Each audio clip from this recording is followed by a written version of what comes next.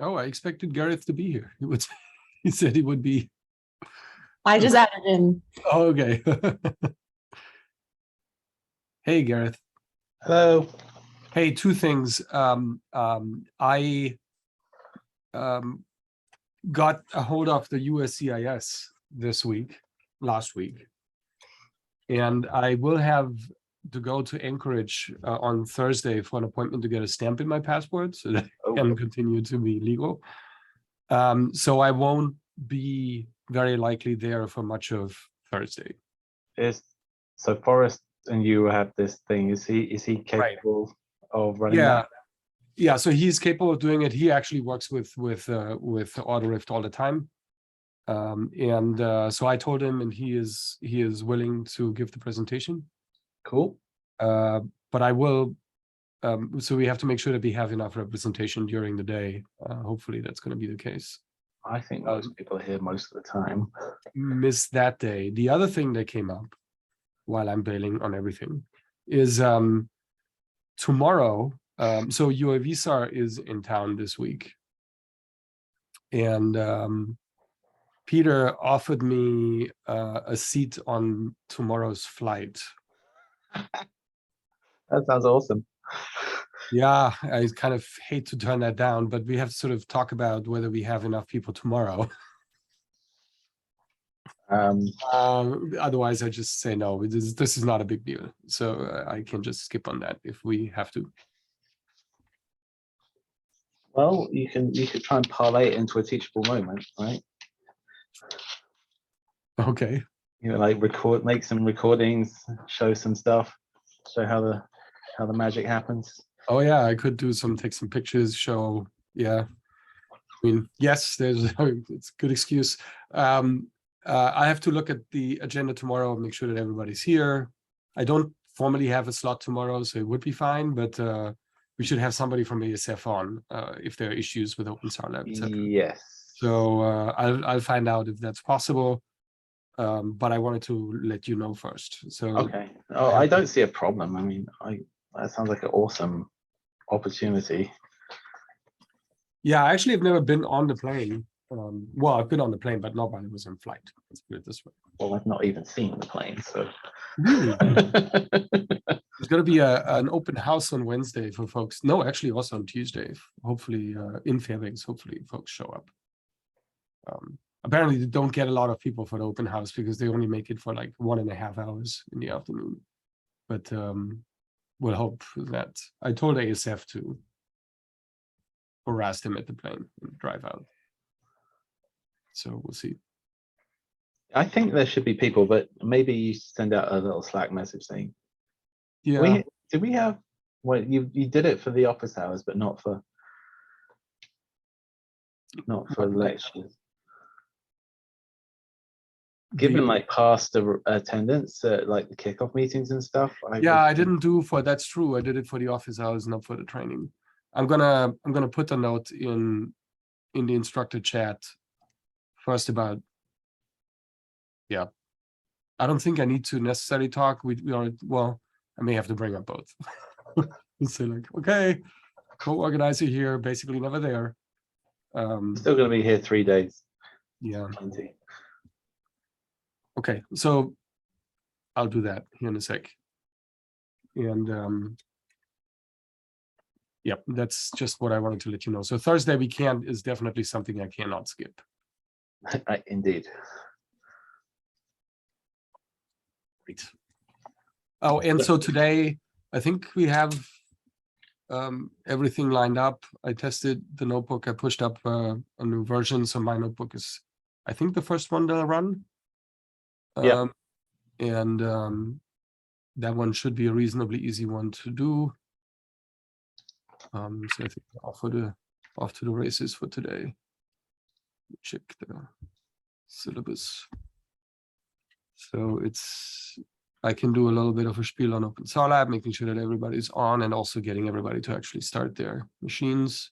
And remind them about the NetRC. What is did we do something about NetRC? There is a notebook now in the data access section. I'm going to admit people, just a heads up. if you start. Okay. Yeah, that sounds like a good idea.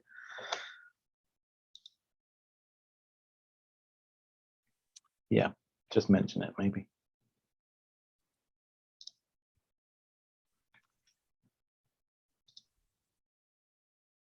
Wow.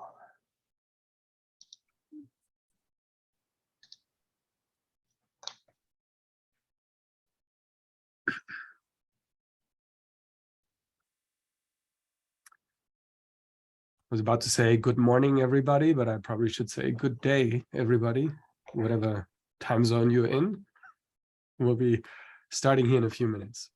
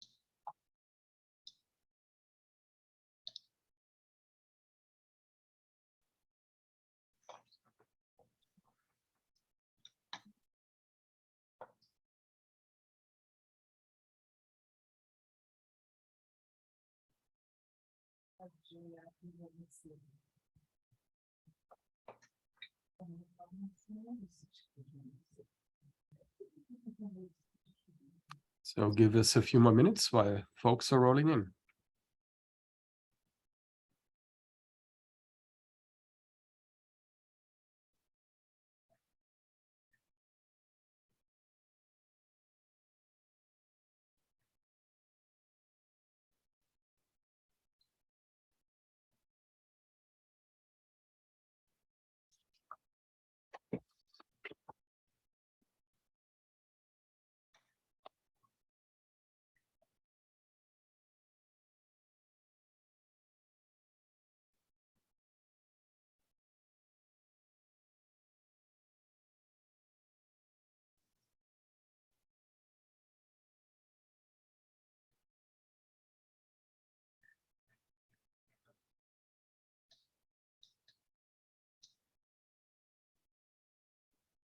Thanks for posting your time zone. I've seen a 7 a.m. I think someplace and 11 p.m. So we are spread across the globe. Oh, it's a 1 a.m. Singapore. Nice. That's commitment. That's commitment, yeah.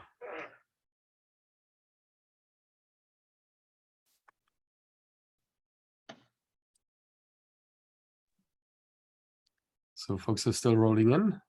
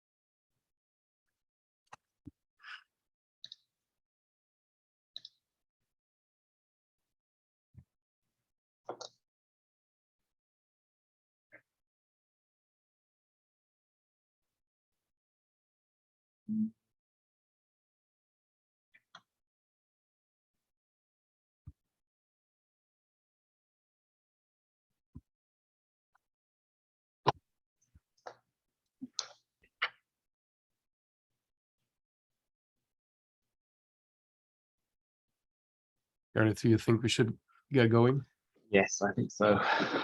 So welcome everyone to the 2022 ICE Plus course. I'm Gareth Bunning. I am, along with Franz Meyer, who has been keeping track of the time zones, the lead instructor of this course. This is my 5th year teaching it.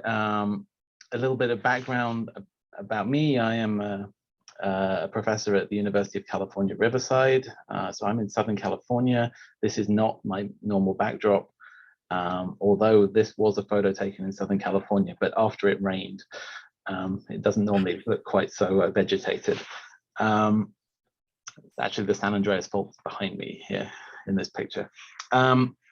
I study earthquakes and creeping faults and geothermal production using INSAR.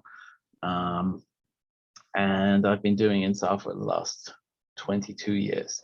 I think, Franz, would you like to introduce yourself? Sure. My name is Franz Meyer. I want to welcome you all to this course. Seemingly a very international affair this time when you look at the time zones in the chat. So if you haven't posted where you are, please put that in, just to let people know how spread out this course is across the globe this time. I'm in Fairbanks, Alaska, and it's currently 9 a.m. where I'm located. I'm a professor for remote sensing at the University of Alaska Fairbanks. My focus is on SAR and INSAR remote sensing theory development, and applications to geophysical questions and geohazards. I've been on this course for a number of years. Actually, I'm not sure exactly how many, and I'm happy to co-chair this time with Gareth Bunning, taking over from Paul Rosen, who's done it many years excellently. So we could, build on top of all the work that Paul has been doing over the last few years. I'm also associated with the Alaska Satellite Facility, which is a data center that you may know, from which you may have gotten SAR data sets before. And I'm working on the NISAR science team very closely with Paul as we prepare for NISAR. Maybe Paul would like to introduce himself. Hey, everybody. Paul Rosen here. I'm at Jet Propulsion Laboratory.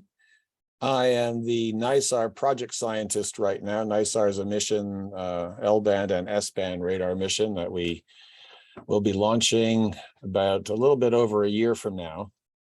And we'll be producing enormous amounts of data that you will be able to use the software that you're studying this week to process yourself and do great science. I've been doing INSAR since the early 90s. And as Franz said, this course has developed over the last 10, 15 years. It's really picked up steam, and with the Openstar Lab and all the great instructors, it's really a great class. So I learn a lot every time I take it as well. Or I teach it as well. So I hope you enjoy it and look forward to the rest of the week. Thanks. Thanks, Paul. Eric Fielding is also on. Hi, I'm Eric Fielding. I'm a geophysicist at the Jet Propulsion Laboratory. I've been doing INSAR since about 1995. Learned from Paul and at JPL, and we first started teaching this course I think around 1997. Then we moved to some of these newer methods. I was not participating the last few years, but I've come back this year to teach a lot of the ICE software parts. And I look forward to seeing you learn more from this course. I work primarily on earthquakes and landslides, but also some other INSAR applications. Thanks, Paul and Eric. A couple of the TAs are on as well. I see Becca. Yeah, hi, my name is Becca, and I'm one of the TAs. I'm a PhD candidate at University of Oregon. I do primarily INSAR with volcanic systems, kind of studying the deformation there. I've been doing INSAR for the last 5 years, so to speak. If you have any questions about homework or turning that in, let me know, and I'm happy to help with that. Thank you. And I see Niloufar is on as well, if she would like to introduce herself. Hello, I'm Niloufar. I'm also at JPL working. I'm a postdoc working with Eric Fielding. I use INSAR for the past 2 years. I look at the earthquake deformation, looking at the co-seismic and post-seismic of the larger earthquakes. And yeah, I'll be TA and you will see more of me in the office hours, definitely. Thank you. Awesome, thank you. We have a number of other instructors who will drop in and out in due course over the next few days. You will see more people, hopefully, definitely over the next few days. I think next on our agenda is a brief intro to the Openstar Lab. I imagine most people have already encountered this, but in case they have not, or if in case of maybe needing some additional pointers to how it works, Franz is your guide. So take it away.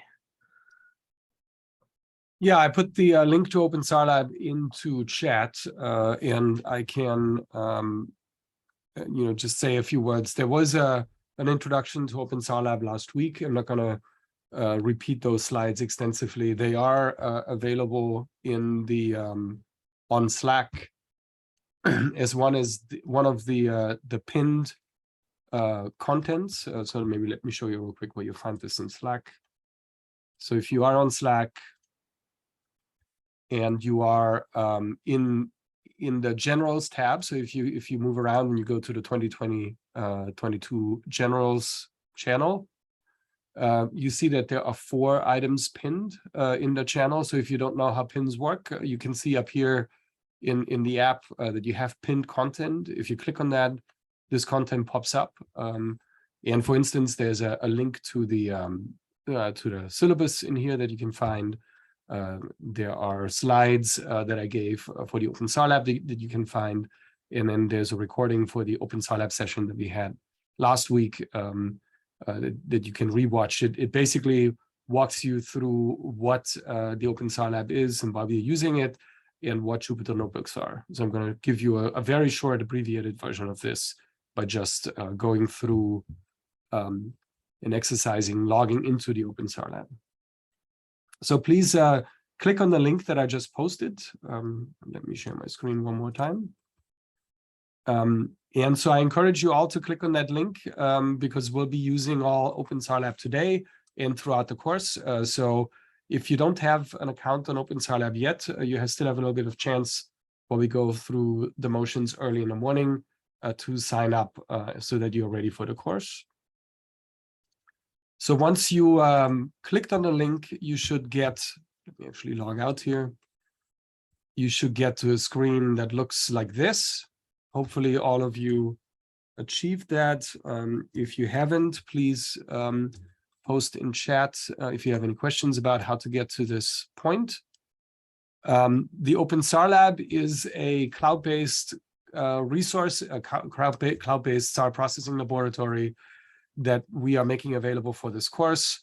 It is a Jupyter Notebook, Jupyter Hub type platform that sits in the Amazon Web Services cloud.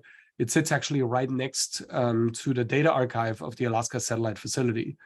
And so ASF is hosting all of its Sentinel-1 data, all of its ALOS data, all of the higher level products that we'll be working with this week in its archives, and they're all located in the Amazon Web Services cloud, mostly because the data archives, the SAR data archives are nowadays so voluminous and are growing so quickly that local storage solutions are reaching sort of their breaking point fairly quickly.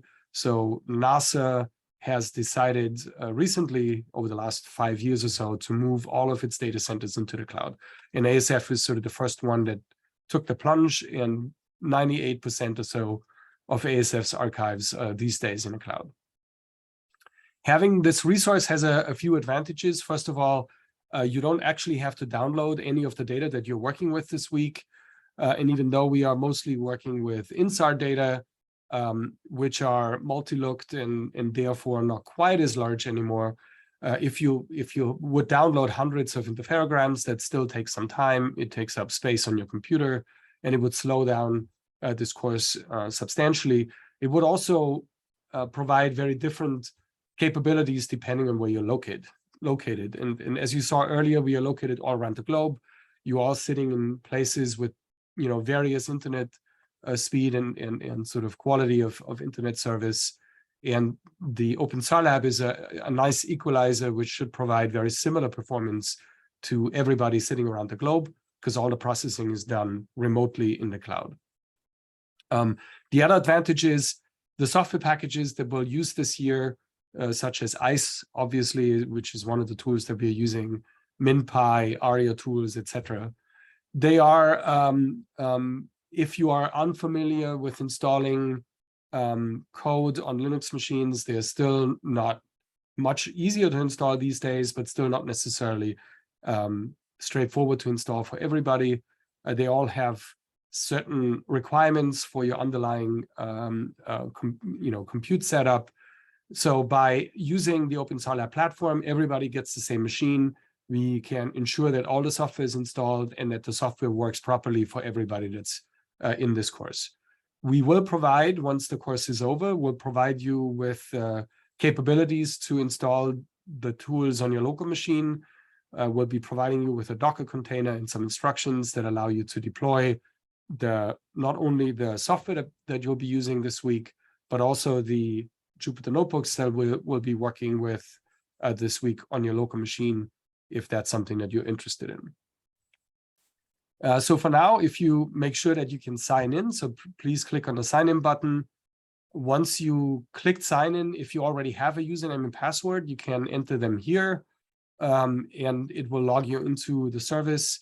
If you are one of the few that haven't signed up yet, please click on this sign up button here on the sign up link below. This sign up link will allow you to create a username and password. You will have to enter an email address. If you're signing up currently and right now, please, here in this email field, use the email address that you used to register for the UNAFCO class. We whitelisted all of you with your email addresses, and if you use that email address that you used for registering for the class, it speeds up the enrollment process into the platform. Once you have a username and password, you can use that to sign in.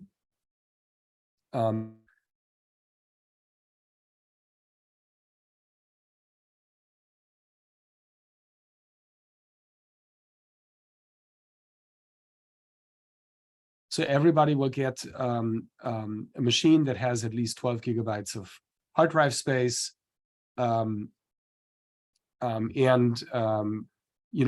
at least 16 CPUs for processing and at least 200 gigabytes of storage space.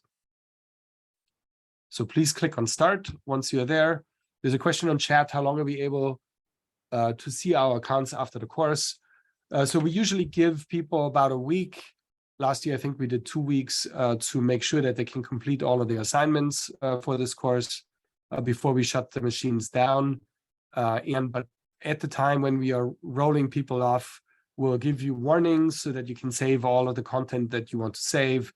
And we'll also point you to the Docker container that allows you to replicate the platform. If you need other solutions, if you are really interested in retaining cloud solutions for your work, you can contact me, after the training, and we can make sure to help you as much as we can to get things set up. Yes, there's a question: will parts of this training be recorded? And yes, all the trainings that we do and all the office hours will be automatically recorded, and they are going to be available on the YouTube channel of UNAFCO for you to rewatch. I think that channel it's actually in the syllabus. if you go through the syllabus, actually, you might, if I click on the syllabus, can you see my syllabus now? Nope, that's not the syllabus. Can you see the syllabus on your screen? Somebody could give me a thumbs up or down. Yes, I'm guessing that you can see it. If you go to the early pages in the syllabus, there's a series of links. And one of these links is a YouTube channel that will host all of the recordings from this course. So let me go back to the Openstar Lab. So mine now spun up. Some of yours may have spun up also, and you will go through how a notebook works when we actually go through the first notebook of the day. So this is the platform that we'll be using. And I'm going to stop here and ask if there are any questions about the platform itself and how we will be using it this week.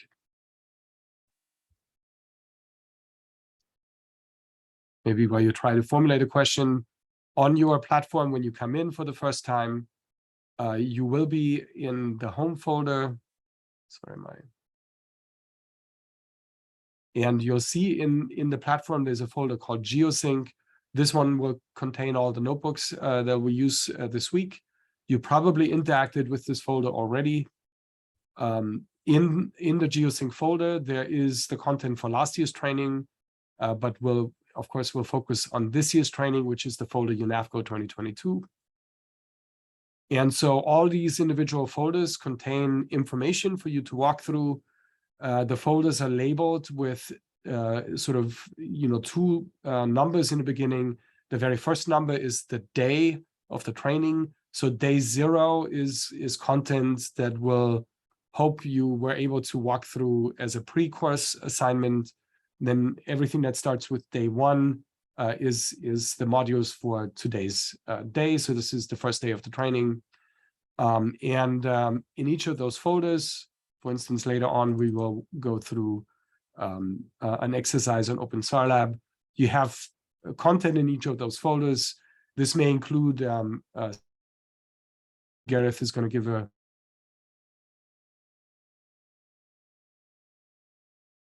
available on Openstar Lab if you wanted to follow along. And then there are these notebooks that we'll be walking through. Notebooks are interactive data recipes. They'll include explanations in the form of text, as well as executable code. We'll look at that one more time when we go through the first notebook later today. So all of this content is available to you on Openstar Lab, both the lecture materials and all of the notebooks that we'll be using. And if there are no more questions, how are we doing on time? We're doing good. We're on schedule. Actually, I think we should, if you went back to the syllabus for today, yep, just point out what's coming. Yeah, so here's the syllabus. Gareth, please.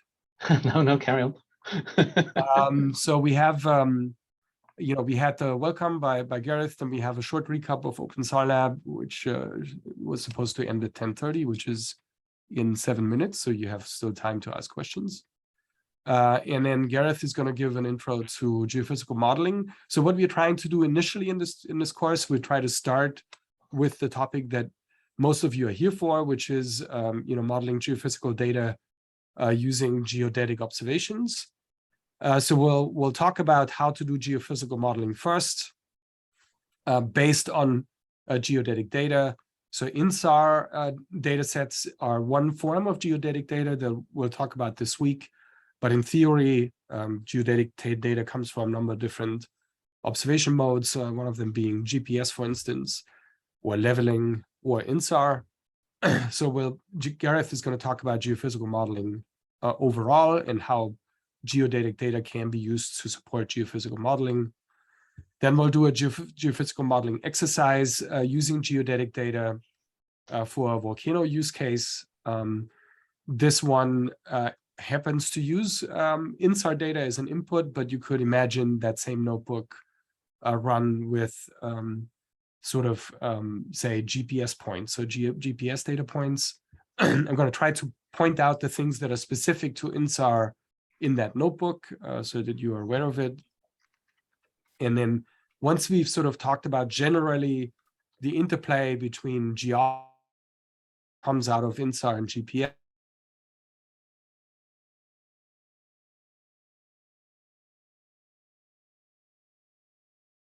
into the INSAR topic itself, giving Paul Rosen some time to talk about INSAR theory, and giving Eric Fielding some time to do strip map data processing using strip map app in ISCE. I see there's some things in chat. Yeah. Oh, you answered those already? Yeah, but we should repeat them for posterity. The question was, if you look in some of the notebook folders, and this would happen if you've been active on Openstar Lab already, you might find that there are multiple versions of the notebook there. Some that don't have a date and some that do. And the reason for that is that we have been behind the scenes updating some of these notebooks as we run into errors and problems. And when you do that, and then when you restart your Openstar Lab instance, Openstar Lab will grab the most recent versions of all the notebooks from the repository. And if you have local copies, it's not going to overwrite them. It's going to rename them with the date that that they represent. And so, like, what you were working on is still saved, but the newest version will now be downloaded. Yeah, so if you see on my screen, if you have a second copy of the Math Basics notebook that says Math Basics and then some long date and time number, the one with the long number, that's your own copy that is being saved off separately. So if you already touched this notebook beforehand and made some changes to it, either by executing it or by actually making changes to the code, the Git puller is recognizing that you made changes and is making sure that none of these changes are overwritten. So you then have two copies of this notebook. The one without the date is the most recent version pulled from GitHub, and the one with the date is the previous version of the notebook that contains your content and the changes that you may have applied. So if you have two versions of this, that's what it is.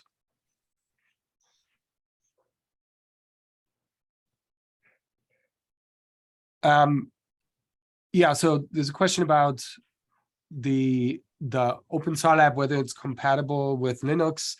Because Openstar Lab runs in a browser, you can actually use Openstar Lab from whatever device you may have that has internet and a web browser. So it doesn't matter whether you're on Mac or Linux or Windows or whatever exotic operating system you may run. As long as you have a standard browser and internet connection, you can use Openstar Lab, which is another thing that makes it really appealing. You can use it from your iPad if you want. You could even, if you're really into sort of torturing yourself, you could do it on your iPhone, on a tiny little iPhone screen. I very, very much don't recommend that, but you could, in theory, run the entire course from your iPhone also. So all it needs is internet and a web browser. All the heavy lifting is done on the AWS. Yeah, so if you have questions about, you have issues printing to a PDF, which is what we ask you to do for some of the pre-course assignments and also for some of the assignments this week. You can always ask us during the office hours. That's a good point. We have, if I go back to the syllabus, we do have an office hour.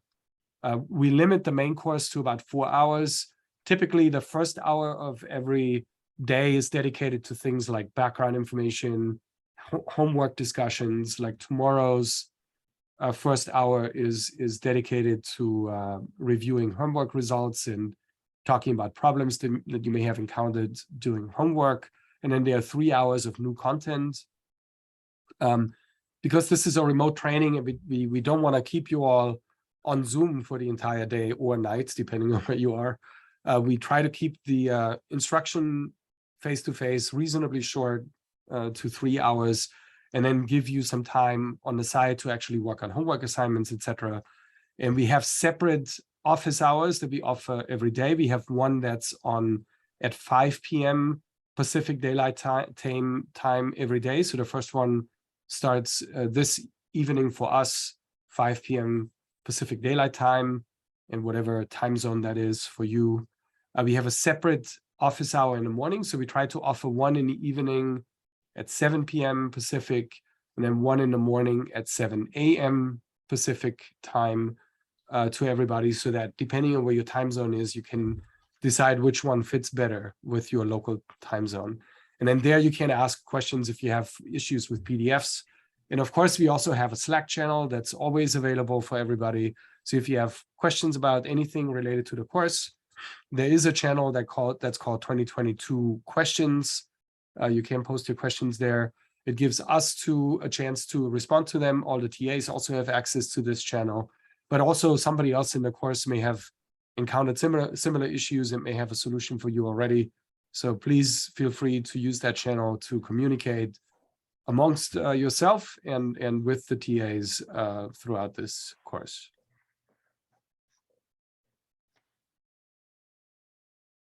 Okay. Do we have other questions? So what I would suggest is that we maybe go now through modules 1, 2, or the module 1, 2, which is geophysical modeling. And once we are done with this, we take a break, and then maybe after the break, we can take a minute to try to do a short group photo, these ominous Zoom group photos, to sort of have a way of capturing your attendance of this course. So if you're okay with that, after break today, maybe we can take 5 minutes to have you all turn on your camera briefly for a Zoom group photo. So be prepared for that at about noon Pacific time. Yeah, UNAVCO needs to show that we are reaching the world. and that'll be great. Okay, and I know I'm next up, so I shall try and share my screen and we'll start talking about geophysical modeling.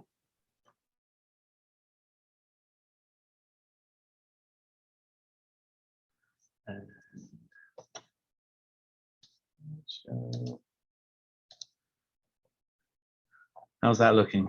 Can everyone see that? Okay. Fantastic. Okay, so I'm going to begin this whole begin the course with a sort of a preview of the endpoint, where we would like you to get. Getting to the point where you can actually use geodetic data to do something scientific. And I'm going to show you some examples of different geophysical models and how we can use, particularly INSAR data, to constrain those. So starting with some definitions, just to let you know what I mean by saying geophysical modeling. When we're talking about geophysical modeling, we are meaning using idealized representations of Earth processes to gain insight into properties and processes. And there is the maxim that all models are wrong, but some models are useful. Usually, geophysical models are idealizations. They're not exactly perfect representations of what is going on in the Earth, but they usually allow us to gain insight into what's going on. So there's a few different examples shown here. One is on the left, this column here that's showing different representations of behavior in the earthquake cycle, from coseismic deformation, which is the deformation during an earthquake, to the various processes that follow that. So after slip, which is continuous movement of a fault potentially after an earthquake has occurred. You often also get what we call viscous relaxation, which is as the stresses from the earthquake are imparted to the viscous parts of the crust and mantle, those areas can actually flow to deal with that added stress, and that takes several years often, and can tell us about the properties of those layers, and one of the only ways we have to measure it. And then we can also get redistribution of pore fluids in shallower layers of the earth. When those occur, we also get deformation, and we can learn about things like the porosity of the shallow shallow crust that way. So these are all things that you can study with INSAR about earthquakes and the crust. And we have models for all of these. In the center is an example of a magmatic system. For example, an intrusion of a dike in a rift zone. That dike may feed shallow eruptions. It may also feed magma chambers, which can grow or shrink depending on the magma dynamics. And all of this can be modeled or in various ways, and I'll give you some ideas of how that might be in slides to come. On the right is a larger scale issue, which is the response to surface loading from things like ice sheets. When the ice sheet is there, the crust and mantle flex down as a result of this, and may even uplift in areas which are sort of peripheral to the area that's being loaded, and you induce flow in the flowable materials in the lower crust and upper mantle, and in response to this mass imbalance that's caused by the imposition of an ice sheet. And of course, when that ice sheet melts, now the system is again not in equilibrium, and material will flow back in. Gareth? Yes. Can you hang on a sec? There's a note in chat that somebody cannot see the PowerPoint. Is that a problem for more people, or is it just one person that has issues? Can you all see Gareth's screen? Yes, See it? Okay. I can see it. Okay. Thank you all. Sorry, Gareth. No problem. Ice sheets. Post-glacial rebound. It occurs when you remove an ice sheet that was previously compensated for. Material flows back in, and in contrast to when the ice was loading, when you get subsidence, in the unloading phase you actually get uplift, and the bulge that was formed by the bending of the sheet undoes as well. So you get subsidence where you had uplift, and uplift where you had subsidence. And measuring that can also tell you about the material properties of the viscous layers in the subsurface. Okay. Of course, the geodetic data that we're using can be various things. In this course, we're going to teach you about INSAR almost exclusively, and how you interpret it and what it means. But you can similarly use data such as GPS. So here is like a map of the Western United States, studied with continuous GPS stations, or GNSS stations, actually the more generic name that we use, and showing that vertical uplift or vertical displacement changes over time. In this case, you can see that the ground is being displaced by in California particularly. That's what this area down here is. This is in response to a drought. In this case, we have uplift due to basically reduced surface loading from aquifers. On the right here is a picture of differential lidar, which is again a very similar imaging geodetic method that can tell us things like vertical motions, and indeed horizontal motions if you use sort of clever algorithms to match your data. And this is showing the response of the surface to an earthquake in Mexico in 2010, one of the first big earthquakes where you're able to do this in a pretty large scale way, showing vertical motion of some of these faults. You can see these dark lines. Basically, the color changes are very abrupt next to the fault, showing that the fault itself moved in this in that earthquake. But we're talking about INSAR, so I always have a slide on how INSAR works, because that's what we're trying to teach you. And the basic idea is that you have a satellite that's orbiting over the Earth and transmitting pulses of radar to the ground, microwave pulses. We track both the amplitude and the phase, those radar waves as they interact with the ground and are scattered back to the satellite. In practice, the satellite is orbiting at an elevation hundreds of kilometers that makes it impractical to count every single phase cycle. But what we can do is track differences in phase. So if a satellite flies over the same area twice, and between those two passes of the satellite, the ground has moved, then by differencing the phase between the later image and the earlier image, we can detect the phase change from that movement. And INSAR is basically that, but it doesn't. We don't just see the movement of one pixel. We see the movement of lots. We use this terminology, range change, to describe what we see. The range is a sort of an old radar term for the distance between the radar and the thing that it's observing. You could imagine in the olden days of radar, for example, for the detection of airplanes, when you're talking about range, you're talking about the distance to the plane. In this case, we're talking about distance to the ground. And if the ground moves in such a way that the ground is further away, as in the case that's shown here, then we call that phase change, which would be positive, a range increase. If, on the other hand, the ground were to be moving towards the satellite instead of away, then we would call it a range decrease. And that's terminology that you'll hear from us many times in this course. And in practice, what we're actually measuring when we're measuring range change, this either range increase or decrease, is the movement of the ground projected into the line of sight of the satellite. So you can represent the line of sight of the satellite as a vector, P, pointing from the satellite to the ground. And what we're trying to measure is the displacement of the ground, which is represented as U here. And that may be in a completely different direction to the pointing direction. And one of the things you have to factor in when thinking about INSAR is how the ground deformation resolves into the line of sight of the satellite, into this pointing direction. And it may not always be a very big resolved component of motion.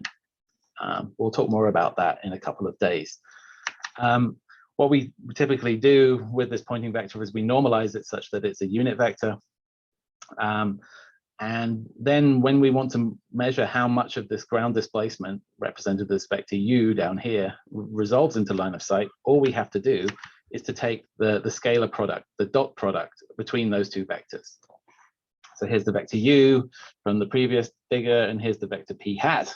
And as you know, probably with your vector math, if you take the dot product between two vectors, you're really trying to resolve how much of the vector U fits into the vector direction P hat. And you could draw a right angle triangle here, and you can measure, the lengths of these vectors. And what we're trying to measure is the resolution of this vector into this direction. So U times P hat in the scalar product is equal to the length of U times the length of P hat times the cosine of the angles between them, equals basically the magnitude of U times the cosine of the angle, because the length of P hat is by definition 1. So for all this motion U, only a small component of it that's marked here actually resolves into line of sight. And that is the range change that we measure with INSAR. I have to also warn you that people don't always use these sign conventions in their work. You can treat INSAR displacements as range change, as I just showed you, or you can treat it the other way around and say, instead of range increase meaning the ground goes down, you could say that a positive motion of the ground could be upwards. A lot of geophysicists use this convention because it fits how we think of the world, perhaps. That if the ground goes up, it should be positive, and if the ground goes down, it should be negative. In which case, basically everything is the same apart from the line of sight vector is reversed. So when you try and publish an interferogram or INSAR data, I really strongly implore you to say what your sign convention is when you do that, and say so in maybe the figure caption, so that people who look at your data can figure out which way is up and which way is down. I didn't help very much with this historical confusion by using both conventions at various times in my career. I started out thinking like a geophysicist, and up should be positive. And then I started thinking more like a radar engineer and thinking that positive should be down. So just be aware that you have to figure out what the line of sight convention is in order to interpret your data. And we'll do some more data interpretation tomorrow that make you think about this a little more. Okay, so having processed our interferograms and now we want to model them, there are a couple of strategies you can use for trying to make models that look like INSAR data. These are I'm going to cover in the next couple of slides. I'm going to start with what we call forward models. And a forward model is a simulation of what INSAR might look like if you know something about the thing you're trying to model. This is a model of a normal faulting earthquake that doesn't rupture the surface. It's a buried normal fault. We can tell it is buried because the fault should be here and there is no localization of deformation against the fault. You see instead that the fringes are perfectly concentric and away from the fault, which means that the deformation is buried, or the source fault is buried and the surface is deforming, but not up against the fault. For those of you who know and care about geophysical, about faults, then some of the parameters of this fault are given here: the strike, dip, and rake. The rake here makes it a normal fault with a dip of 38 degrees to the west. We can represent this mathematically as a very simple equation. D, which is our simulated data, is what I've plotted here, is equal to G, which is a function which incorporates theory of how the surface deforms according to an earthquake, and M, which is a series of parameters that describe that earthquake. For example, the strike, dip, and rake, which is something about the orientation and of the fault and the direction it's moving, but also its location, the size of the earthquake, which manifests usually as the size of the fault, and also the amount of movement on that fault. So all of these things are parameters that kind of get bundled into this vector of model parameters M, and through the model G, get translated into simulated earthquake data. These simulations are useful because you might not know what you're looking for.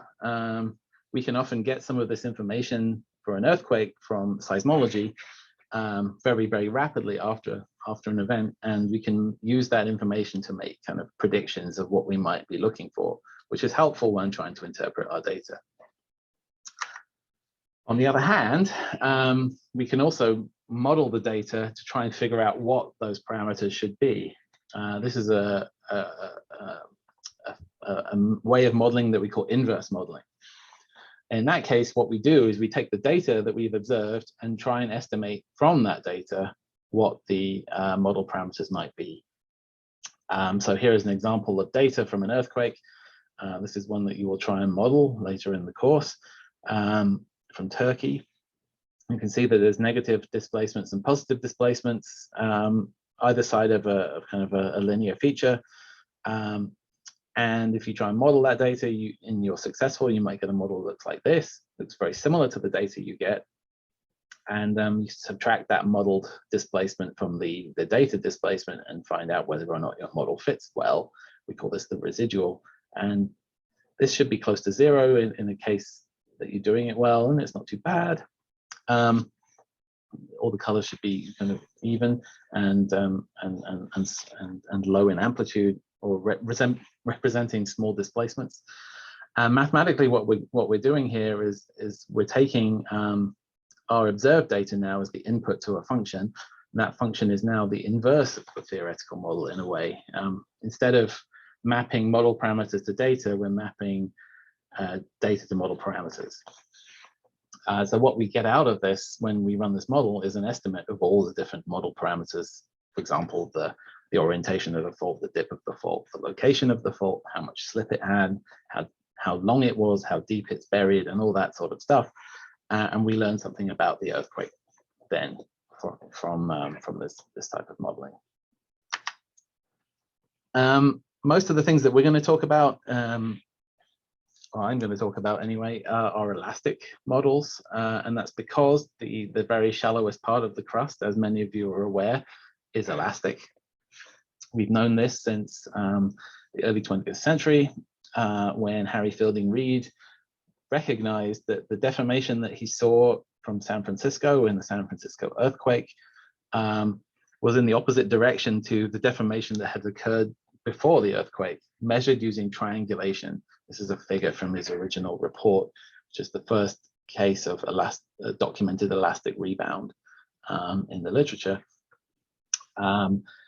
And he was able to resolve this using triangulation data, which is way less precise than modern geodesy, but it has held for many, many, many earthquakes since then.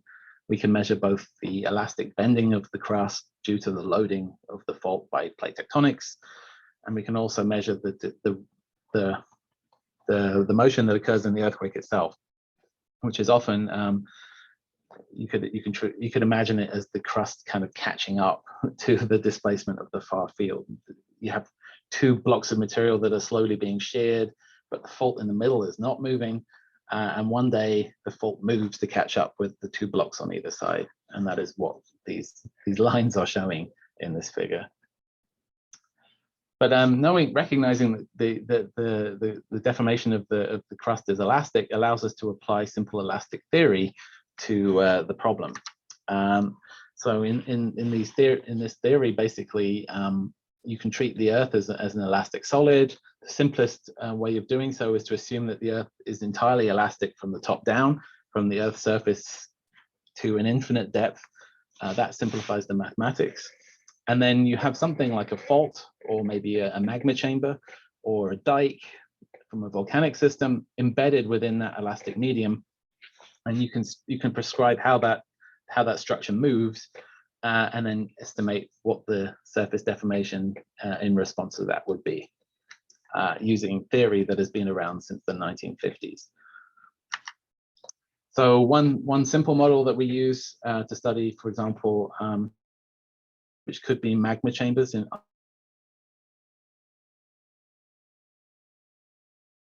book that Franz is going to show you. It's called the Moghi model by Kiyomogi, published in 1958. And this is a very simple model that assumes that you have a spherically symmetric deformation field, radially symmetric deformation field around a body of fluid in the Earth's subsurface.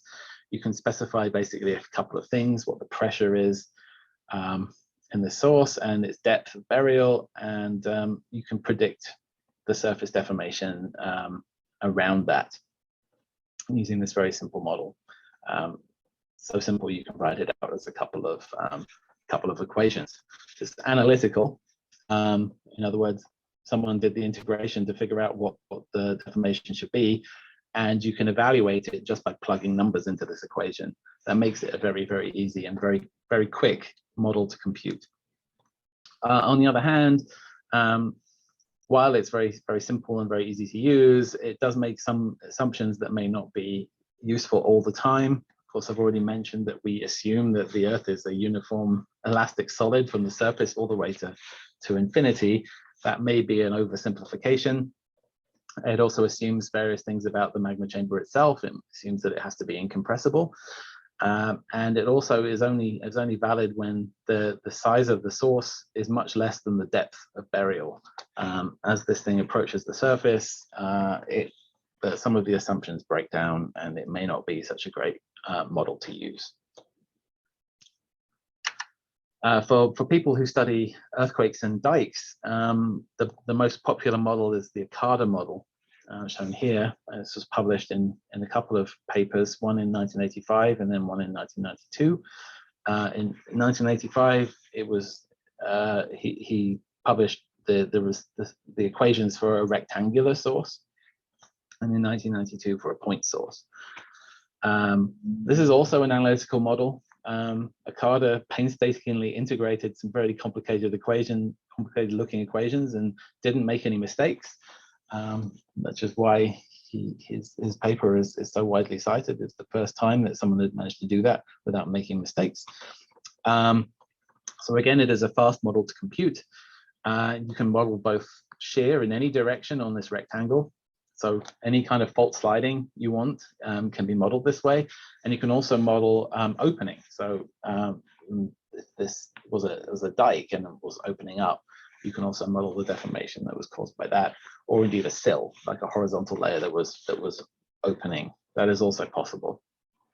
Some of the criticisms of these kinds of models are the same as for the Moghi models I just showed you, that some of these simplifying assumptions are not necessarily realistic compared to what we know about the Earth. We know the Earth, for example, may have changes in elastic strength as you get deeper into the Earth, and that's not captured by this model. Another feature that people don't like necessarily is that these faults have to be rectangular. And if you're trying to if you know that a fault has some kind of complex structure to it or complex surface, if it can be described as a complex surface, then a bunch of rectangles may not reproduce that very well. Of course, we have figured out other ways of doing this with triangular elements. I'll talk about that in a minute. We can model the Earth as using finite element models. These are very, very complex and bulky in terms of their computation and their setup, but they can be very powerful. So this is a finite element model of Nepal. We're going from India to the north to the high Himalayas to the south, and Nepal is kind of in this transition from moderate elevations to very high elevations. There was an earthquake here in 2015 near the city of Gorkha, which is to the west of Kathmandu. And that earthquake was interesting to us because we were interested in seeing what the effect of this transition from low to high elevation topography would do to our deformation. So we used a finite element model because it allowed us to incorporate, in this case, the very complicated surface topography in the area into our model. But you can also incorporate other things. If you know that what the material properties are for your area, you can put areas with different elastic strengths in there. You can have very complicated fault geometries if you want, because each of these elements is a tetrahedron. You could have a triangular fault, triangular element fault that tessellates together into a kind of a complicated surface, and the model is fine with that. You can also incorporate different material properties, such as different rheologies. So if you know that the lower crust is viscoelastic, you can make it be that way in your model. On the downside, though, this style of modeling is very expensive in terms of your effort, because making up one of these meshes is not straightforward. It can take a long time, and then actually running the model is also very complicated in terms of effort and also time and computational resources. In this case, though, we found out some cool stuff. So we just imposed a simple using this model. We just put fixed amount of slip on this fault and calculated what would happen. And what we saw was that the surface displacement actually varied with the surface topography, which was kind of interesting. You can see, for example, the valleys here have a slightly darker blue color than the ridges. The surface displaced more in the earthquake. And what we interpret this is actually is that if you had slip on this fault that was causing deformation of the surface, because the ridges are further away from the fault than the valleys, the ridges moved slightly less, but the deformation decays with distance from the fault, and it does so vertically as well as horizontally, which was kind of interesting to us. I should also say that there are models that are somewhere in between these two, between the sort of the very idealized rectangles that you can use to represent faults, or the very complicated finite element models. This kind of halfway house is what we call boundary element models, which are a series of, or type of numerical model that allows you to compute movements on surfaces rather than just on rectangles. So you can basically build a complicated surface out of different tetrahedra, or not tetrahedra, triangles and quadrilaterals usually, triangles mostly. You can build complicated surfaces that way, and you can solve for motion of those and also the stresses on these if you're interested in that. These are faster than finite element models. They allow you to have complicated source geometries, and they even allow you to compute stresses, but they're typically still assuming that the crust is uniform in its elastic properties, and that may not be a safe assumption, and they are still slower than using a CADA or a Moghi source. A couple more things to mention about our models before I hand over to Franz. One is that when we model large interferograms, for example, of earthquakes, we typically don't want to model every single pixel from our interferograms, from our INSAR data. The reason for this is the INSAR data are very, very highly spatially correlated. That means that a pixel does not have a very significant difference in terms of displacement from its neighbors. So if you have that situation where all your pixels in an area basically move the same, you don't need to model all of them to capture that information. You can spatially average the data in a way.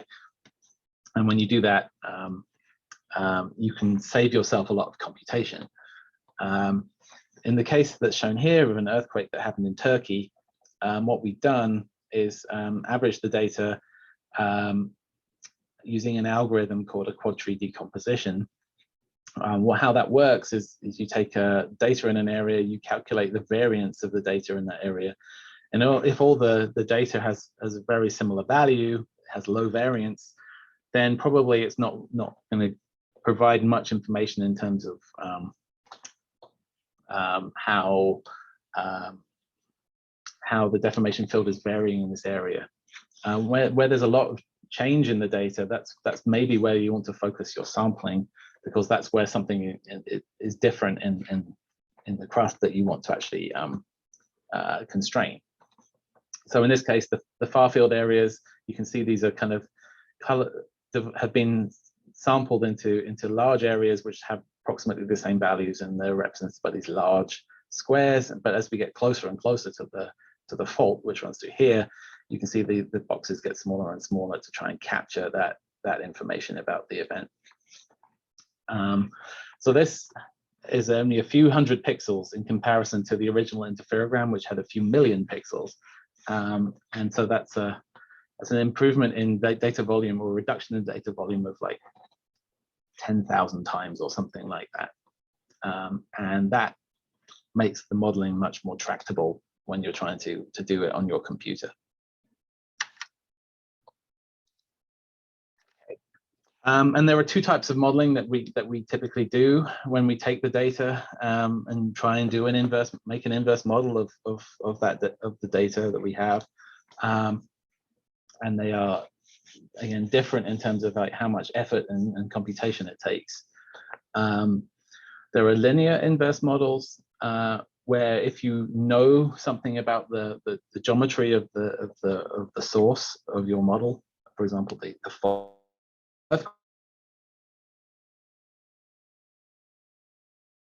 straightforward, because maybe you're only modeling one of the many parameters that you're looking for. In this particular case, if you're trying to model the slip that happened in an earthquake, so how far the fault moved, you can see that if the fault moved 0.5 meter, you get a pattern that looks like this. But if you increase the amount of slip, you basically, all that happens is you increase the amount of occurs. The deformation occurs in the same place, but it just gets bigger as you scale up the slip.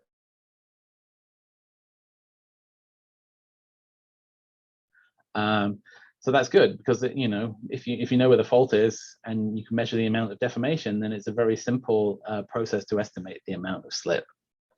So the forward model you can write out as D equals G times M, where G is a matrix of Green's functions that relate the slip on each part of the fault to the displacement that you get at the surface. And to invert for the slip in the fault is just an inverse problem, which is basically linear least squares. So you can go through the matrix map. I can do that with you in office hours if you're interested.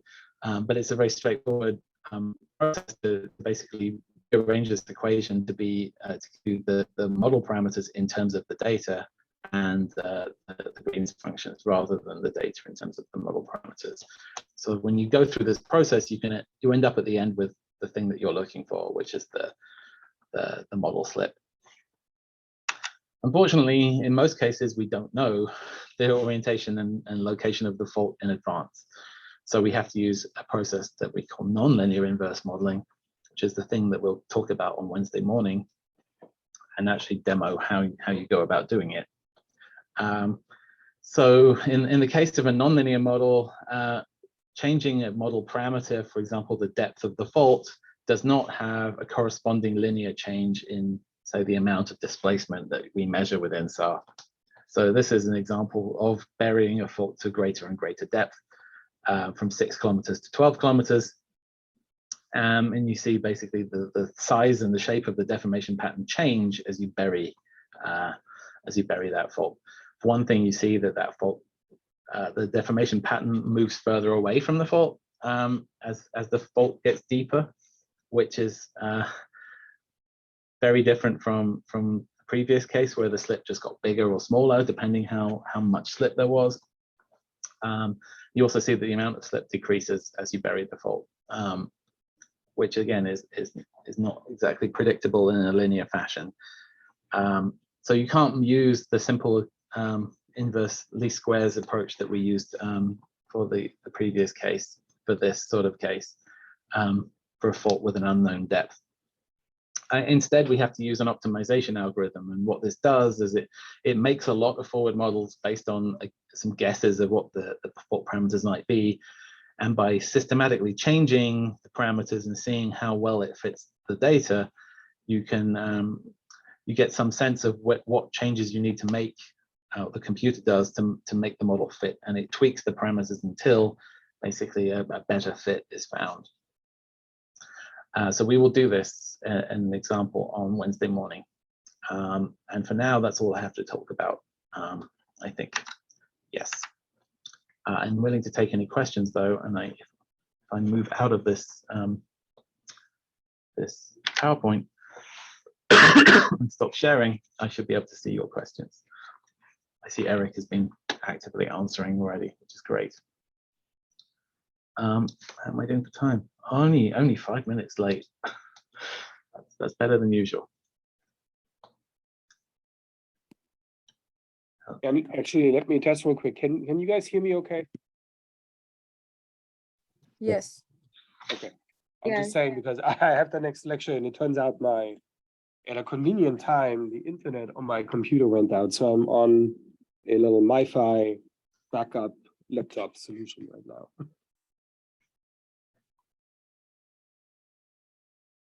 Well, what do you want us to do, Franz? Wait for you to... No, I don't know how long this takes. I think I should be fine. I'm up. I think Openstar Lab is up, so I should be able to do it from my laptop.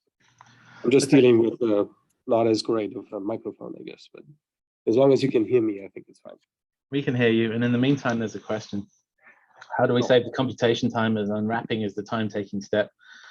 Unwrapping is the time-taking step in interferogram processing, but modeling itself can take a long time. Well, one way of saving time is to reduce the volume of data that you're trying to model when you're modeling. That's one way. Parallelizing the code can also do that. Running multiple things at the same time can help. Yeah, I don't know if that answers your question, but obviously, yes, unwrapping is a time-taking step. Someone else has asked, can we generate inverse models from wrapped interferograms? There are groups who have done that. It's a tricky problem too, because it's even more non-linear. because now you have to account for the cyclical fringes on in your data as well. Some people have successfully done it. I'm not sure it's necessarily better.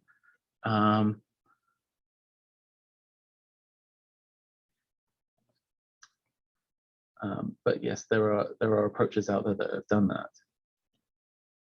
When we use the forward modeling approach over INSAR-derived deformation, does it account for the uncertainties and errors? Well, we can definitely do that. We can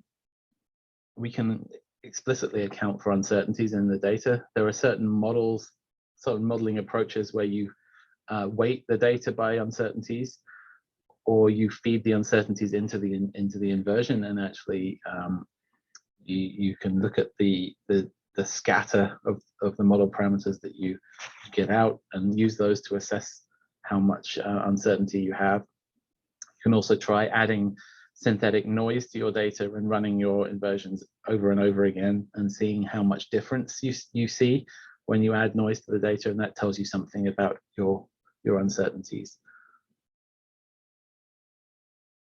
I see Eric's answering questions about or answering about taking looks in your data, which is one way to reduce the noise for unwrapping, and also for to reduce the noise in your data in general. And of course, averaging using the quad tree decomposition also reduces some of the noise that's in your data. The quad tree composite decomposition saves computational time. Yes, it does, substantially, because yeah, when you come to model the displacement of every pixel, I mean, that's a computation you have to run over and over again when you're modeling. And if you're doing it for fewer pixels, then yes, you're taking much less time. What are some appropriate approximations for creating synthetic INSAR noise? Yeah, so I've worked on this a little, and I think Eric has too. You can produce what you call a variogram, which is like a by looking at your data in an area which is not affected by tectonic process, for example, or some other deformation process. You're just looking at the variation due to the atmosphere. You can take the spatial statistics of the signal in an area where there should be no signal, and see how it decays with distance. You can fit a function to that. It could be a polynomial or an exponential function, and then you take a vector of random numbers and you convolve it with the covariance structure that you have discovered, and you can actually make synthetic noise, a bunch of blobs that have the same spatial statistics as the noise, the real noise in your data. So we've done that, and you can use that as a way of bootstrapping your model and actually solving for the or identifying what the uncertainties are in your model parameters. I can point you to some papers if you're interested.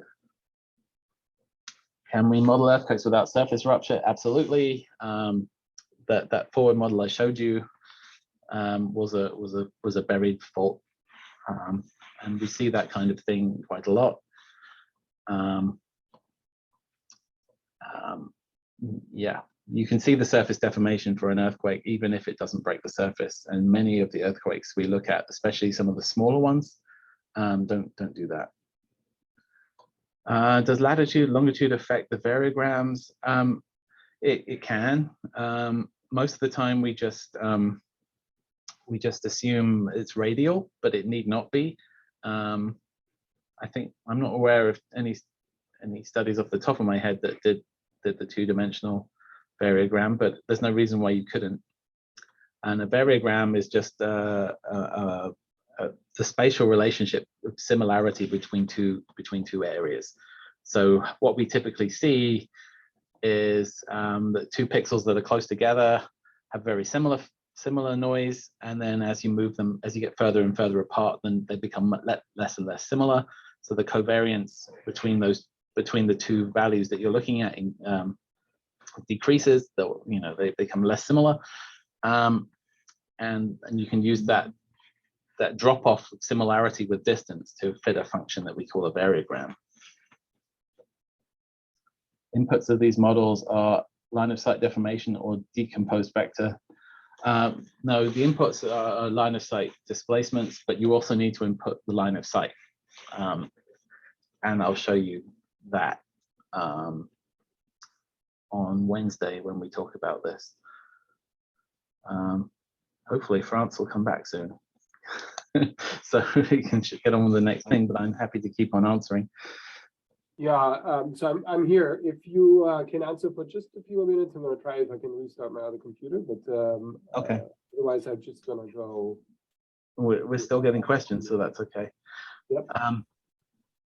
So yes, in ICE, one of the files that is produced is a file that contains the line of sight information, and we can take that and when we have one of these downsampled pixels, we can find the representative pointing direction and incidence angle and use that to estimate the line of sight vector.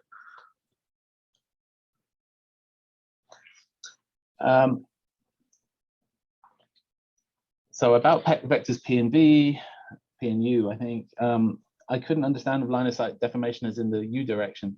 The U direction is the movement of the ground, and the ground can move in any direction, right?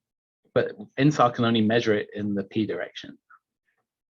So the way that we learn more about the full displacement U is by using multiple lines of sight. If you can use both ascending, which is the satellite flying from south to north, and descending, which is satellite flying from north to south, then you have two lines of sight, and you can learn more about the direction and motion of the surface potentially from that.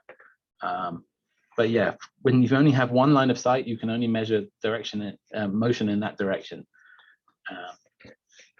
So that P direction is the direction things are moving in your interferogram. We also we look at that a little bit in the notebook also. Yes, we have another notebook later on where we try and take two different lines of sight and figure out what we can say about the surface motion.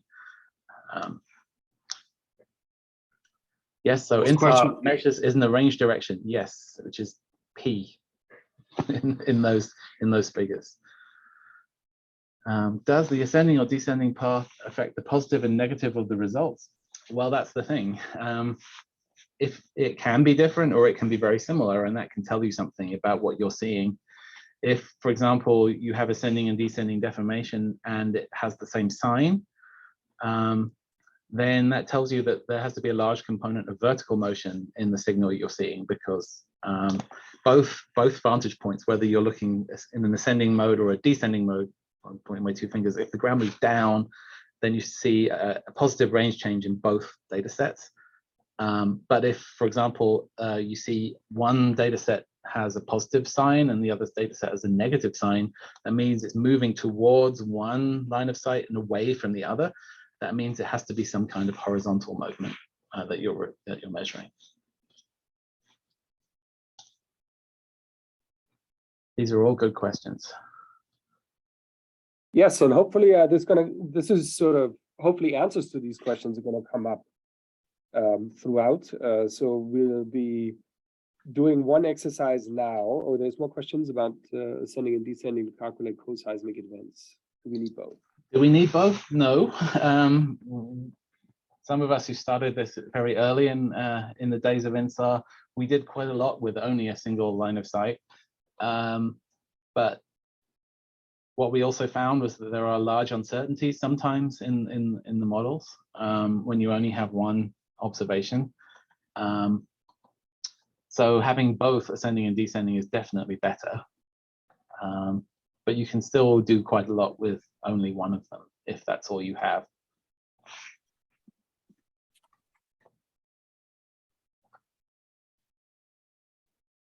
Okay, so from my perspective, we'll have to go with my backup, but that's going to be good enough. So, oh, there's more questions. If I can answer these offline, and you can get on with. Yeah. Okay. So, keep your questions going, and as we walk through the notebook, you will hopefully get some of these questions answered. And so please go to the Openstar Lab. Let me share my screen here real quick. Hopefully this works. Slack. Okay, so you should see, you should be on the Openstar Lab still, and be in your home folder in Openstar Lab. Let me zoom in some so that you can hopefully see what my screen well. You see this big enough? Yes. Okay, excellent. So on the Openstar Lab, we are going to run a notebook that is located in the GeoSync folder. So if you enter over here, the GeoSync folder, and then go to the UNAFCO 2022 repository or folder. So if you scroll through the list, we are today in day 1, and we'll be running a notebook that's contained in folder 1.2, Geophysical Modeling with INSAR and GNSS Geodesy. So if you click on that, and you see in there is a notebook that's called UNAFCO INSAR Geophysical Modeling. And so please open that notebook.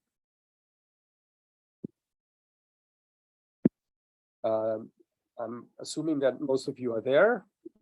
On my limited screen, I can't do a ton with monitoring the chat, so maybe other folks can help me along. So if you're ready, maybe give me a thumbs up or a yes in chat, or maybe if you're not ready, then say that as well. So we see thumbs up. Excellent.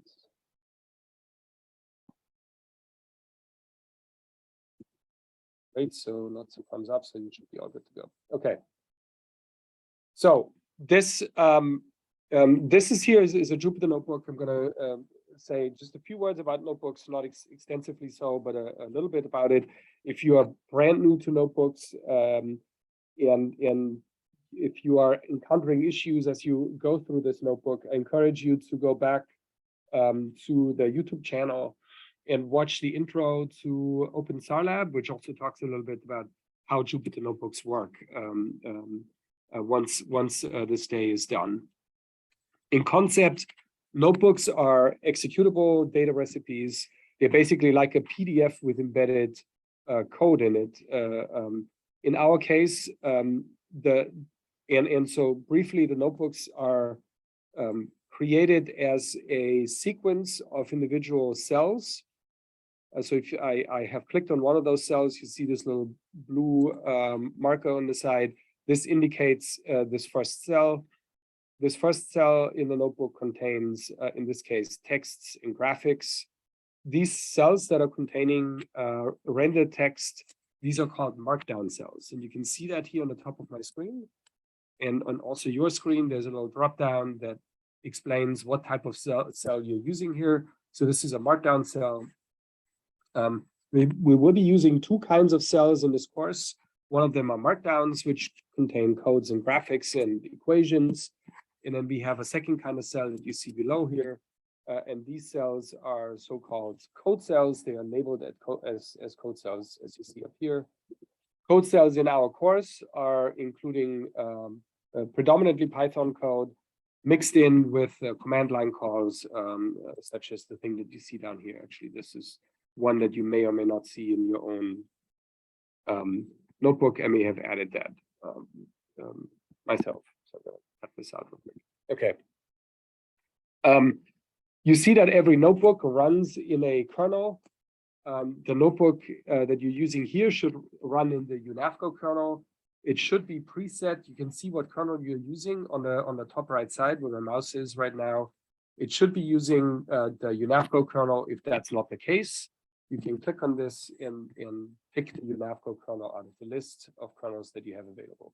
So make sure that your notebook runs in the UNAFCO kernel. Are you still with me?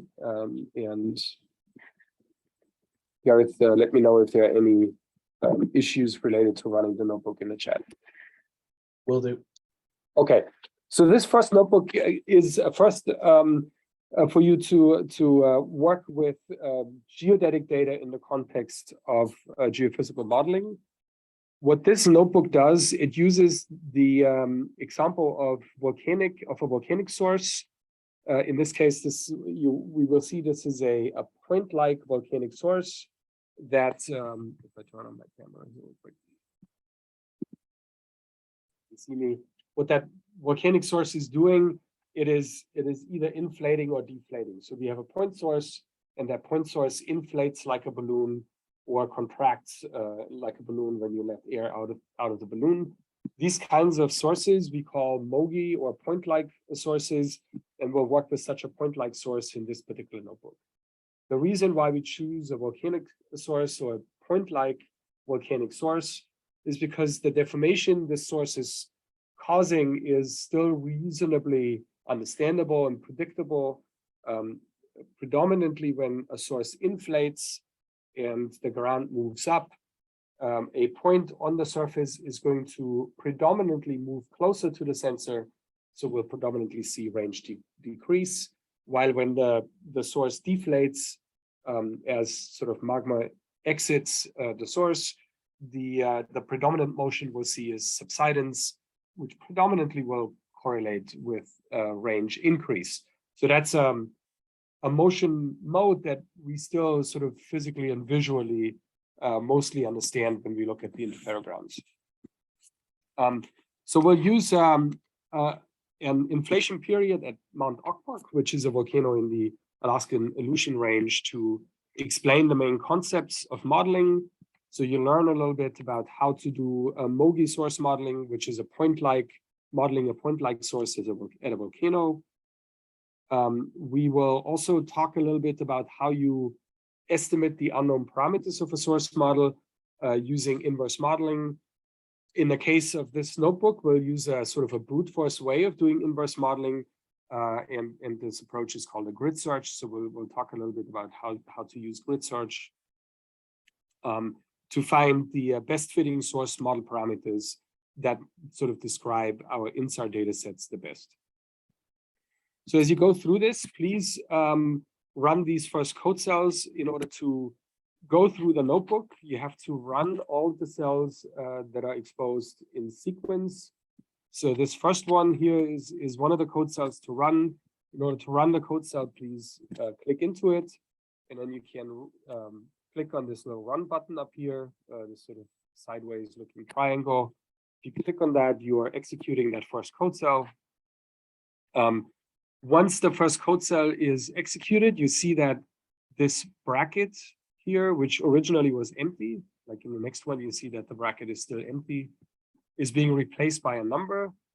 The number here is just a sequential order of numbers. So whenever you run a code cell, it's going to get the next sequence of numbers. So if you run this next code cell, you'll see that once it's executed, it will get to number 2. And so the next code cell will get to number 3. So this always helps you understand which code cells did you run last. And it also lets you track if you missed a code cell. So notebooks are sequential, so the code here is expected to be run in sequence. So please don't forget a code cell.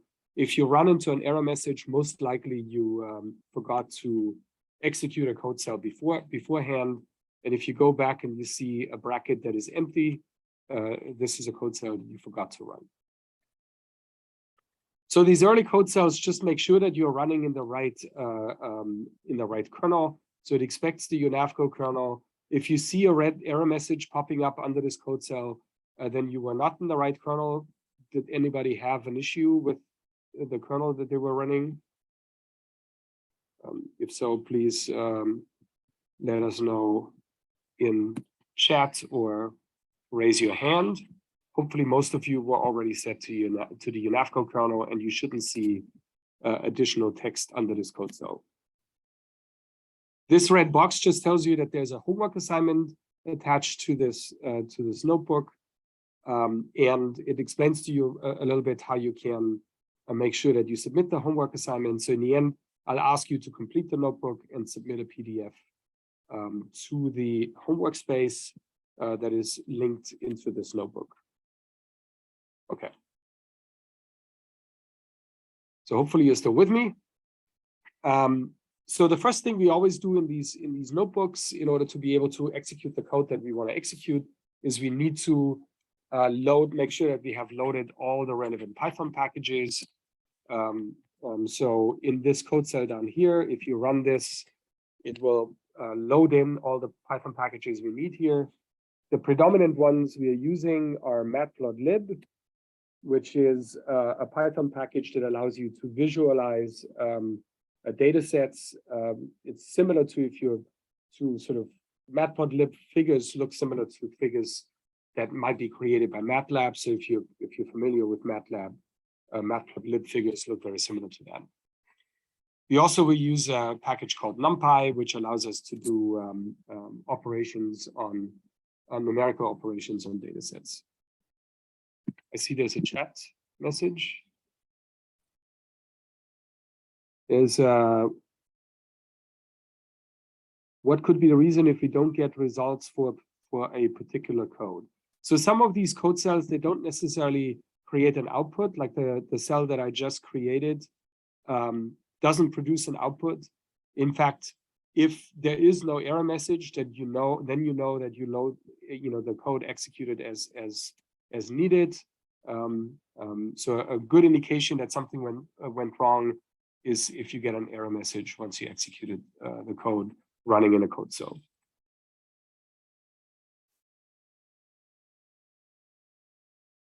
There's a question, does this imply we'd need other ancillary data aside from SAR data? So we'll see when we go through this. We'll be using the SAR observations themselves, plus some information on the observation geometry. So we'll always need information about how we look onto the ground in order to be able to connect the geophysical model with observations coming from INSAR. You'll see that also several times through this class, and hopefully by the end of the week, this sort of sank in and you understand that a bit more close to the end of the class. Okay. So hopefully you're still with me. So the next section here, section 1, just describes a little bit what kind of data that we're looking at. So this is showing you a little image of Okmok volcano and a little bit of where Okmok volcano is. It's located in Alaska's Aleutian chain. So here in this top component corner of this map is Alaska. This here on the eastern side, on the western side is Kamchatka. And between Alaska and Kamchatka is this series of islands that are aligned along the fault boundary between the Pacific plate and the American plate. And this is where a lot of the earthquake activity and volcanic activity in Alaska is located. So Okmok is an island that houses Okmok volcano. You can see the crater or the caldera of this volcano here. It's a reasonably shallow edifice. The topographic variability is not very high. Okmok is interesting because it's a very active volcano. It erupts fairly frequently, and from an INSAR perspective, it's an interesting volcano because whenever magma is moving around under Okmok, it shows surface deformation as an expression of that movement of magma.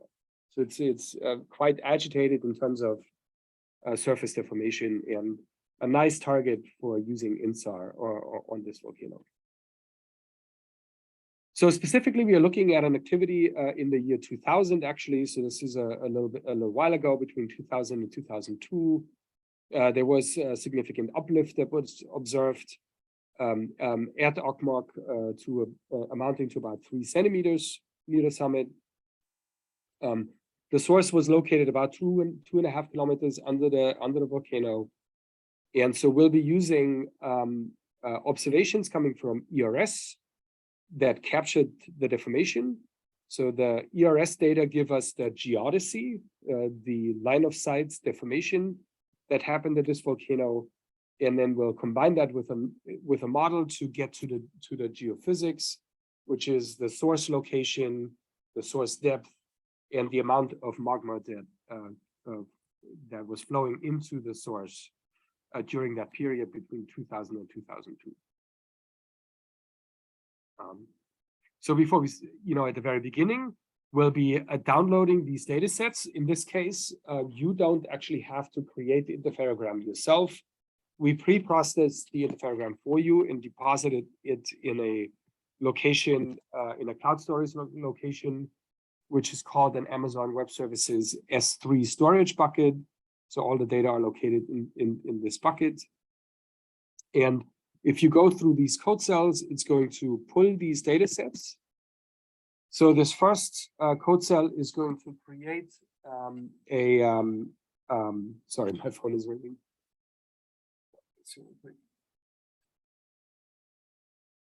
So this first code cell is going to create the landing bucket. It's going to create a little folder here that's called Lab 6 data, even though this is Lab 1. Apologize for that. So once you executed the cell successfully, you should see this whole text that it created this folder and moved into this folder. And it also will, you will see that there's a little folder that showed up in your directory.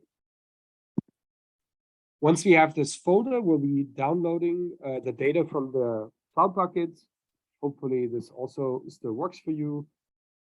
So we'll be contacting an Amazon S3 cloud bucket, and we'll be downloading a little file that's called, basically it's an ERS1 to a data file that spans an interferogram that spans August of 2020 with late or mid-July of 2022.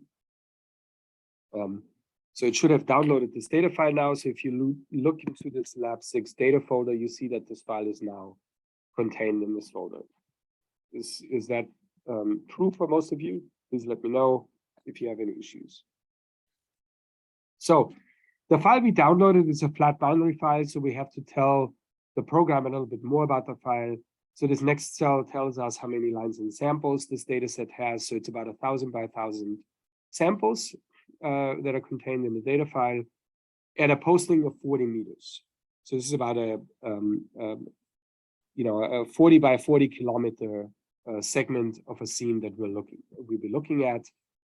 The wavelength of ERS is C-band. So ERS has about a wavelength of 5.6 centimeters.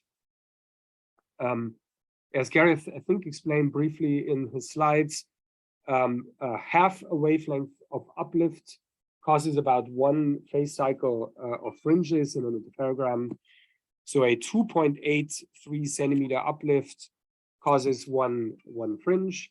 And so we are encoding that here because originally the file we downloaded is just unwrapped phase. In order to convert that to centimeters or millimeters of motion, we use that half wavelength variable here to make that conversion. So please run this code cell. So now that we've loaded the file and we defined how many lines and samples we have, we can now load this data set into the notebook. And the last few things is we mask out some invalid data points. Okmok is an island. There's lots of ocean pixels around Okmok. Ocean decorrelates in interferograms very quickly. So these pixels are, these areas are not coherent, and we mask these areas out. So all the incoherent pixels are being masked out from the scene. We do that so that the noise pixels don't impact the model inversion that we'll do later on. So now that we've loaded the data set, we can now visualize the data set. We do a couple of things here. We first write a little bit of a function to calculate the bounding box around the data set. Then we create a directory that will contain all of the figures that we'll create. So when we plot data sets, we actually will save them off as little PNG figures so that you can download them if you want to and look them up later. So first we create a folder where these data sets are being put into, and then we write a little function. So instead of always having to write all of this Python code whenever we want to plot or visualize our data set, what we do here is we define a little plot model function. So we'll just call this function every time we want to visualize data sets later on. So this function opens a figure and then visualizes deformation content in certain ways. It does side-by-side figures where on the left-hand side, it plots the original deformation in units of millimeters. And then on the right-hand side, it plots the equivalent interferogram. So it takes the deformation, rewraps it into interferometric phase and shows what the interferogram for that deformation would look like. And so now that we have defined this function, we can now call this plot model function, and we call it with the observed deformation map as input to sort of visualize the deformation that is captured by this ERS12 interferogram. And so what you see here on the left-hand side is the deformation captured by the interferogram in millimeters. So we have about 3 centimeters uplift, which is the blue signature, and that corresponds to a little bit more than 1 fringe of deformation, as you can see here on the right-hand side. So the original interferogram looked somewhat like what you see on the right-hand side. Did you all get this plot? Everybody good with this plot? Yes, I see some yeses. Yes, sir. Excellent. So you may see that. So we have blue here as uplift. Blue is indicated by negative numbers. As Gareth has explained, usually we are, sometimes we refer to the deformation in the context of range change.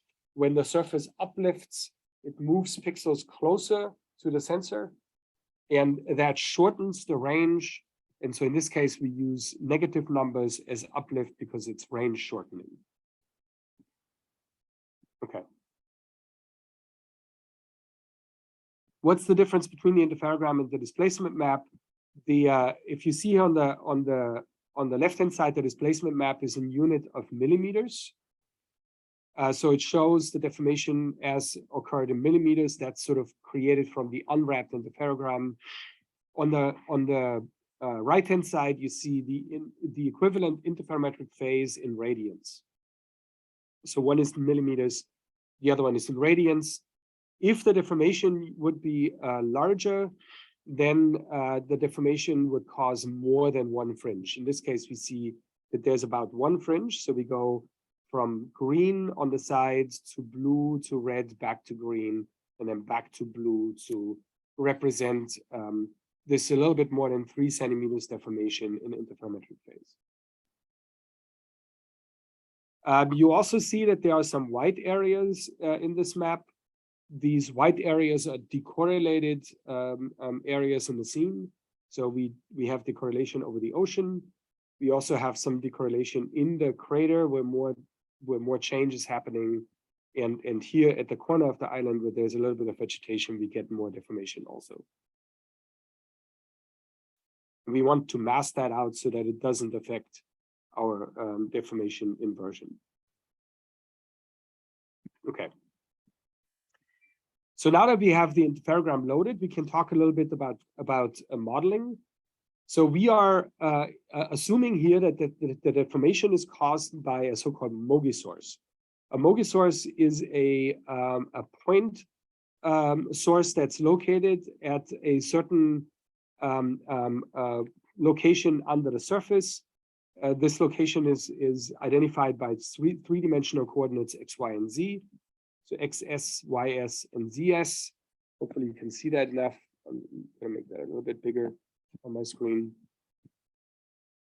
And so this part here of the notebook explains how the change in the source, so the source location x, y, xs, ys, and zs, as well as a potential change of magma volume in that source expressed by the variable v, relates to surface deformation U.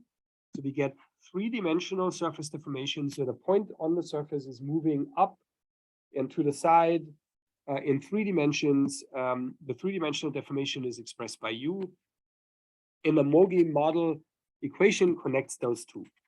So it forward models, or it predicts how a change in or influx of magma volume at a source of at location XS, YS, and ZS converts into a three-dimensional surface deformation U.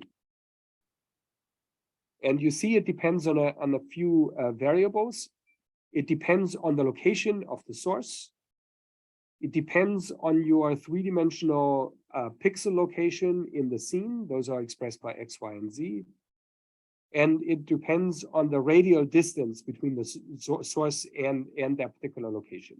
So there's also the radius expressed here. The radius is basically the radial distance between the source location and your three-dimensional location in space. It also depends on the volume change in the source, and it depends on this variable nu here, which is expressed as, which is the so-called Poisson ratio. The Poisson ratio basically describes how the country rock reacts when you put stress or pressure on that country rock. So if the source underneath the rock is expanding, this explains how much of that stress that's created at depth is propagated, or how this stress is propagated up to the surface. So we need to know these sort of country rock properties in order to understand how much of that pressure change is actually going to cause a deformation on the surface. So this is the Moghi source model equation. That's the one we're using here. So in the end, we'll invert that equation. We'll say, like, we know what the surface is doing, what the deformation is doing on the surface, and we try to take this known surface deformation to estimate the unknown Moghi source parameters like volume change and source location. In order to be able to do this, we have to do one more step here, because in our case, the deformation we are seeing is not three-dimensional deformation as it is postulated by the Moghi source equation, but we are seeing deformation from INSAR. And as Gareth has explained earlier, INSAR deformation is in line of sight only. So what we have to do is we have to project this three-dimensional deformation vector U into the sensor line of sight, which I am expressing as L, unfortunately, and Gareth had it as P.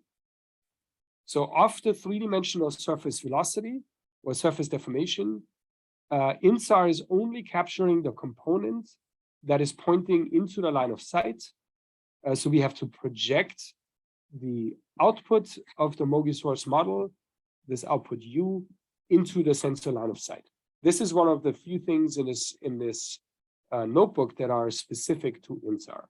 So if you'd had GPS observations where you can actually observe three-dimensional deformation, this projection would not be necessary.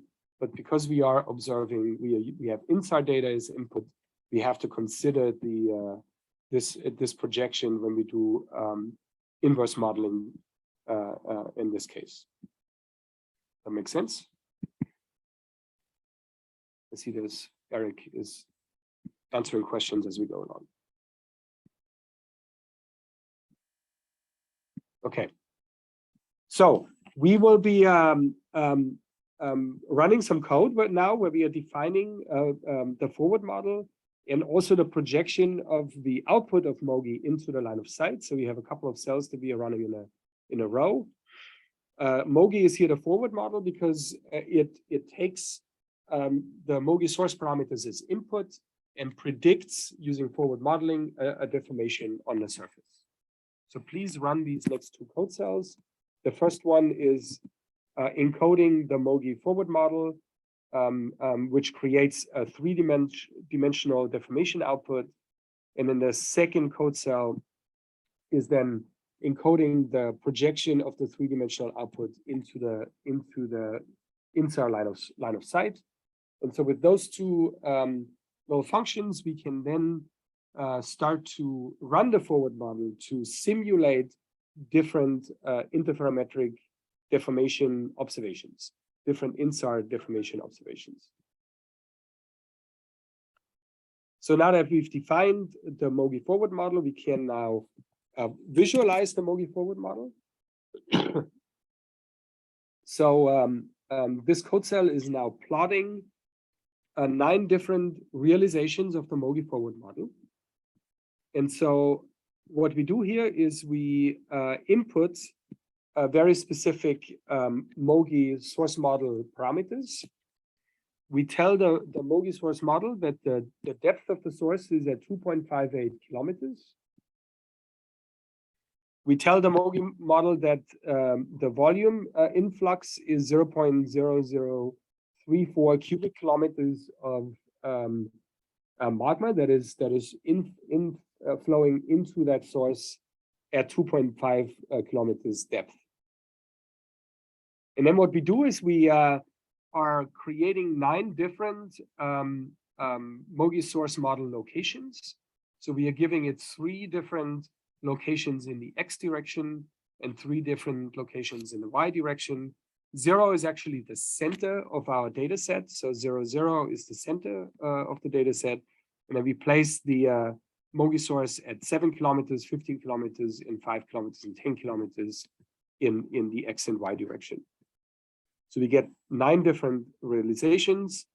And what you see here is as we move the source location that's indicated by the star, as we move that source location around, so we move the source, you see that the star is slightly moving locations through those 9 different realizations.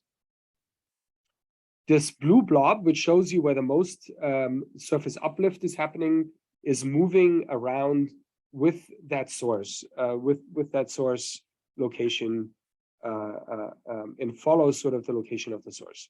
You all see this here? There's lots of chat questions.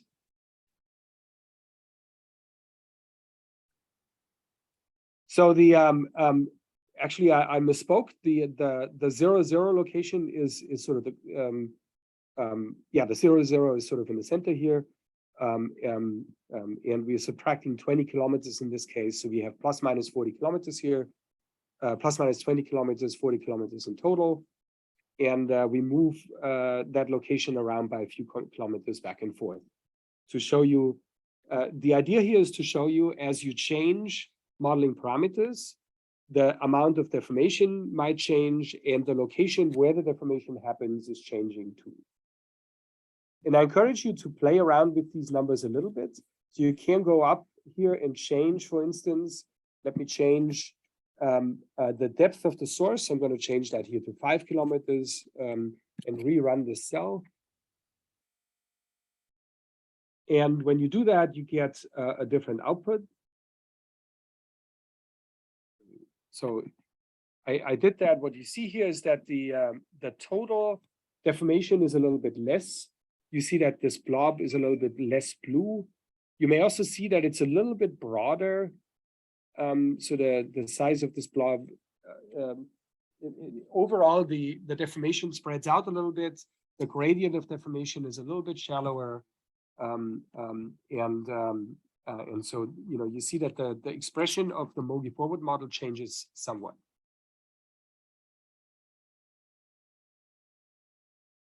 There's a question about what the Moghi source is applicable for. It's mostly applicable for these point source type sources. So what we assume here is that the source is small compared to its depth and is sort of circular in nature. So it inflates like a balloon in that case. So that's mostly applicable to some volcanic sources, not to all of them, but to some volcanic sources, including the one that we see here for Okmok. But there are also some, as some geothermal reservoirs, if they're deep enough, they could also be modeled at times by using the Moghi source model.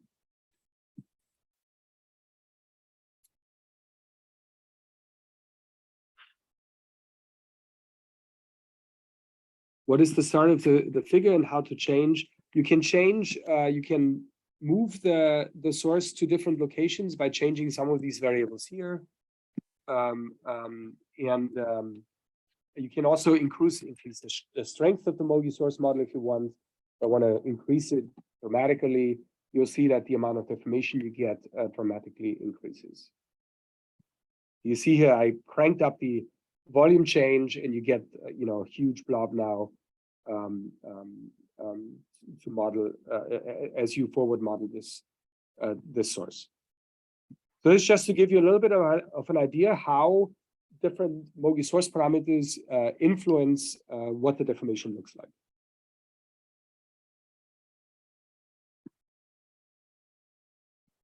What does the legend represent?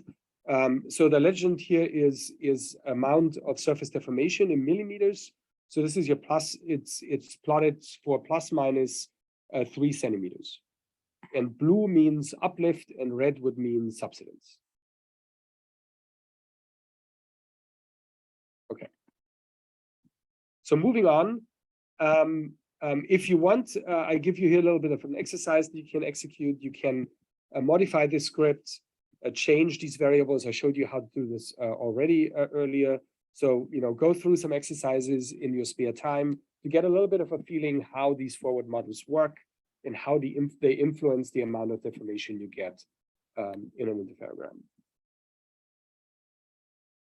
So forward modeling is part of what we want to do to understand the physics of a model, but really in the end, we want to use the INSAR data that we've observed to understand the nature of the source and the parameters of the source. And usually the way you would do this is by solving an inverse model. And so what we tend to do is we say that if we know, if we could find the optimal parameters of that source, these optimal parameters are here identified with a little hat on top of the parameters. So if we were able to find the optimal solution for the three-dimensional location of the source, X, Y, and Z, and the volume change in that Moghi source, then we would expect that this optimal solution would minimize the misfit or the difference between the observed deformation, which is shown here by this D observed, and the forecasted deformation by the model, right? So that's a valid assumption, is that assuming that the observations are correct, the correct or the optimal parameters for the source should minimize the difference between the observed deformation and the model forecasted deformation. And so what we do in the end is what we are trying to minimize is the so-called least squares difference. So it's the difference between the model and the observations squared and summed up. So we say if this difference is minimized, this gives us one single number. So we calculate the difference between observations and model, square that number, and then sum up all these numbers. This gives us one number. And we say the model parameters that minimize these numbers are the optimal parameters for this source model. And so this approach is called the method of least squares, which is one of the standard approaches that are used in earth science to estimate optimal source parameters. There's questions about shallow earthquakes, and Gareth, I think, is going to talk about this later when we talk more about earthquake modeling later in this course. So what we do in this little exercise is we use a brute force way of figuring out the best Moghi source parameters. So what we do is we will forward model a large number of different Moghi source parameters. So we'll change the Moghi source parameters step by step. We'll forward model the Moghi source predicted deformation. We then calculate the difference between the predicted deformation and the observed deformation, and then do this many, many times, and we'll find the parameter set that minimizes the misfit between the forecasted and the observed deformation. So we do this brute force by just running through a whole series of different models, parameter sets, and then find the set that comes closest to the observations. Okay. So we'll do this here. So we will experiment a little bit. So if you run this next code cell, it's going to forward model the different Moghi source output. So it uses the same parameters that we used earlier. We assume that the depth is at 2.58 kilometers. We assume a certain volume change, and we assume these 9 different locations of the source. And then for each of those, in this case, we just subtract the model deformation from the observed deformation.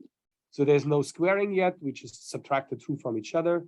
What you see here is that for some of these hypothesized Moghi source parameters, the match between the forward model and the observations is not very good. Like in this case up here, we get significant negative and positive residuals if we subtract the model from the observations. I hope you see this. So in some cases, these residuals are quite large. However, there's one solution here in the middle. This one where we have the source location at 20.8 kilometers X and 22 kilometers Y.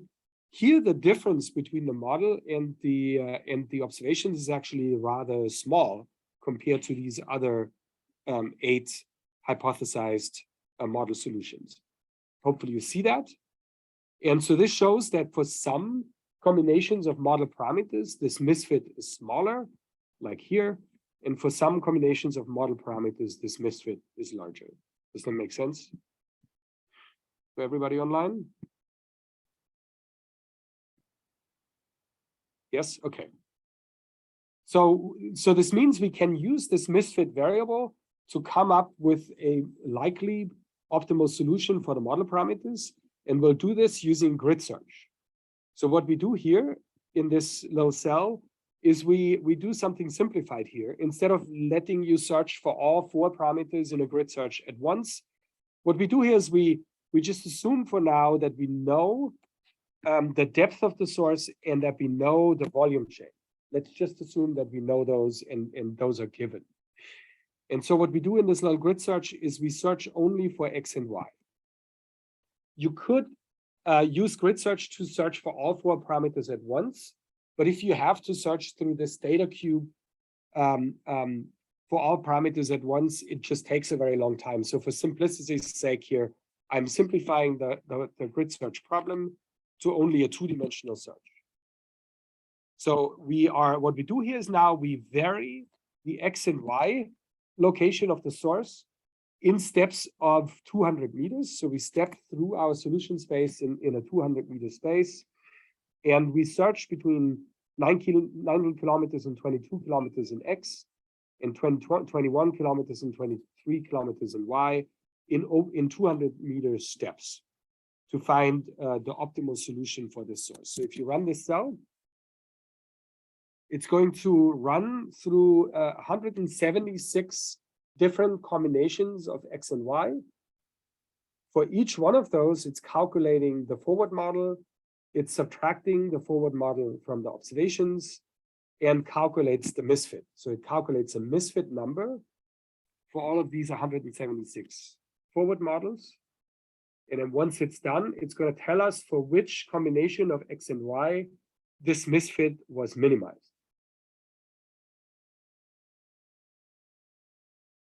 If you were instead searching for volume and change and depth, how would you decide what constraints to use? So that's a good point, because it actually will make you search for volume and depth in a homework. The constraints you can use, you can assume that those 2 numbers that I gave you initially, the depth and the volume, those are pretty close to the truth. So you can create a search space that's sort of centered on this depth and centered on this volume change, and searches the space around this ZS and volume value to sort of see if you can optimize upon these initial values for depth and volume. Does that make sense?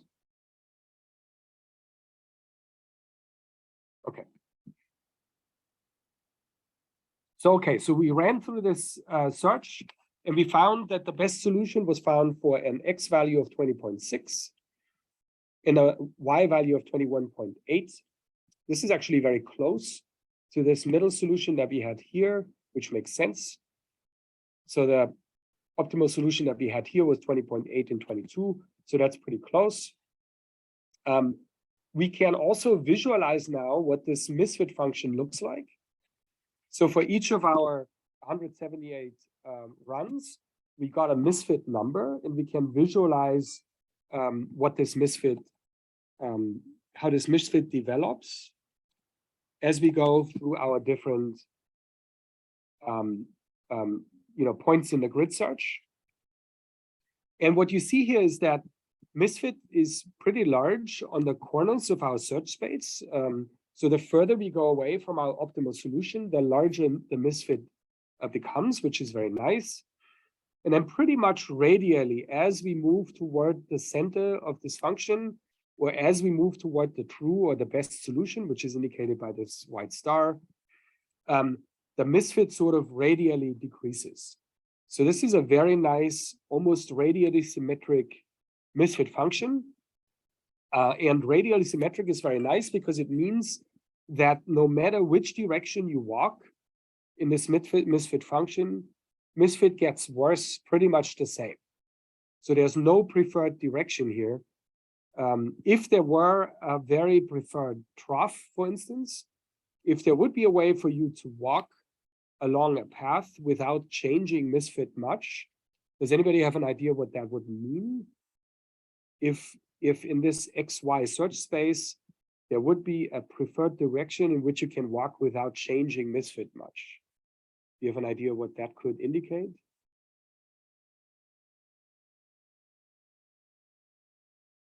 False. It's not a Moghi source.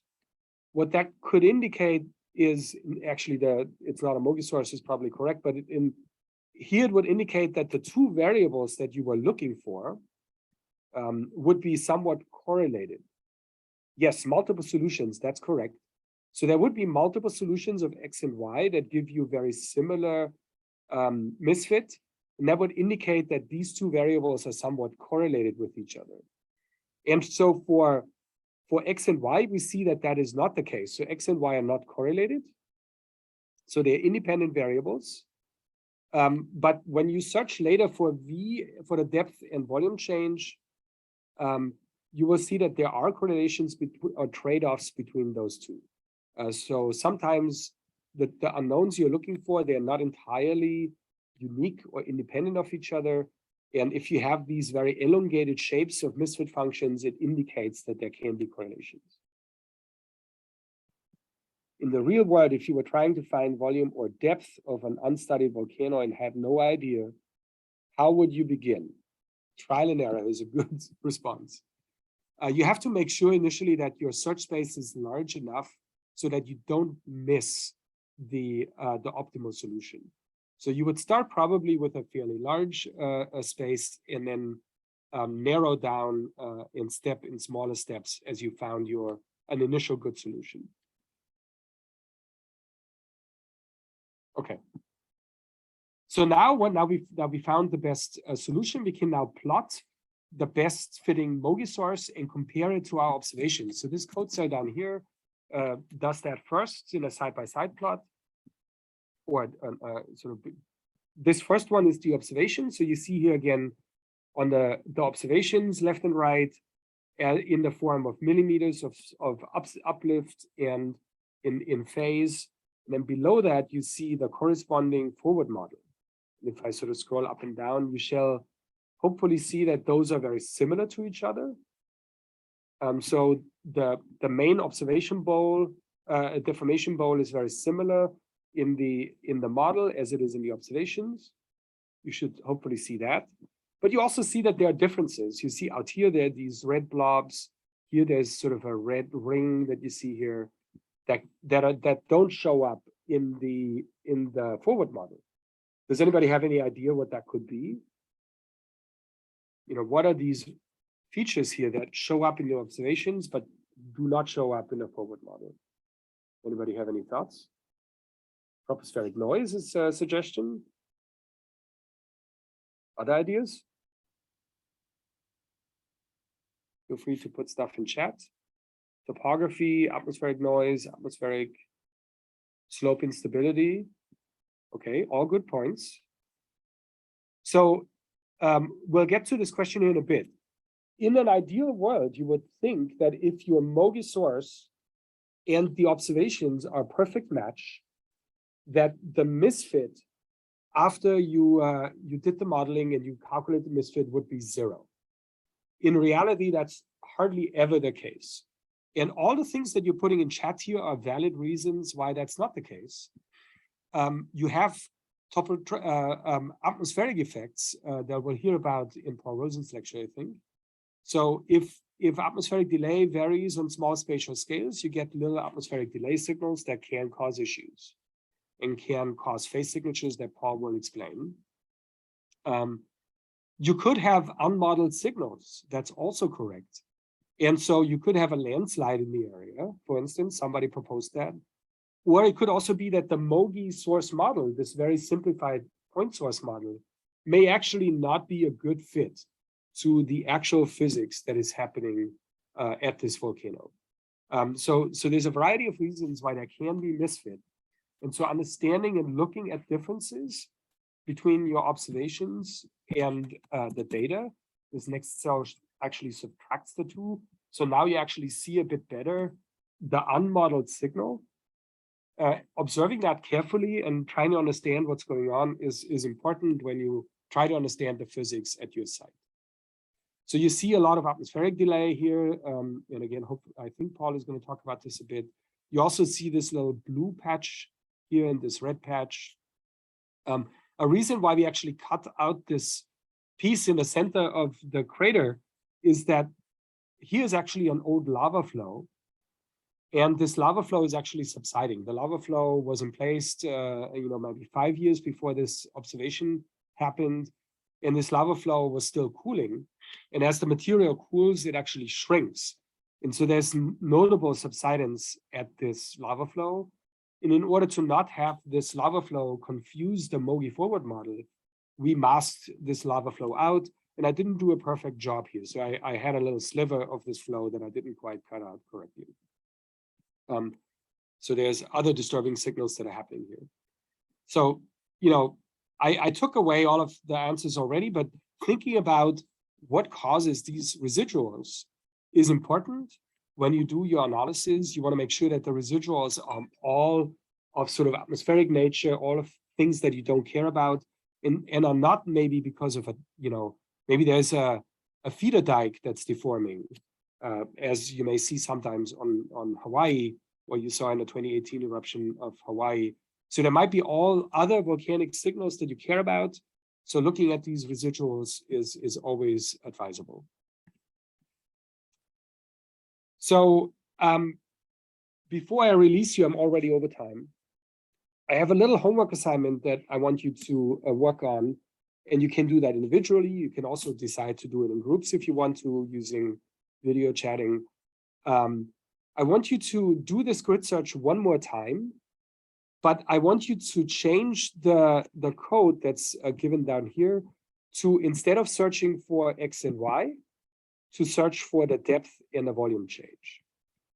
And so what I want you to do is I want you to take the estimated source model X and Y numbers that you just estimated, the 20.6 for X and the 21.8 for Y, and use those as given, as known X and Y values, and then instead do a grid search over Z and V.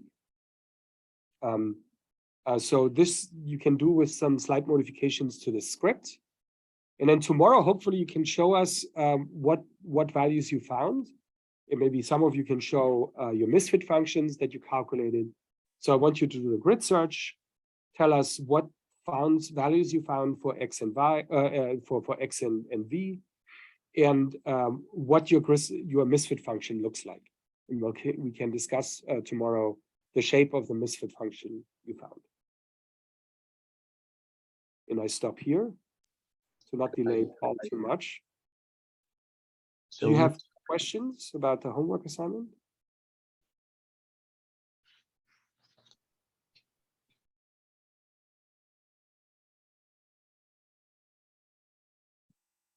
So if you want, you can use Slack if you want to team up with people to do it in groups, but you can also do it individually.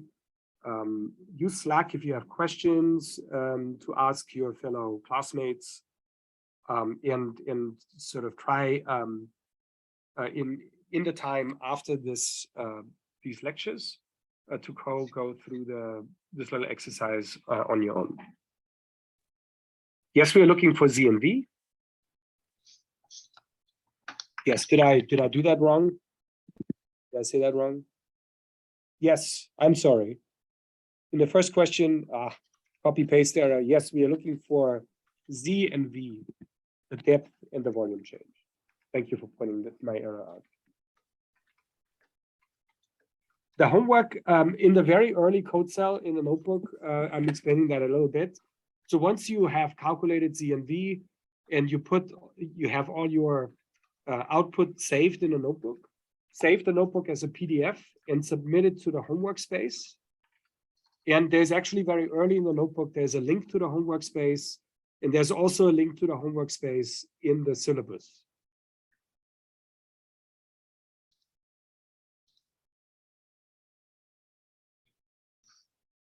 Shall we take a very short break? Yeah, let's take a very short break. 12:20. Did we want to do the photo before we do that? It's Melissa, by the way. Hi.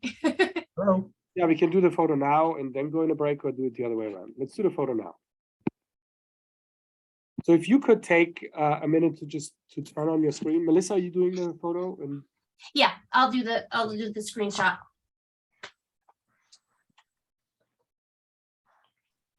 I've got 2 pages of people, so I'll it'll take yeah, me a very minute excited here. to see you all. And I know it's very late or very early for some of you.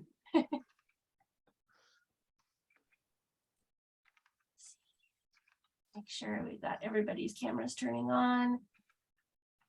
Melissa doing directions. Yep. Okay.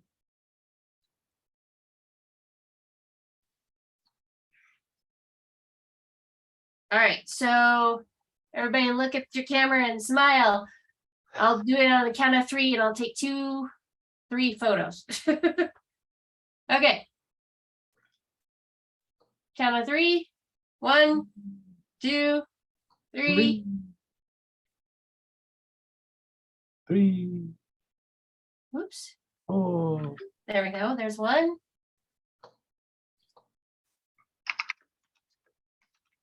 All right. Count of 3. 1, 2, 3. Smile. I'll do 1 more.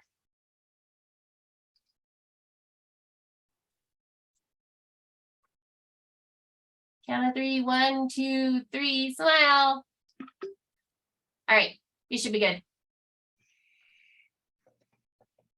Okay, should we do 25 minutes after the hour, maybe? Okay, everybody, take a short break, grab a cup of coffee or tea, and we are back at 25 minutes after the hour for Paul Rosen.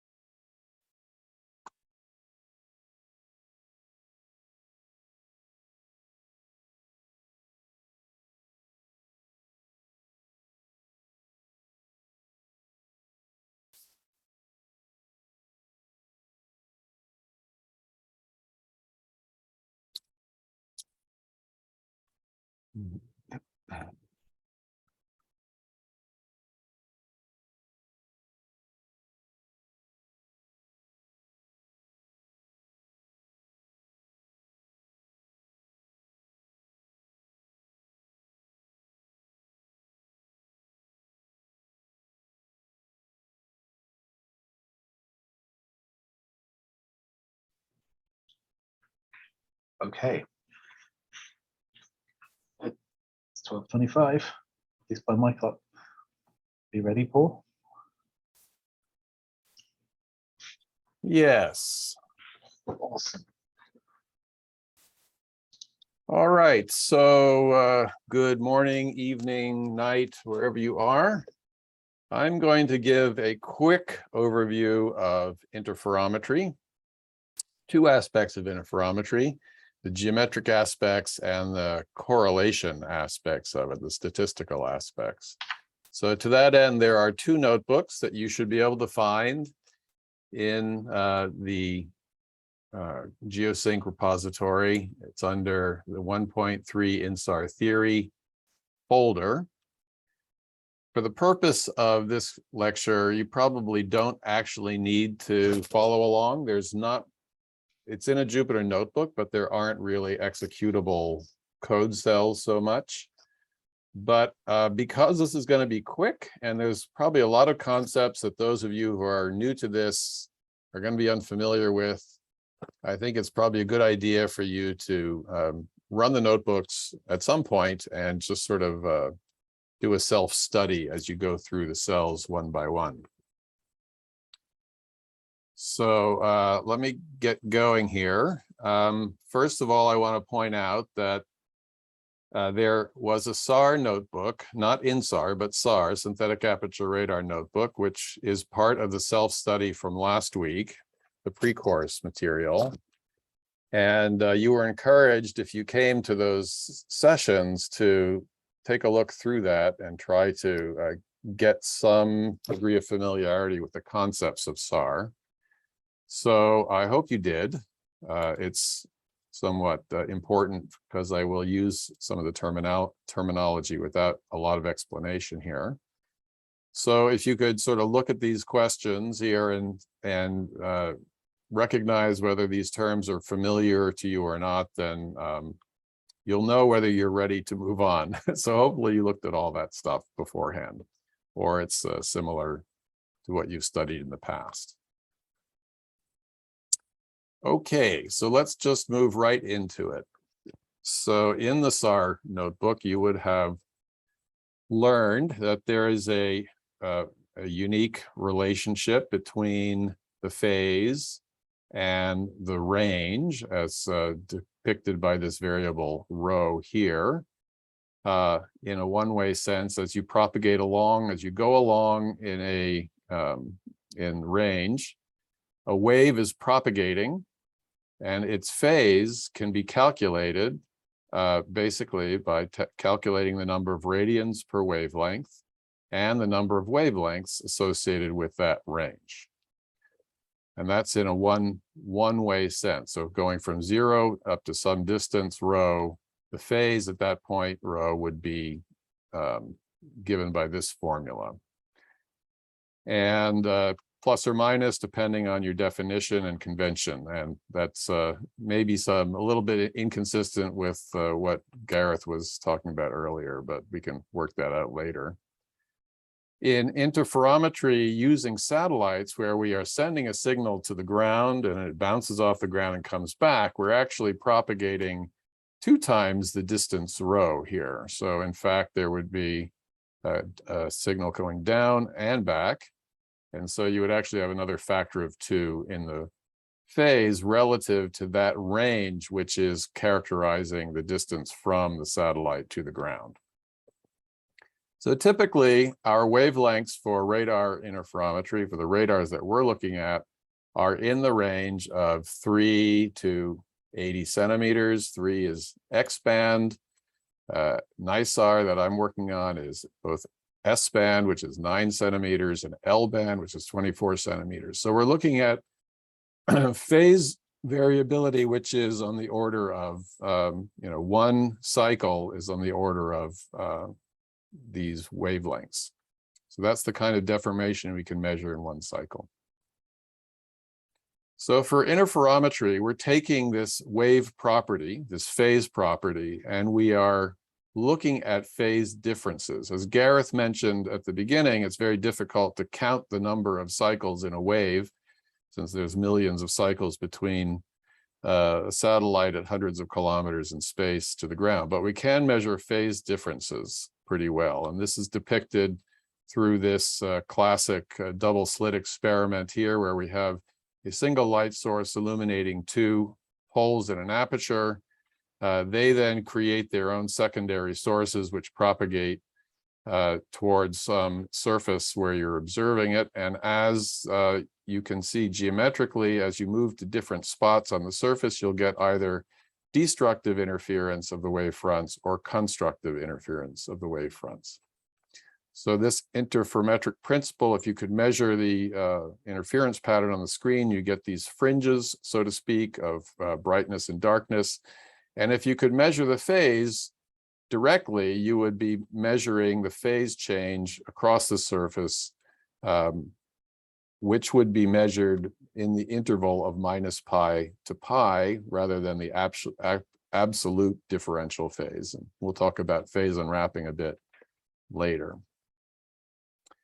So this is an example of this double slit experiment applied to synthetic aperture radar, where we have one satellite at one position, another satellite at another position, maybe the same satellite with two SAR antennas, or it could be one satellite flying over once and then coming back at a later time. But they might be separated by some distance, which are called B, which is the baseline. Each one, it sends its wave to the surface, and since they're from being observed from slightly different vantage points, we get an interference pattern, and that interference pattern will be what we see will be characterized by the topography that is underlying it. If we cut through this interference pattern with a different topographic profile, then we'll get a different interference pattern. So what we're doing with interferometry is, for topography, measuring from two different vantage points to understand what the phase pattern is on the surface and then infer topography from that. So if you had looked at the SAR notebook, you would have seen some SAR images. Here's an example of a SAR image, which is just the brightness. It's been multi-looked in order to reduce the speckle, terms you should know from the SAR notebook. And you can see in the SAR image that in this particular case, you get bright areas, which are those areas which are tilted, slopes tilted towards the radar, and dark areas, which are the areas with slopes tilted away from the radar. And so it shows you that there's some topography there. If you take a second image and form the so-called interferogram, you can create a phase difference map of the same area. And that phase difference map, this is the phase of the interferogram. You can see this color cycle going from 0 to 2 pi and then wrapping around again, going from color to one color to the same color. That's a 2 pi phase wrap, and that you can see that that is proportional in some way to the topography.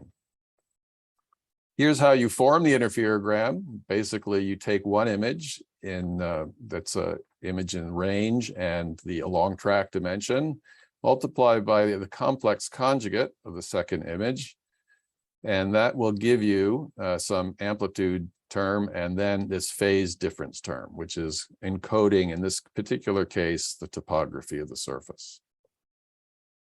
Okay. If, by the way, if there are questions in the chat, I can't see them, so somebody else will have to either call them out or answer them directly. I'm on it, don't worry, and there haven't been any.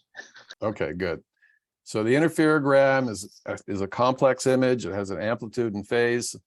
Magnitude's related to the correlation, which we'll talk about, and the phase, it has to do with the observation geometry differences. So in terms of equations, it's really just triangulation, pretty simple stuff. where we have the phase measured by one antenna, phase measured by the second antenna, and we form the phase difference, and we get a formula that looks something like this. This is basically that 2 pi times rho over lambda for the one case, but now rho is twice what it was up above, so it's actually 4 pi rho over lambda for the two-way propagation distance for this one, and it would be, depending on the mode, and we'll talk about that in a second, would be 4 pi over lambda rho plus delta rho for this one independently. And this factor P describes a case right there where you're using both antenna 1 to measure a signal and antenna 2 separately to measure a signal. In any case, this delta phi, which is what the interferogram provides, you can see then is proportional to this change in the range, this delta rho, which is the difference in range relative to that first measurement. All right, so if you measure delta phi, you can solve for delta rho. And once you have delta rho, if you happen to know the baseline and the angle of that baseline, so the vector baseline, and you know the range to a degree of sufficient accuracy, then you can invert that for the height. You can measure from this law of sines, you can measure theta once you have all these parameters known, and from theta you can measure the height. So it's a simple triangulation problem in this idealized simple case. For this class, we're not so much interested in topography, so we're not going to dwell too much on it, but it gives you the right background for some of the concepts later. So this parameter P depends on how you do your interferometry, and you'll have some questions about that with regard to repeat pass interferometry later. But you may remember there was a shuttle radar topography mission that generated topography, in which case we transmitted from one antenna and received on that antenna. We also transmitted on that antenna and received on the second antenna, as opposed to independently measuring on the two antennas. In that case, if you look at this delta phi relationship, you actually don't get the factor of P here is 1. So it's actually 2 pi over lambda times the range difference, simply because you don't have the independence there.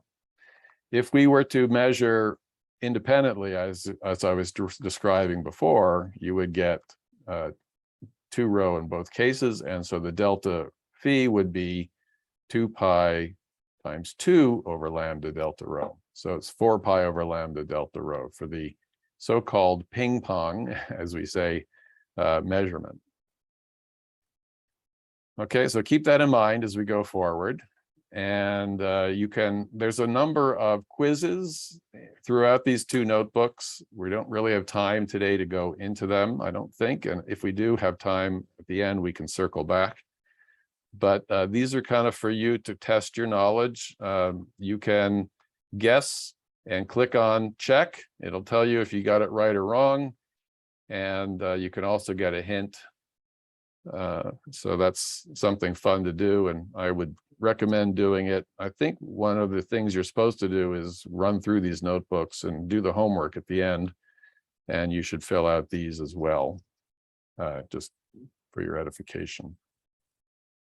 Okay, so we want to relate the interferometric phase to the interferometric baseline.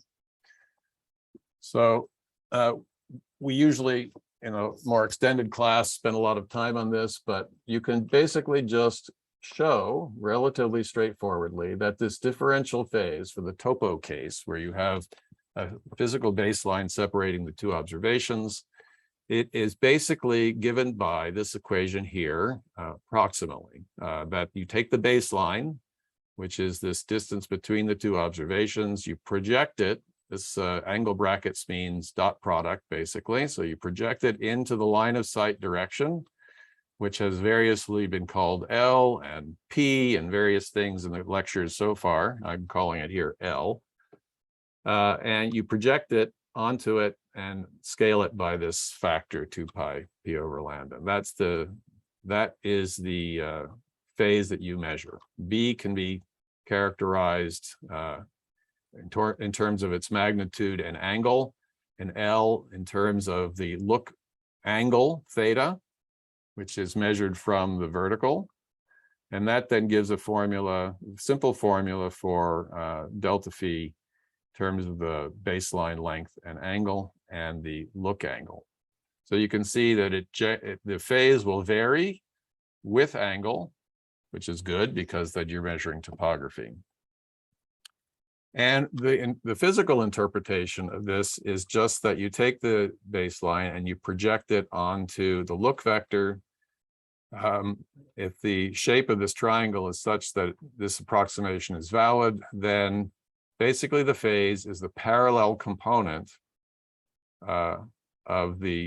it's proportional to the parallel component of the baseline projected onto this this look vector. See, okay, so that's that. Another concept that's useful is the phase gradient. And to calculate that, we'll take our simplified formula here, which is the dot product of B dot L, and take its derivatives in the along track and the range dimension. And that is basically then just the baseline dotted into this, differential vector. So here's formulas for that. That you can derive yourself. This shows the derivative of the phase difference, the interferometric phase with respect to the range direction is given by this formula, where now we have B cosine theta minus alpha, which is the perpendicular component of the baseline related to that figure that we saw up above. There's also a term for the local slope in here, so it will vary the fringe rate. The rate of change of phase as you vary range will also change, will vary as the slope gets larger. As the slope gets higher, you will have higher fringe rates because this difference becomes smaller. So you can see right away that if the baseline, the perpendicular component of the baseline is 0, so you have no separation between the two observations, and this fringe rate will be 0. You'll have basically no sensitivity to topography whatsoever. You have a similar formula here in the for the along track phase, in which case you're sensitive to the perpendicular component of the baseline still, but now there's a slope term in the along track dimension. So this is important because even if you have, if you form an interferogram, even if you have no topographic relief, you're going to have a rate of change of phase across the interferogram. So if phi sub c here, the slope, local slope is 0, just a flat surface, you still have this variation with the look angle. The look angle from one side of an image to the next could be upwards of 11 degrees. So this tan theta with a theta varying by 11 degrees will give you a variability. Also, you're going to have a variability in the baseline as a function of angle if theta has a large variation. So that's all going to be important in terms of interpreting this as a topographic map. So if you don't flatten, as we say, this interferogram, you're going to have a hard time seeing the fringes that are directly related to the topography. You'll see mostly the fringes related to just this natural variability across the scene. So what we typically do is we flatten the phase by removing a reference. So L0 here is a look vector that points directly to a reference surface in this case. So this is the reference surface. So this is the look angle to that reference surface for a given look direction. And the actual topography then we characterize as being a differential angle, delta theta, relative to that reference surface, which can be calculated relative to the height and the normal, reference surface look angle. So we take this reference out, and we can see that the flattened phase is then proportional to this be perpendicular, and it's proportional to delta theta. Delta theta is the theta contribution of the local topography. And as I just showed here, delta theta is directly proportional to the height. So when you put all that together, you see that the flattened phase is directly proportional to the height, and you have a proportionality component to the perpendicular component to the baseline. So again, if there is zero baseline, zero perpendicular component of the baseline, then this differential flattened phase will be zero. You'll have no information about the height. Okay, so here's something to test your knowledge of that. We have a quantity called the ambiguity height, which basically is the amount of change in elevation required to change the interferometric phase by 2 pi. And based on what you would have learned from above, you can try to guess which of these formulas is the right one. All right, so that's sort of the basics of the geometry of topo mapping. We talked about the phase related to the topo, and we talked about the fringe rates associated with topographic imaging. Now we're going to talk about what is most important for this class, which is differential interferometry, which is done through repeat pass measurements.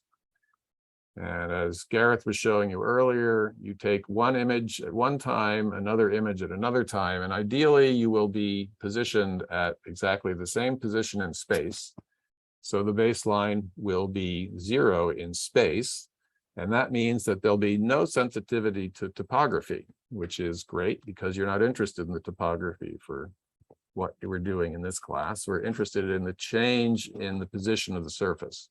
So if they're at the same position in space, then any change that you see in phase will be related to the motion of a point on the surface.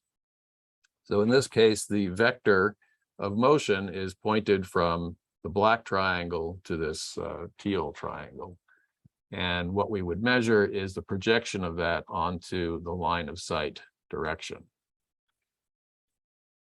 So there's the formula for it. Delta phi is 4 pi over lambda times this range difference. And that is the projection of D onto L. D in this case is the displacement vector. It was called U in other notebooks. We should probably someday clean up all this notation. It's hard. It's good exercise for the student to try to keep track of what all these things are. You'll note we got rid of that little p here. We just explicitly called it 4 pi over lambda instead of 2 pi p over lambda, because for deformation, we are definitely always transmitting and receiving by the satellite, coming back later and then transmitting and receiving again. So we're always doing a difference of two phases that have a 4 pi over lambda factor in them. And that means then that the delta phase will be given by this formula always.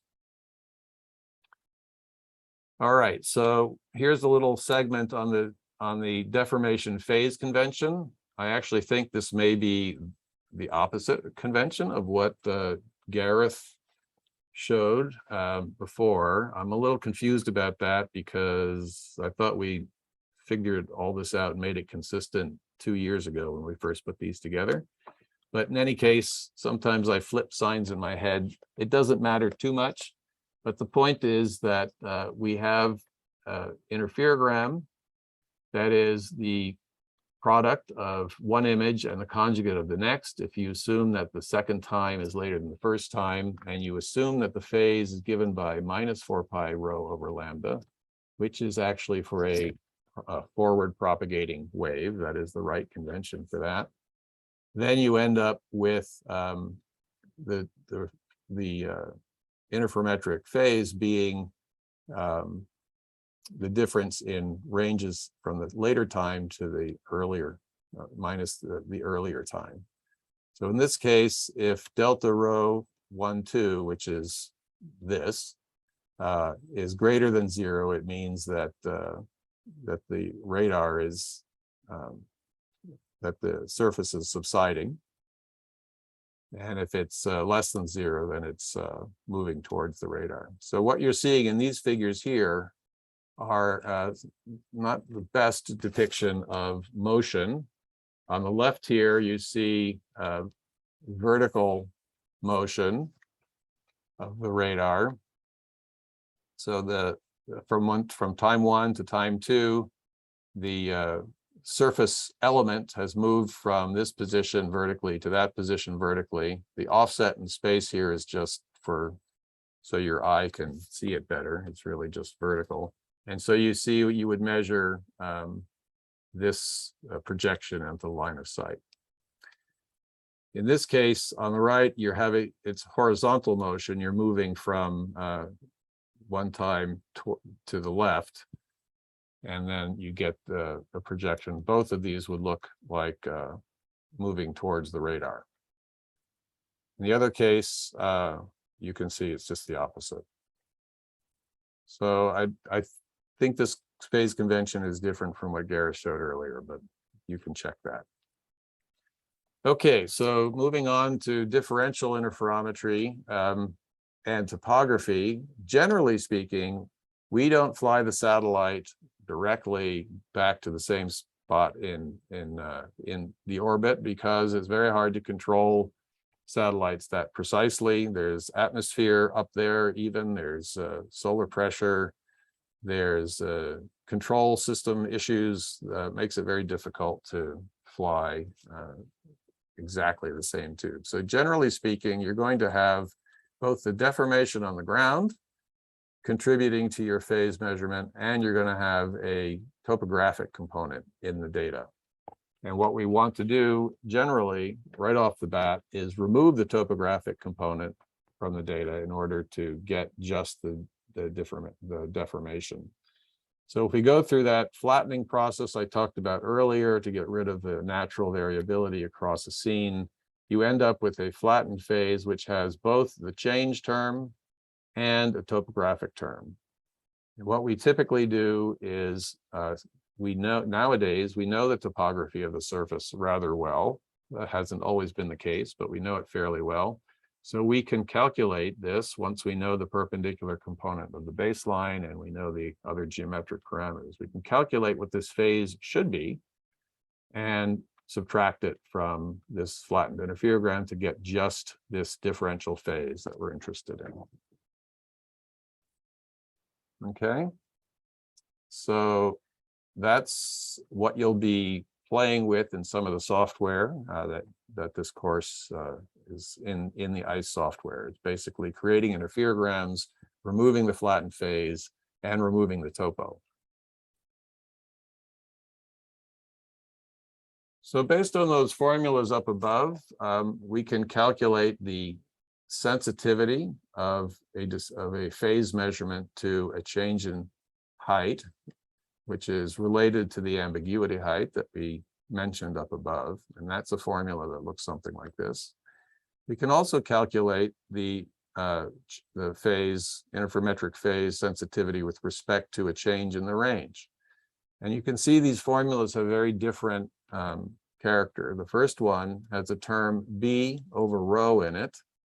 B is usually on the order of hundreds of meters for reasons that we'll explain in the next notebook. And rho is on the order of million meters or so. So B over rho tends to be a very small number. So basically the sensitivity to height is a small number. D delta phi dh is a small number. So you have to have a large change in the height in order to be able to see small change in the phase, which means that using the topographic measurement to try to measure displacement is challenging because there's quite a bit of noise on that measurement. Whereas with the displacement, you're measuring a phase change directly. And so it is not really a function of the geometry, it's just a function of the wavelength. So generally, given these sensitivities, we say that we can measure meter scale topography and millimeter scale topographic change using these techniques. And we say millimeter scale topographic change because if the wavelengths are in the order of centimeters and we have a good quality phase measurement, we'll be able to measure to a very small fraction of that wavelength, which can be in the millimeter range. All right, there's one formula here you can calculate, but it's really not that informative. So that's the sensitivity part. All right, moving on, since we don't have too much time, let's just touch on phase unwrapping. I mentioned at first, way up above, that we measure the phase modulo 2 pi. That is because we're measuring complex numbers, and when you take the arctangent of the imaginary over the real part, you get a number that is wrapped, as a wrapped phase. So the actual phase might look something like this on the left side, which a very idealized linear ramp. And the wrapped measurement would look something like this. Everything would be between minus pi and pi. When you do an unwrapping exercise, you have to pick a starting reference point. In this case, we picked a point in the middle. And we have some sort of an algorithm which marches along and tries to figure out where the phase discontinuities are and figure out how many cycles of phase to add back in to make it continuous. Sometimes that works, sometimes it doesn't work. Depends on how noisy the data is and how many real shear phase changes there are. If the deformation or the topography is changing very suddenly, sometimes that's actually a real thing that you might interpret incorrectly. In any case, you might get something like this. This gives you a nice, smooth phased, unwrapped phase. It may not be the actual phase, however, because you picked a reference point that's different from the reference point than the actual 0 point. So this usually needs some degree of ground control to find the actual phase, which may or may not be important depending on your application. So this is the topographic triangle where we have a baseline and we have these phase measurements, differential phase measurements projected into that line of sight direction. And we measure that all of these fringes modulo 2 pi, we have to unwrap it. This is also the case if you have just a zero baseline and you're measuring change in the position of the surface. There can be deformation signals that are large that need to be unwrapped. All right, there's a number of error sources that we have to worry about. You might make phase unwrapping errors. There are propagation delays in the atmosphere that includes the troposphere and the ionosphere. And then there's interferometric decorrelation, which is the topic of the next notebook that I need to get to quickly. So we can't dwell on any of these things. There's other sort of image related things and DEM errors. In general, we can say that our differential range, which is the displacement measurement we're trying to make, the error associated with that has a number of different components. One is the intrinsic phase noise that's in our interferogram that's related to the correlation. If we have an error in the DEM, that can also lead to an error in our phase measurement. That happens to be, if the baseline is small relative to the range, that can be a fairly small error. But if you're looking for very precise measurements, this could be a factor. The atmosphere adds noise, as I mentioned, and you might have incorrect knowledge of the baseline. That can also introduce sort of calibration type errors if there's topography there. So just a quick example for a DEM. We had, before the SRTM era, we had relatively poor DEM. So taking an interferogram and removing the topography from it could lead to something that looks like the left here, where a lot of the fringes that you see here, you might interpret to be actual deformation, but in fact, when you get a better quality DEM, which in this case is the SRTM DEM, many of those artificial fringes go away. So while we have SRTM, we have the Copernicus DEM, we have lots of high quality DEMs these days, you might think this error is no longer of concern. It really depends on the application and the sensitivity you are interested in. So you have to pay attention to these kinds of topo residuals.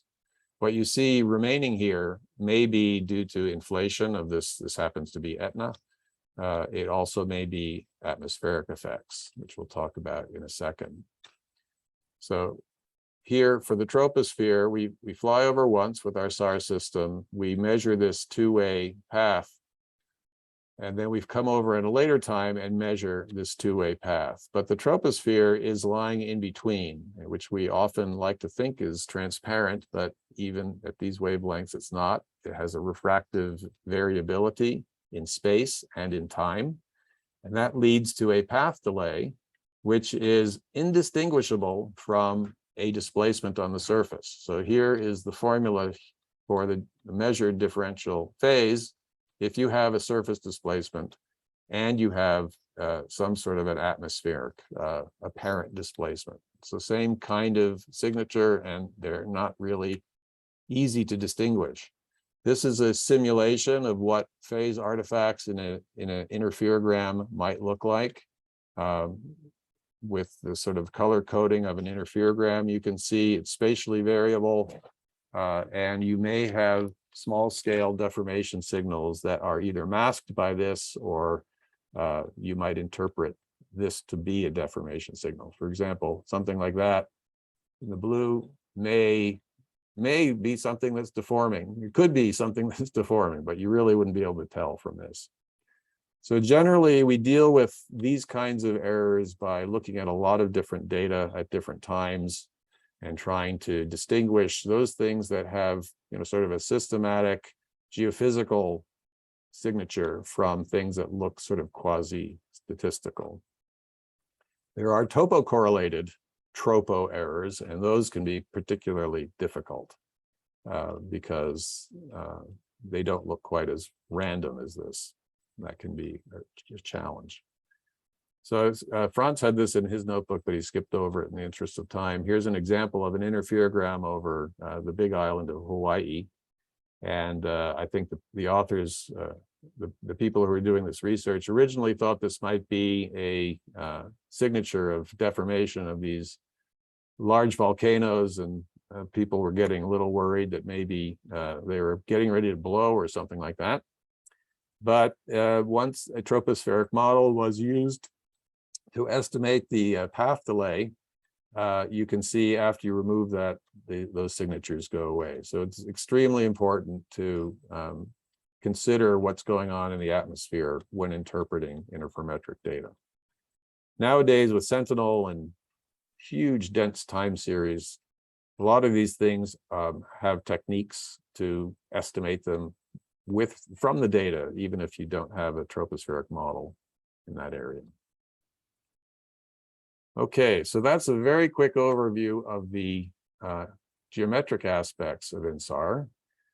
I'm going to switch now to the correlation. I don't know if anybody has any questions that aren't being answered, but shall I pause here for a second? I think we've been handling it. Okay, that's good. All right, so then let's move on. We're going to talk now about correlation. And basically going back to what you saw in the SAR notebook itself, any given observation has a set of pixels in it, and each of those pixels is a complex number. That complex number represents the coherent summation of individual scattering elements within that particular pixel. So here's a depiction on the right of a pixel that has individual scattering elements. It could be a rock, it could be a car, it could be a tree. And each one is at a certain location in that pixel, and it's a certain distance from some reference plane, which is orthogonal to the look direction. So each of these things has its own differential phase and its own amplitude, depicted here by a sub epsilon I and e to the j phi sub epsilon I. So those things also have, so they have this propagation distance, which is 4 pi over lambda rho epsilon I. And all of these things get summed together coherently to form our net pixel here. So that's what the speckle pattern of an image looks like and can be quite confounding in interpreting SAR images directly. All right. However, for an interferometer, if we assume that the baseline is relatively small, ideally 0 for differential geodetic imaging, but if it's fairly small, then we can say that these two reference planes from the two different vantage points are quite similar to each other. And we can say that these differential elements of propagation path here are roughly the same to first order in the two different images. So if we have one image and a second image, we can say that the scattering behavior of any given pixel is the same in both, and the only difference in their quality to first order is the bulk path delay difference going from the satellite to that scatterer and back again. So 4 pi over lambda rho 1 in the one case, 4 pi over lambda rho 2 in the other case. So that's the essence of this interferogram that we talked about in the geometric case, where we just have this phase difference, which is proportional to the range difference. So that's all well and good if they're close to each other, but there may be situations where you have to take into account their differences. So let's look at the correlation and see what that means. So correlation, the standard definition of correlation is basically the product of S1, S2 conjugate averaged, and then its magnitude divided by the powers of the two images. This looks very much like the interferogram on the top with some averaging associated with it, and this is the power of each image. So this is kind of the standard definition of correlation that you've seen in other contexts. And if these are deterministic signals such that the averaging is the quantity itself, then the correlation will be 1 because there's no statistical variability. And so you'll end up with a correlation of 1. But if there is some statistical variability of the signal around the mean vector for each of those statistical signals, then you're going to get a correlation that is less than 1 due to sort of destructive interference of that phase difference. All right, so that's relevant to the definition that we had up above. There's many different ways that signals can decorrelate. There can be thermal noise in the system because of the geometric effects of a non-zero baseline. That first order approximation that everything is identical is not quite right, and we need to take that into account. And the surface itself may change over time. So we're going to just go into this a little bit, touch on each of these topics briefly, so you get a little bit of intuition. Also note, usually I say correlation, most people say coherence. They're kind of different things technically, but everybody uses them interchangeably, so no harm, no foul, as we say. So when we measure correlation in a set of images, we don't have the advantage of a true statistical experiment where we have many, many realizations to compute this ensemble average that is needed to properly do it. So what we typically do to compute the averages, to compute the correlation, is do a spatial average, assuming that the statistics from one pixel to the next in the area that we're averaging is the same. There are many new techniques for doing this kind of estimation properly by sort of emulating or estimating what the statistics are and only using like pixels. But to first order, we just pick a box and we do an average over the box and calculate what the correlation is. So this would be the correlation estimator. Then we get this summation over a box of the cross product and the summation of the box of the powers. So this leads to a biased estimator of the correlation. And if you go through this exercise, you'll see why, but we can see very clearly by doing some experiments down here. What you see in this plot is what we would estimate in a statistical sense for the correlation. So it's a histogram of correlation given a particular value of the actual correlation and given a certain box size that we're averaging over. So that would be the number of looks that we're averaging over. So let's look at the two cases on the left here. So for actual correlation of 0, you get these two curves, the dotted curve and then this solid curve. In the one case, we have taken 10 looks. So we've taken 10 pixels and averaged them together to try to estimate the correlation according to the formula above. In the other case, the dotted line is with 40 looks. So you can see, remember the actual correlation is 0. So you can see that we are estimating, if we were to calculate what we thought the correlation would be, we would say, it's roughly 25% in this case, even though it's actually 0. So it's highly biased. And similarly, even for 40 looks, it's highly biased. You can see as the correlation, the intrinsic correlation gets better, those biases exist, but they are much lower biases. And you get closer to the actual correlation. So you need to be careful when you're looking at data. You may be looking at entirely completely noisy data, just nothing but noise. And you may, depending on how many looks you take, you may actually be interpreting it as something other than what it is. So here's an example. This is a correlation map. You can see the correlation scale is 0 is the light blue, going up to sort of a darker blue at around 20%, and then this greenish color is correlation of 1. This happens to be from ERS back in the 90s, and this is 1-day repeat interferogram. So things don't change too much from one day to the next on the surface, so the correlation can be quite high. But you notice the water, the color of the water is sort of this 20%-ish range. Water does not correlate from one time to the next because the surface is totally different. This should be this light blue, but it's not because the correlation estimator is biased. Here you can see agriculture and water are highly decorrelated in this 6-month interferogram. So a lot of activity on the ground has changed the positions of the scatterers and caused lots of decorrelation. Here's some sand. This also causes decorrelation. This is a fun image to interpret.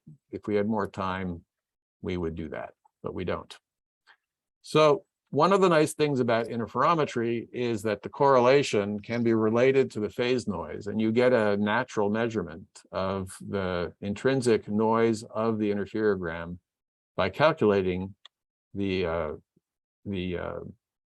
correlation and then using this formula, which is again, it's an idealized formula, but very good in most cases where you have taken a large number of looks to calculate this phase noise. So given a correlation and the number of looks that you've taken, you can calculate the variance or the standard deviation of this interferometric phase noise. And here, this is an approximate formula. This is a sort of a statistical experiment showing you for different numbers of looks and different correlation values what the phase standard deviation would be.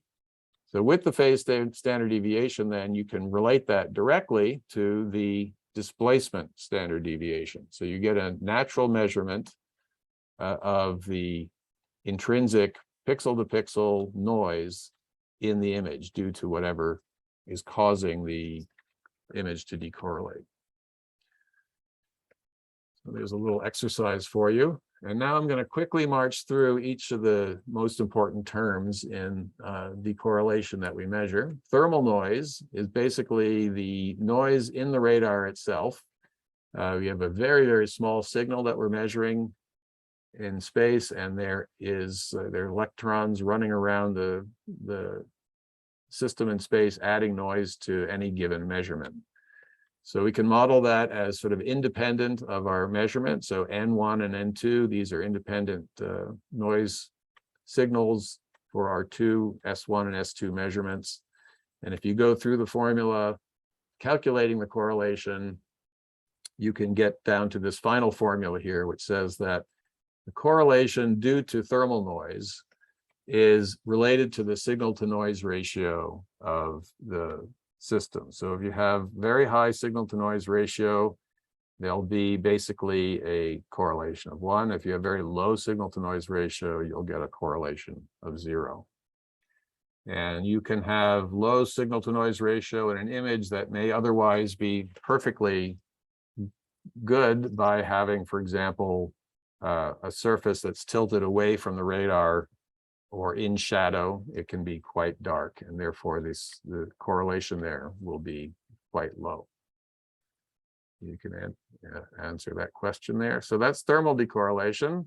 The next one is baseline decorrelation, and this is sort of the lack of sameness of the images. Remember, before I said for interferometry, we assume that they're kind of the same observation geometry, but if they're not exactly the same, there is a small term that you can calculate because of this AB1 and AB2 are slightly different. And you can go through a integration through the correlation formulas, which we'll skip here, and show that the correlation due to this baseline geometry is basically 1 minus the perpendicular component normalized by something called the critical baseline. So it's a linear function of the perpendicular components of the baseline.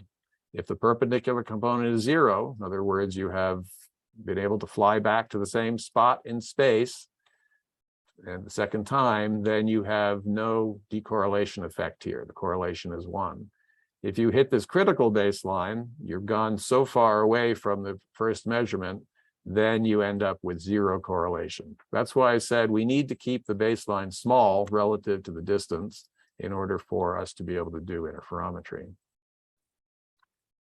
Here's some more advanced formulas, but here you can just see an example of correlation as observed by a satellite called CSAT, which was flown in the 70s, observed versus the theoretical. The difference here is probably because we didn't understand the CSAT parameters as well as we thought we did. But the point is that it's a linear decrease as a function of baseline, and there is a baseline, the critical baseline of around 3 to 4 kilometers for CSAT. That means if the baseline, if the satellites could not repeat their orbit within 3 kilometers, then you would get no interferometric observation.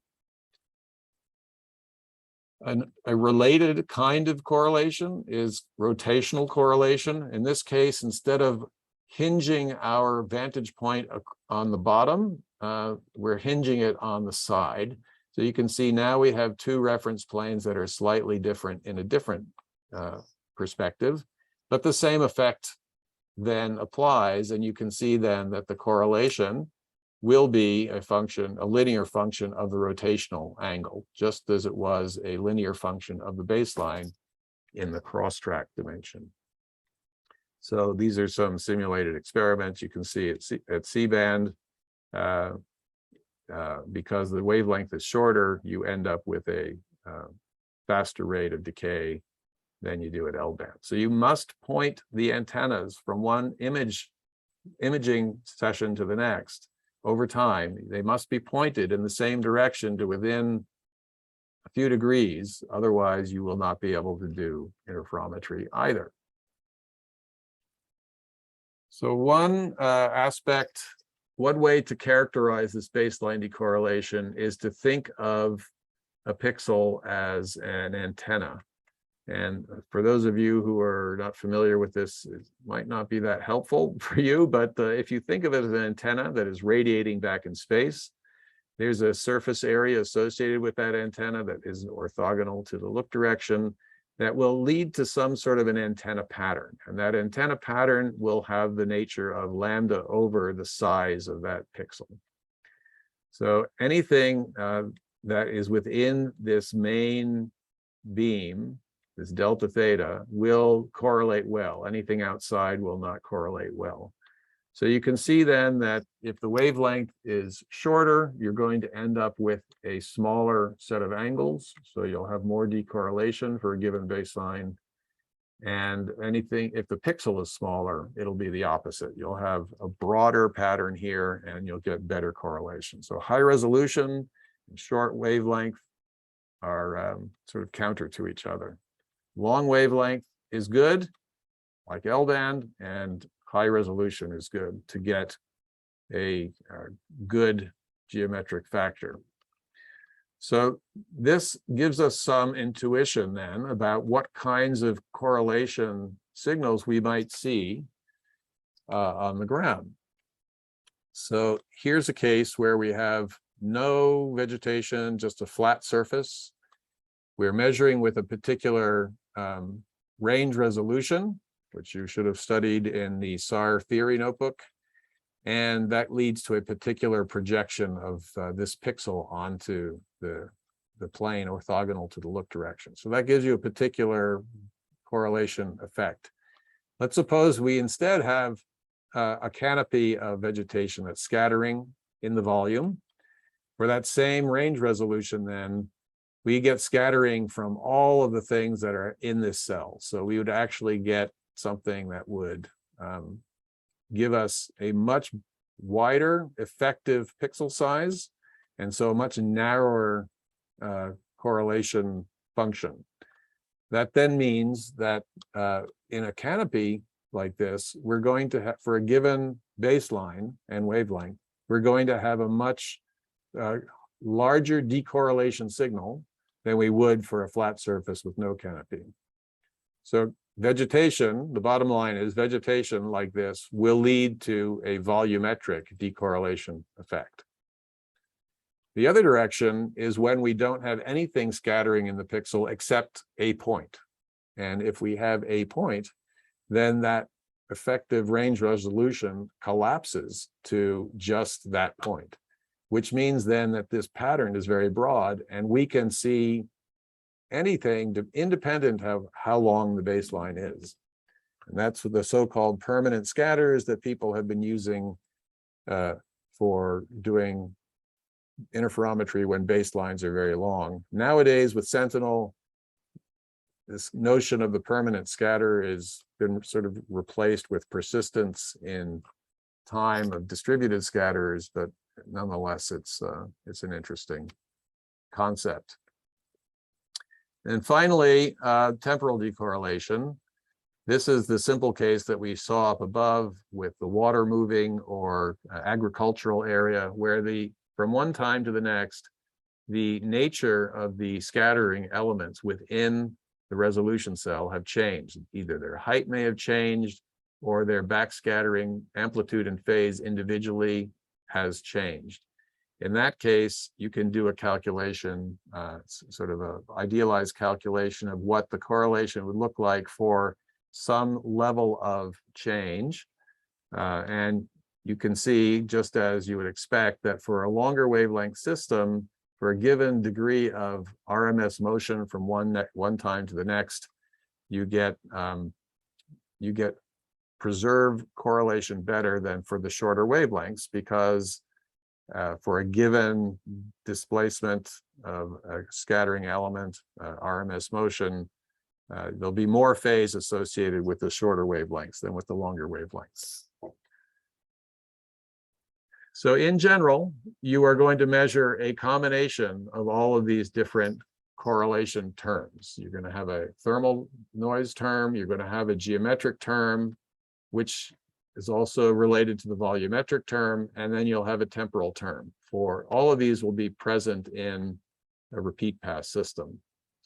And so you can optimize them by having the baseline as short as possible to make the geometric terms small.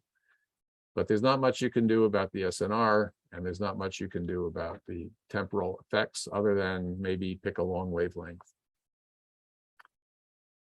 So here's just a few examples to round out this. This is a C-band, so 5.6 centimeter wavelength. This is L-band, 24 centimeter wavelength, and this is P-band, 80 centimeter wavelength. And this is from airborne repeat pass interferometry. You can see the fringes at C-band are pretty noisy, still there, but pretty noisy. At L-band, they're quite good, and at P-band, they're very clean. The correlation is shown here with the same scale as was shown before. Correlation is pretty low in the 0.2, 0.3 range here. Here it's in the 0.5, 0.6 range, and it's in the 0.7, 0.8 range. So the correlation at P-band is better, but of course it's a long wavelength, so your sensitivity is not as good as at the shorter wavelength. So the right wavelength is sort of a balance between the sensitivity of that wavelength and the amount of decorrelation you expect over time. And that depends on what your time interval is. And you're going to hear a lot about this in this course in the processing strategies. All right, so that's it. I took about an hour, which is a little too long. Sorry about that. There are a couple of homeworks, so I would like you to go through the notebooks and click on these quizzes just to make sure you get the concepts. And then there's a homework on correlation. And also in the other notebook, there's a homework on geometric aspects. These are relatively straightforward homeworks if you understood the concepts. They may be a little challenging if you didn't. So tomorrow morning at 7 a.m., there's office hours. If you could take a crack at these before tomorrow to see if you have any questions, that would be very helpful, and I'll be there to help you, guide you through them. All right, I think that's it for now. Any further questions that haven't been answered in the chat?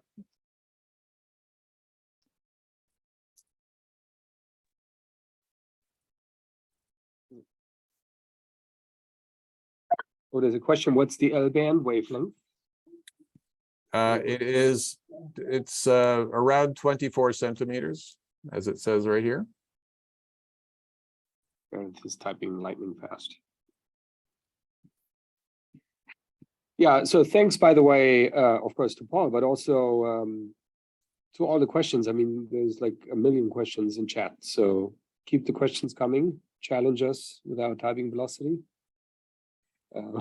Yeah, great. There's a question on glacier ice velocity applications. Can I do the phase unwrapping of a complete image, which is of having, what is these glaciers in this video? Hang on, I'm trying to, oh, basically is asking whether it's easier to unwrap everything or should the unwrapping be done separately by glacier? I don't know what that several means. Glaciers in an image, basically. Oh, I see. Yeah, I think generally speaking, if there are separated glaciers in the image, probably there's not really, for the algorithms we use, there's not a whole lot of interaction between the different regions. If there is an error in phase unwrapping in one, you may end up having that error propagate to the other. So yeah, maybe it would be useful to separate them, but generally speaking, the phase in between glaciers is pretty well behaved. So maybe it won't make too much difference. It's an experiment you should try. That's an easy one to do. There's a question about for the C-band interferogram. Is it the small deformation? Is the small deformation only detected by C-band because shorter wavelengths are more sensitive to small deformation, or just noise? So generally, if there were no noise in a well, that's not a true statement either. So the shorter the wavelength, the greater sensitivity you have to the displacement. So for a given noise level in an interferogram, then you'll end up with greater sensitivity at C-band than you would have at a longer wavelength.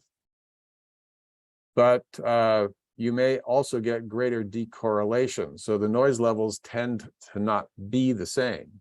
So that's what I was saying when looking at these. You can see that the phase is quite noisy here because the correlation is so poor.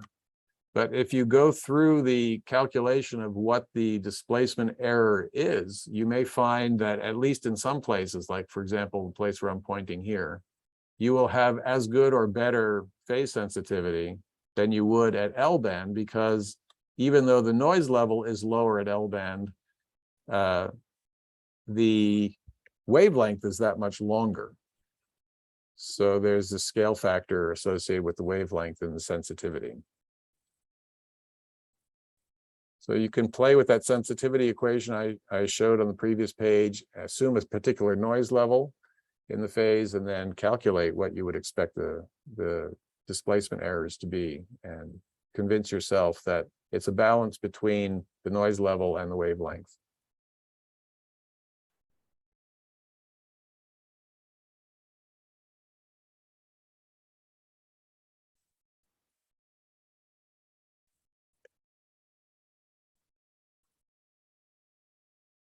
Maybe we should move on to Eric since we're half an hour late.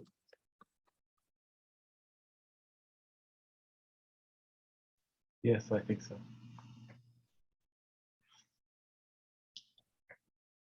And so if you in the chat about the effect of soil moisture on the interferometric phase. You want to say something about that, Paul? Well, it's not easily modelable. There are phase effects that have been seen, and there are some models for trying to understand it. But since we don't typically know what the soil moisture is at any given spot, this does tend to be an error source that is similar in nature to the tropospheric phase. It's just another error source that I probably should put in there as an error source.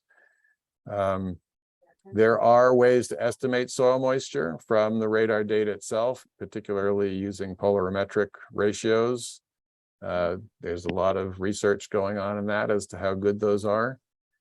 And there's also there's atmospheric models that deliver soil moisture estimates as well, generally at low resolution. These can all be used, but it is an error source that is something that we use time series to try to sift out from the, differentiate from the geodetic signal of interest. There's a question about baseline length, SRTM being 60 meters. Is that optimum for DM generation? It's not optimum for any particular system. It probably wasn't even optimum for SRTM. You can calculate what the critical baseline is for the shuttle altitudes, and it was probably much larger than what we had. But we could only build a boom that fit within the shuttle that was so long. I think originally we wanted a boom that was even longer than the 60 meters, but we couldn't make it any bigger. So we had to rely on the fact that we had a good amount of power on the spacecraft to beat down the intrinsic noise in order to be able to make the measurement that we needed. But yeah, I mean, the optimum baseline really depends on the wavelength, the altitude, the power that you're transmitting, and a whole bunch of system design factors that we can't get into here. And also a bit the local surface slopes. So there's another mission that used INSAR to do DM mapping. That's TandemX. they ended up actually flying with a number of different baselines to optimally resolve topography. Yeah, that's a good point. Starting with a longer baseline to get the first idea, and then shortening the baseline to sort of fill in the details. So it's not necessarily one baseline globally that's optimum. Yeah, you need a longer baseline for the flat areas, but a shorter baseline for the steep areas. So they used a variety. That's right. But SRTM, we only had one choice. And they had to do it all in 10 days, which and while we transition over, we'll answer your questions as best as we can. If you feel like at the end of the session that we missed something, please repeat your question in Slack and we can pick it up there. Thanks for the many questions. That's great. It's either great or they didn't understand anything I was saying. Oh, the questions were really nice follow-up questions mostly. Okay, good. Excellent.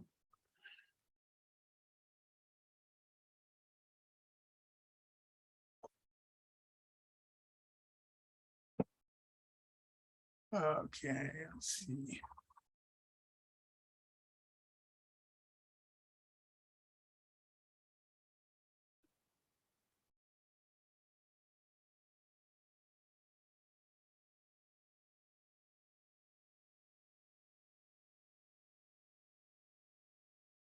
Share the right window here. Too many windows.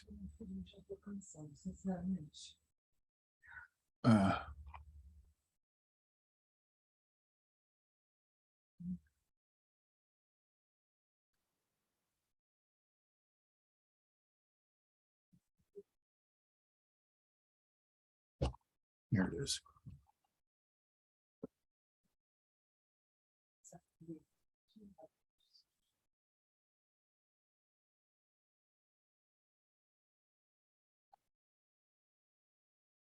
Okay, so I'm Eric Fielding. Can you see my screen now? Yes, we can. Great.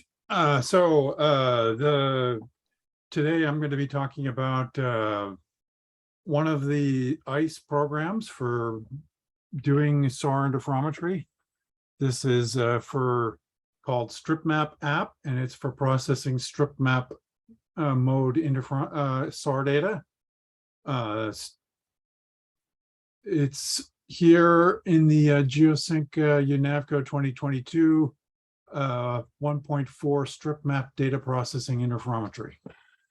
So we've mostly been talking about the way SAR images are formed in a regular way. That's what we call StripMap data, where the radar satellite is just going along the track here and illuminating a single strip of the ground surface as it goes along.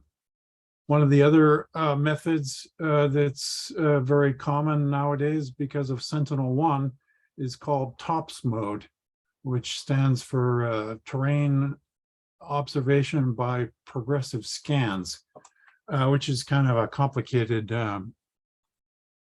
method, but the basic idea is that the satellite here during this time interval that's green sends out a number of pulses to illuminate this green track subswath.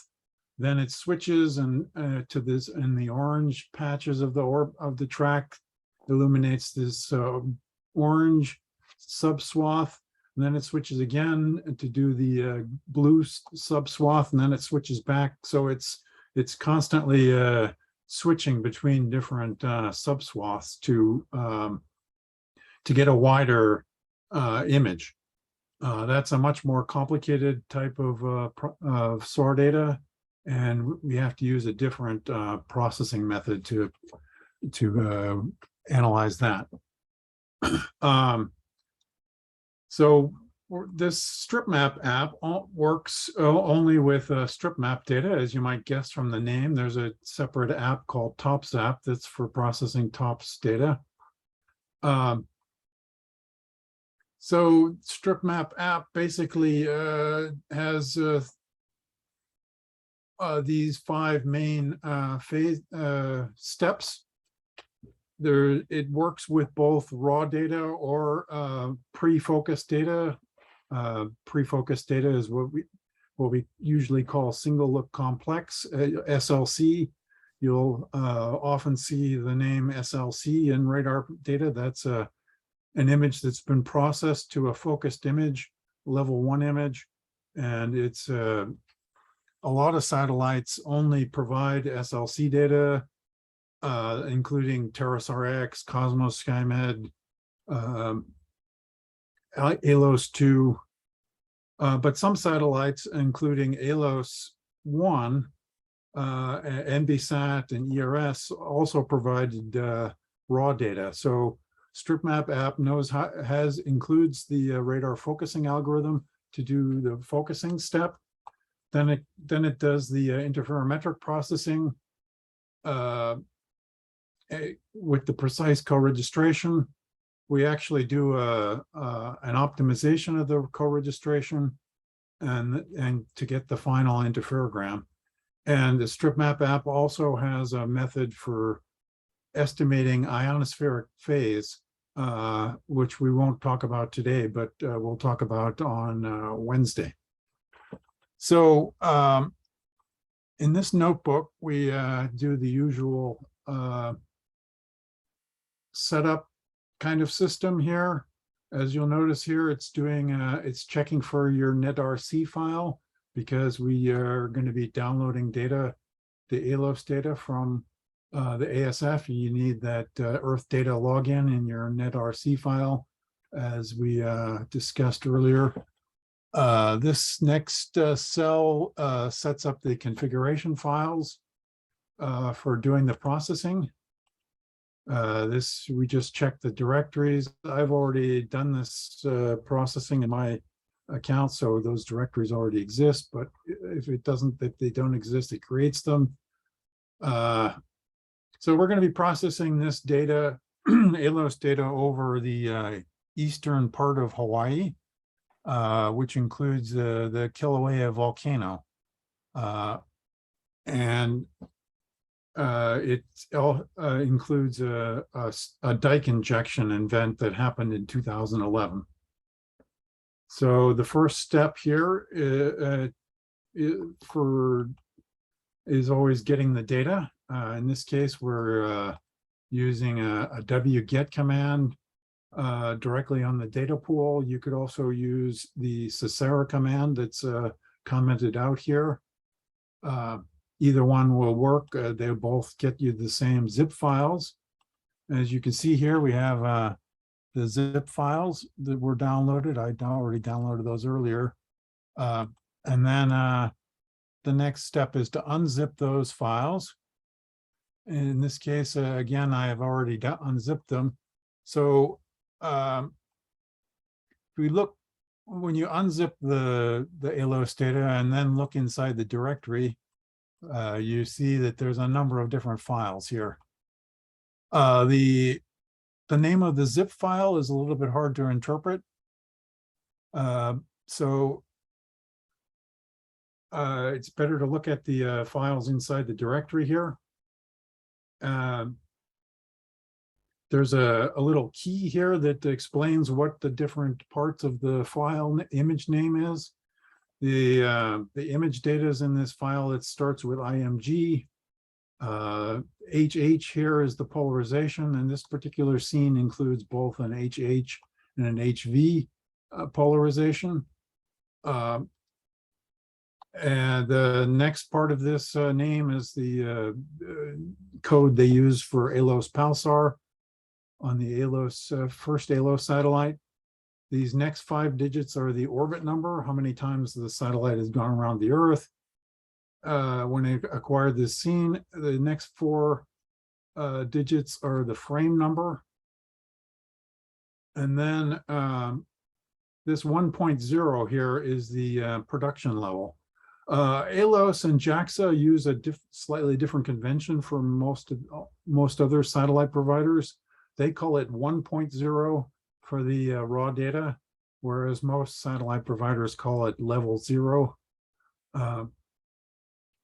JAXA calls the SLC images level 1.1, and other satellite providers call that level 1. So that's just a quirk of the way JAXA does their naming. And then finally, this at the end of the file name, there's a D or an A for ascending or descending. Either where the satellite is ascending means going north relative to the land surface, and descending means it's gone around the other side and it's going south relative to the surface. Then there's a special there's a text file here that's called we can look at with the cat command. The work report, and that if you look at that, you can see what the image scene center time is. It's otherwise the ALOS file names don't include the date. It's only the orbit number, so you have to look at this work report file to, after unpacking the scene, to actually figure out what the date is, unless you have another way to get the date. So in fact, we can use grep to get the date scene dates of both the scenes. One was collected on 2011 January 19th, second one 2011 March 6th. So these are 46 days apart. The ALOS satellite had a 46-day repeat, and those were just one cycle. So with ALOS, the shortest possible time interval is 46 days because it's a 46-day repeat satellite. The next step here just moves those files into a directory that has the name of the date. Now that we know what the date is, I already did that before, so it's not actually recreating the files, but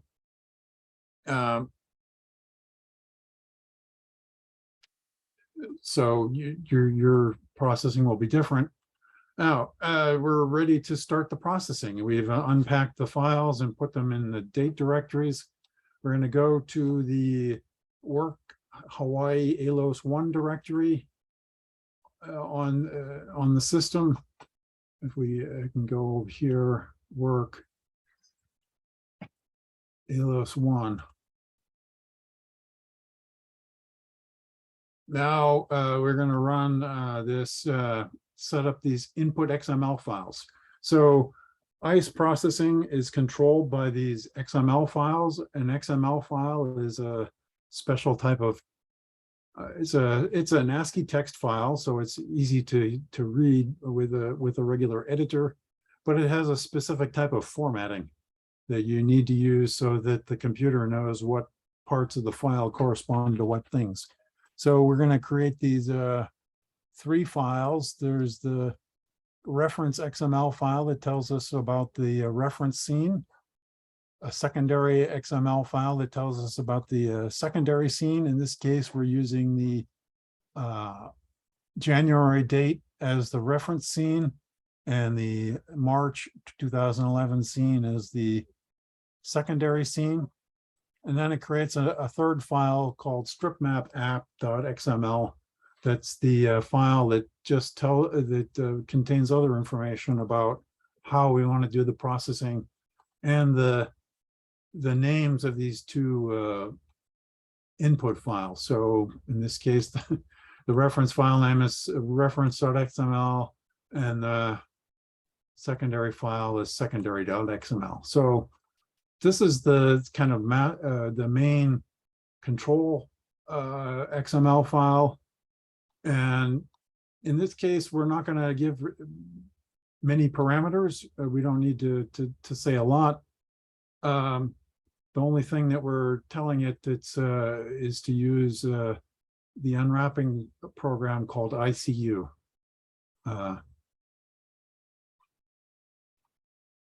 Those are the key parameters for processing. So the next step here, if you run the StripMap app, we're This is it's a command line program, but as with all these Jupyter notebooks, we can run command line programs by just putting the exclamation point in front of the name. We already moved to this work directory, so now when we run strip map app, it's going to work on the files in this directory. That was back here at the OS change dir command. And when we run strip map app with the --help, then we get information about how to use it. We also added here, I also added here the --steps. Strip map app can be run either with in a way. We're going to use the steps option because that records each step along the way so that we can do the steps separately. It's also possible to just process all these stages together without stopping. Then in that case, you don't need the steps option, but in general, it's better to use the steps because then you can actually go back and rerun steps if you want to do that. So this is the list of the steps. First, I should mention here's the list of the sensors that are supported by strip map app. ALOS, the original ALOS, ALOS 2. We can either, if we just say ALOS, it processes ALOS raw data. We can also process ALOS SLCs, Cosmos SkyMed, SLCs, MVSAT SLC, all the way down the list here. There's a long list. Sentinel-1 is on this list because there is a small amount of data in certain places that Sentinel-1 is collected in strip map mode. In general, Sentinel-1 uses the TOPS mode almost everywhere. So you have to, if you want to use strip map app, you have to make sure that you have strip map Sentinel-1 data, not the TOPS mode. And similarly, the ALOS 2 satellite collects most of its data in another type of scanning mode called ScanSAR that we don't have time to cover today. And they collect both the ScanSAR or wide swath mode and the strip map mode. Strip map app only processes the strip map ALOS 2 data. We have another app that's called ALOS 2 app that can process the ScanSAR data from ALOS 2, but we don't have time to cover that in this course. And then these are the step names. We'll be going through all these steps as we go through the processing. So the first step of once we've unpacked the data and is to run what they call a pre-process. Startup and pre-process. So this just takes the data from the format that the satellite provider gives you and converts it to a raw data file that is in the format that that ISCE knows can work with. So it's in fact going through here, and it's in some cases it has to swap the bytes. Sometimes it has to do adjustments for the starting window positions. But it also, once it's finished unpacking, so it's now unpacked the first scene, the reference scene in January. We can see here this has the pulse repetition frequency of 1919 pulses per second. And it has 31,000 lines. So that means there's a total of 31,000 pulses in the file. And now it's doing the same type of processing for the second scene. There's a bunch of other radar parameters here that are, one of the great things about ALOS data is that the ALOS data comes with the orbit data inside of this additional file that comes with the data. There's a file back here called the LED file. This LED file includes the orbit data, so we don't have to get a separate orbit file. with Sentinel-1, NVSat, ERS, and some other satellites, you have to get a separate orbit file. But with ALOS, the orbit files come with the data.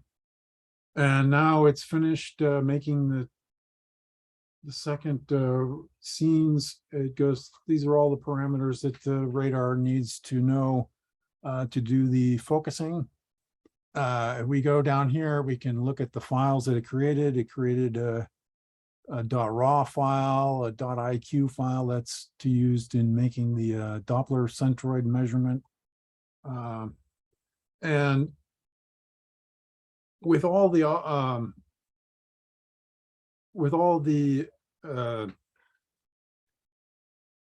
ICE files, we get both a .xml file that it's that same kind of formatted text file with all the key radar information, and a VRT file. A VRT file is the standard GDAL, a virtual dataset file that can be used to load the data into GDAL.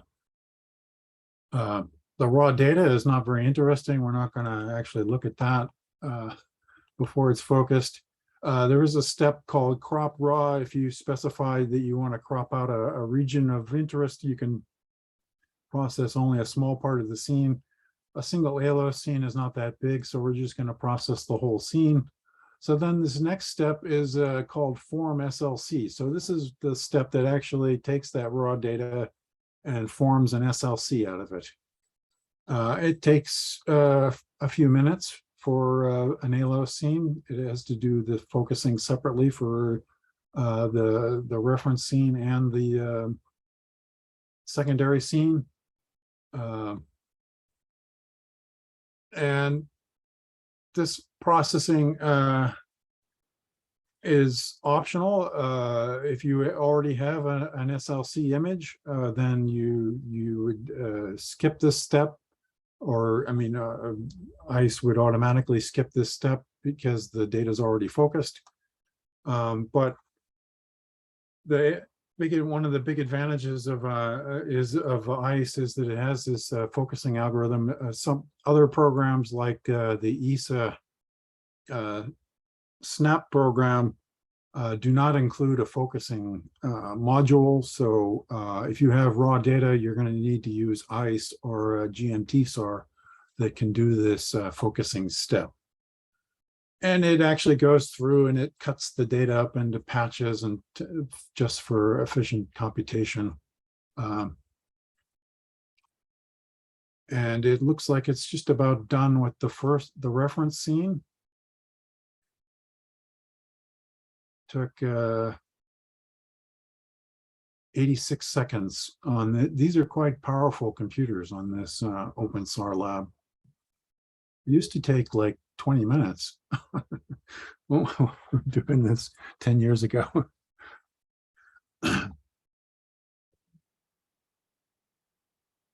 Okay, it's already started on the second one.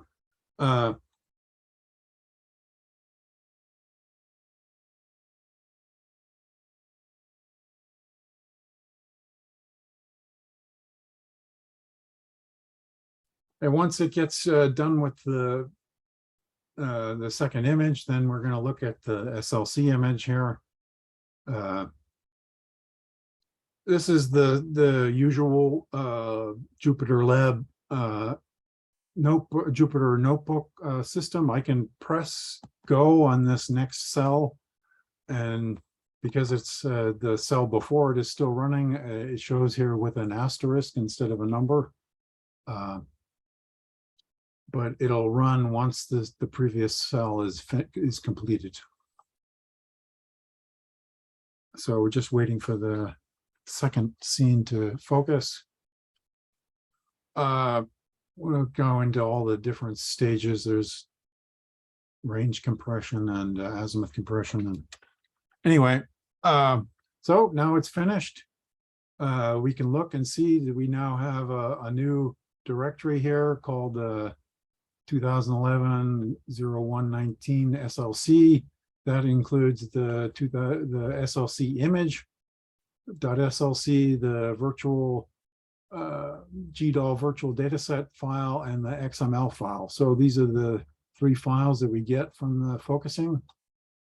And we can look at the file with GDAL info, because it's got that GDAL virtual dataset file. And we can see here that the GDAL doesn't know the actual pixel size, so it just set the pixel size to 1. But we can see that the size of the image is 5,000 pixels across. That's in the range direction, and 27,000 pixels, 27,000 lines. That's slightly less than what we started with. We started with 31,000 lines, but in the focusing process, we lose some of the length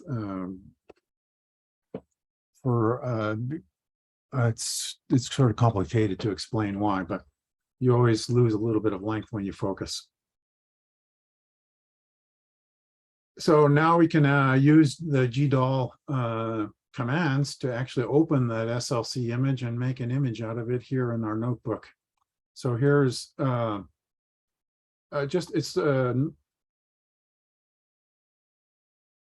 it's the amplitude for the on the left and the phase on the right of the January scene.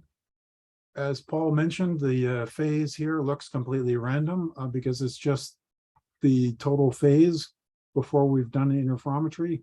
And on the left here, we can see the amplitude image. The standard amplitude, the standard ICE orientation of the images is that the left side here is the range closest to the satellite, and the top of the image is the time when the satellite first started collecting data. So in this case, because it's on an ascending track, the first time is no, this is a descending track. Let's see, I'll double check here. D for descending. So it's a descending track. That means that the satellite was moving south, started, the top of the image here is at the north edge, but the satellite was looking to the west. It's a right-looking satellite. ALOS was right-looking, and that means that the left side of the image is the east side, rather than, that's why the ocean is to the left here.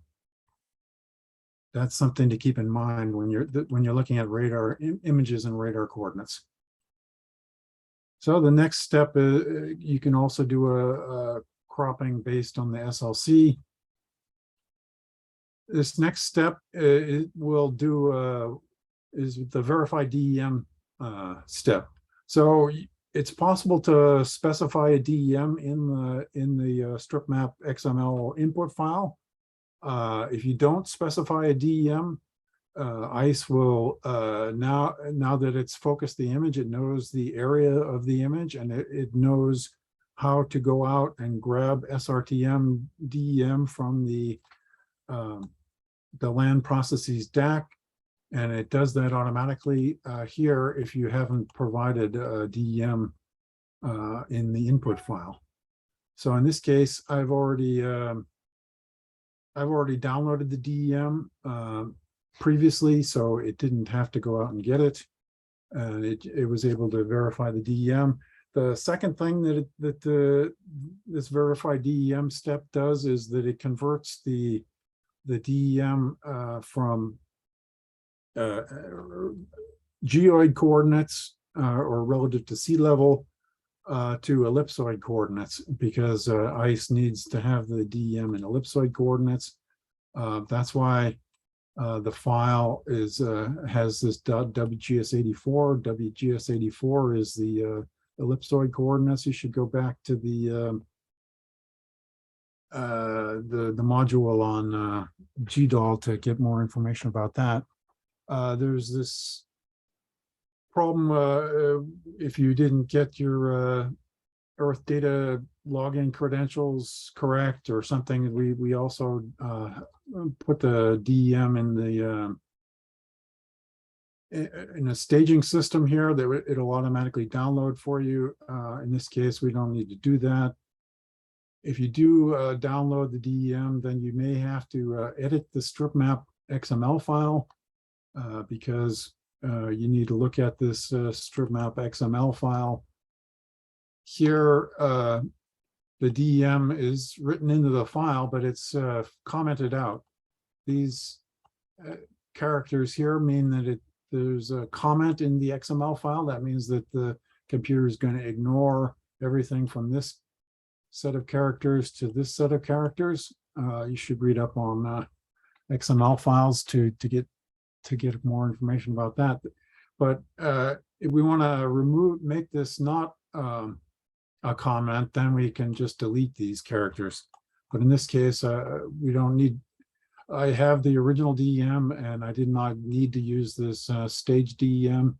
If you want to use the stage DEM, you have to delete these two lines to uncomment this part. And then after that, you have to run the verify DEM step again. So the next step is to actually use this DEM and the orbit information of the reference scene to calculate how the satellite, the ground surface from the DEM maps into the radar system. So we run this step called topo. It uses the topography as we can see in this diagram, it knows the topography above the ellipsoid. This curved surface is the ellipsoid. And we know what this elevation is from the DEM. We know where the satellite is from the orbit data, and it calculates what this range is. So it knows in which pixel of the radar coordinates that particular piece of land should appear. So it's doing this mapping from the ground coordinates back into the radar range Doppler coordinates. And it does that for every line in the image. This particular step is very efficient at using multiple CPUs, so it's running quite fast.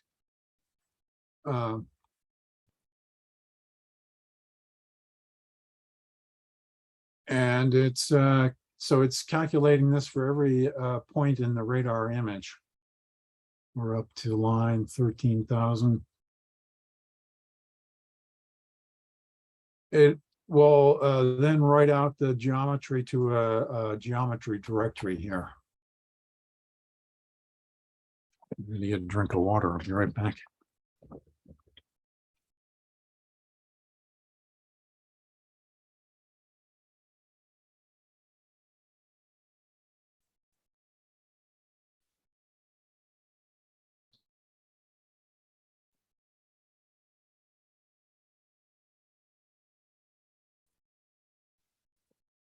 There was a question earlier, Eric, about what your background is. That's a piece of a UAV SAR interferogram from the El Mayor Cucapá earthquake. I see several faults. Yes, these are some faults that were that ruptured in the Yuha Desert north of, because with UAV SAR we had before the earthquake, the El Mayor Cucapá earthquake, we only had data north in Southern California, just north of the border. But there were some faults that moved several centimeters north of the border, including this one. I was going to use one that had a lot more fringes, but I thought it was too distracting. So I used this one that had just a few fringes. L-band, so yeah. And it's L-band, yes, a UAV SAR is L-band. Okay, so now the run topo command is finished. We can look at the geometry folder. And we can see that there's basically the RDR files are in radar coordinates. There's a latitude RDR, that's the latitude of each pixel. There's an Elan RDR, that's the longitude of each pixel. There's an LOS RDR, that's the radar line of sight, incidence angles, the incidence angle and heading angle. And there's a Z RDR here, that's the height of the land surface at that radar pixel. And again, all of these files have .vrt and .xml files that we can use to display them in GDAL. This next step just displays the latitude as a function of radar pixel, the longitude as a function of radar pixel, and the height. If you look very carefully in this height image, you can see it increases to the east. That's the edge of Mauna Kea in northern Hawaii. Goes up to almost 4,000 meters.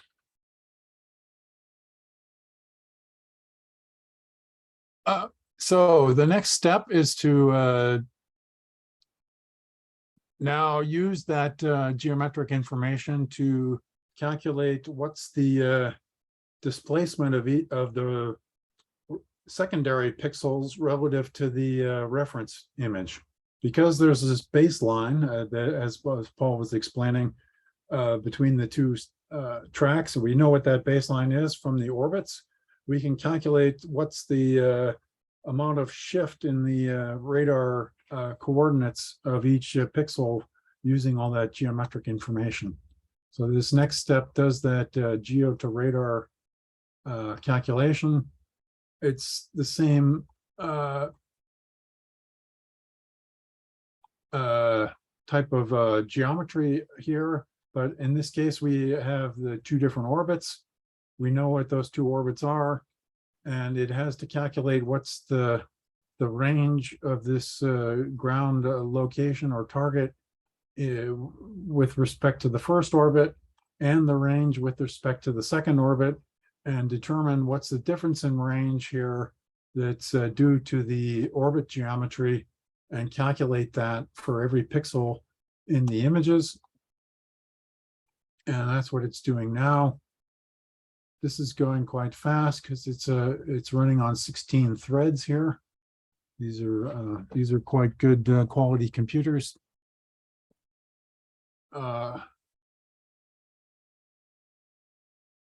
If you run this on a single thread, it'll take 16 times as long.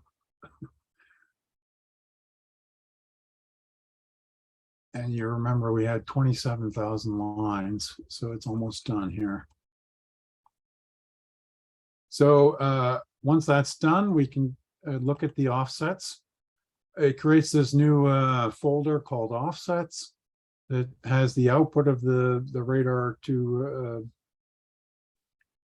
the offsets. These are the offsets from the geometry of the orbits for each pixel, and that's one of the azimuth offsets is the offset due to in the along track direction, and the range offsets are the offsets in the range direction. We can take a quick look at those as images. The azimuth offsets are pretty much a simple function all across the scene. That's because the orbits are slightly not quite parallel, so there's a different amount of shift relative to the two scenes. And similarly, the range offsets also vary across the scene because the projection of the baseline changes across the scene. So then now that we've calculated these offsets, we can resample the secondary scene to be using these offsets, calculated offsets, to be co-registered with the reference scene based only on the orbit information. And this also runs very quickly. It's on these powerful machines. And at the end of that step, then we get what we call the co-registered SLC. So this is an SLC that's been co-registered with the reference scene only by using the orbit information. And in some cases, you can make an interferogram already with this co-registered SLC.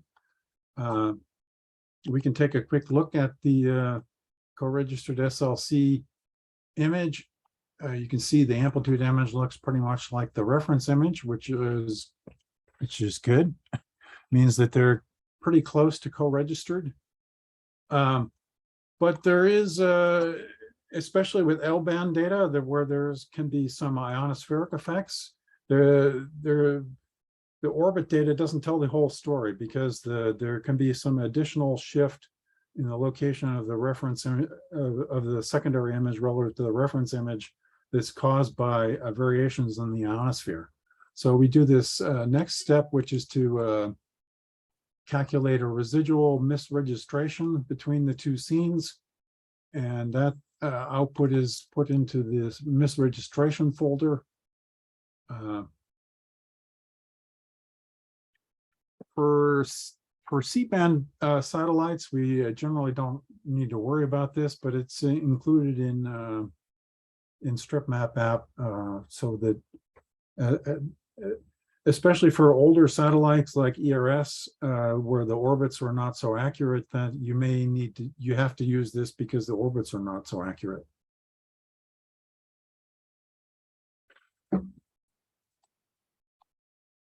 So this takes a little bit of time to run. Are there any questions so far? I can't see the chat. Where's the chat? The question just showed up. How to edit StripMap app to download a DEM for the AOI using Longitude, Latitude. StripMap app automatically downloads the DEM. It should show you, well, it wrote into, this is the DEM that it downloaded here. It estimated it uses SRTM tiles, so the tiles are 1 degree by 1 degree. So it decided that it needed the tiles between north 18 and north 21 latitude, longitude west 156 to west 154. So those that's what StripMap app determined it needed to process this scene. I don't know if there's an easy way to. It doesn't know exactly where what the limits of the scene are until it's done the focusing. So, but you can also see that, and I think it's also written in the. Isn't it written in the that info file that comes with the data?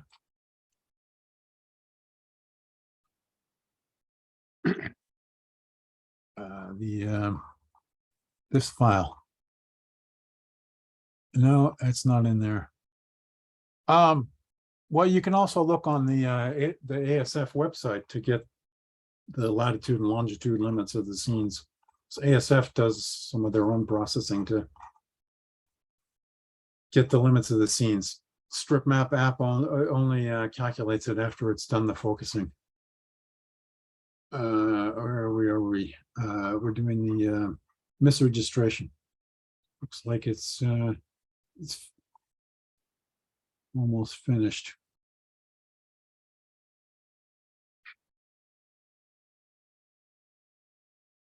Yeah, I guess part of this is to sort of show you how you can do this yourself if you wanted to have full control over the way the data sets are processed, how many looks you take, etc. But you also see that it's a non-trivial task. It's non-trivial in a number of steps that are involved, and also in the computational power that's needed. And hopefully that will make you appreciate some of the things that NISAR is doing for you, which is providing you with fully processed interferograms already, so that you don't have to do this step yourself anymore. The ARIA project is doing some of this for you. There's lots of data ASF already that is pre-processed to interferograms.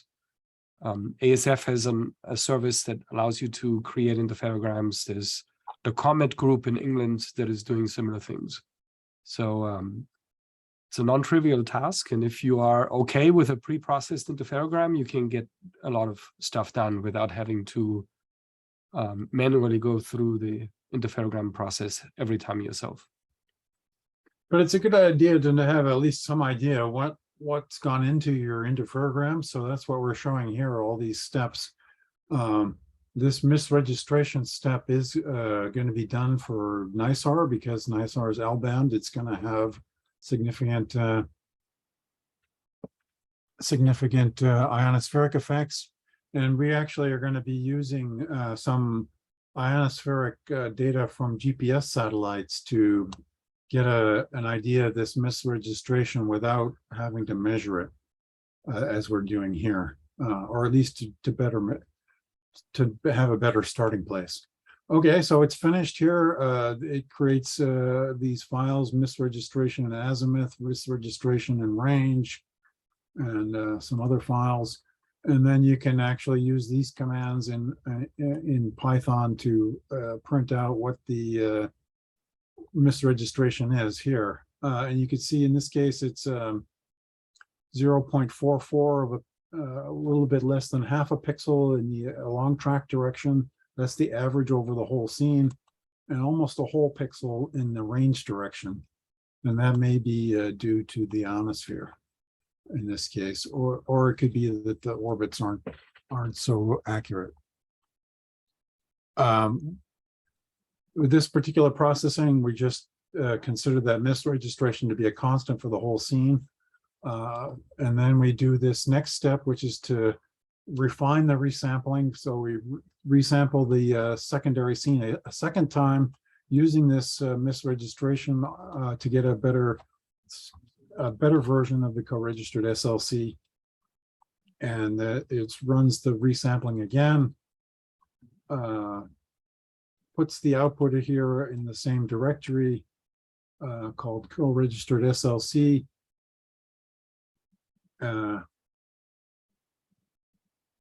Takes just a minute.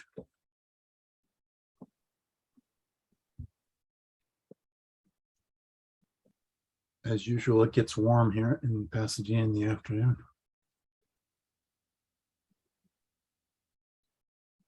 We had a nice marine layer this morning. It wasn't so hot. Okay, so it's done. One of the other things I didn't mention earlier is that because we're running this in steps mode, at the end of each step, it writes sort of the state of the processing to this file called a pickle file. That allows you to go back to that step and rerun it. And then it also prints out the remaining steps that are going to be run next in the standard processing stream. So at the end of every step, it writes out these lines about what step it's finished and saved, and then what steps are still to come. So now if we look at the co-registered SLC directory, we can see that we have both the coarse co-registered SLC, that's just from the orbit, and the refined co-registered SLC, which is after we've adjusted for this misregistration. The next step is to run dense offsets. This is the pixel offset tracking that I mentioned a little bit in the chat earlier. Dense offsets or pixel offset tracking is doing this estimation of the offsets between the two scenes on a dense grid of windows over the scene to better understand. We can actually measure large amounts of deformation without having to worry about phase unwrapping and decorrelation. So in this case, you have to turn that on if you just run this step because it's not enabled in the XML file. It skips those, and these other steps here are to do with split spectrum, is to do the ionospheric correction. All those steps are not are optional, and we didn't specify them in the XML file, so it skips them. now we're ready to make the interferogram. We have the two images, the secondary image very precisely co-registered with the reference scene, and we just, all this does is go through and average to take the phase difference by or multiply by the complex conjugate of the phase. The default in StripMap app is to take looks to get the pixel size to about 30 meters. You can also specify that in the input file, but since I didn't specify anything, it's decided that in order to get the 30-meter pixels in the radar image interferogram, it's taking 8 looks in range and 2 looks in azimuth. So the total number of looks here is 16, or 8 times 2. And it's gone down here. It's almost done.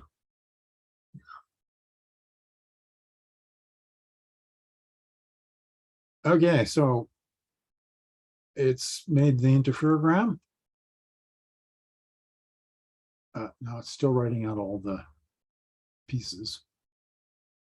Because it has to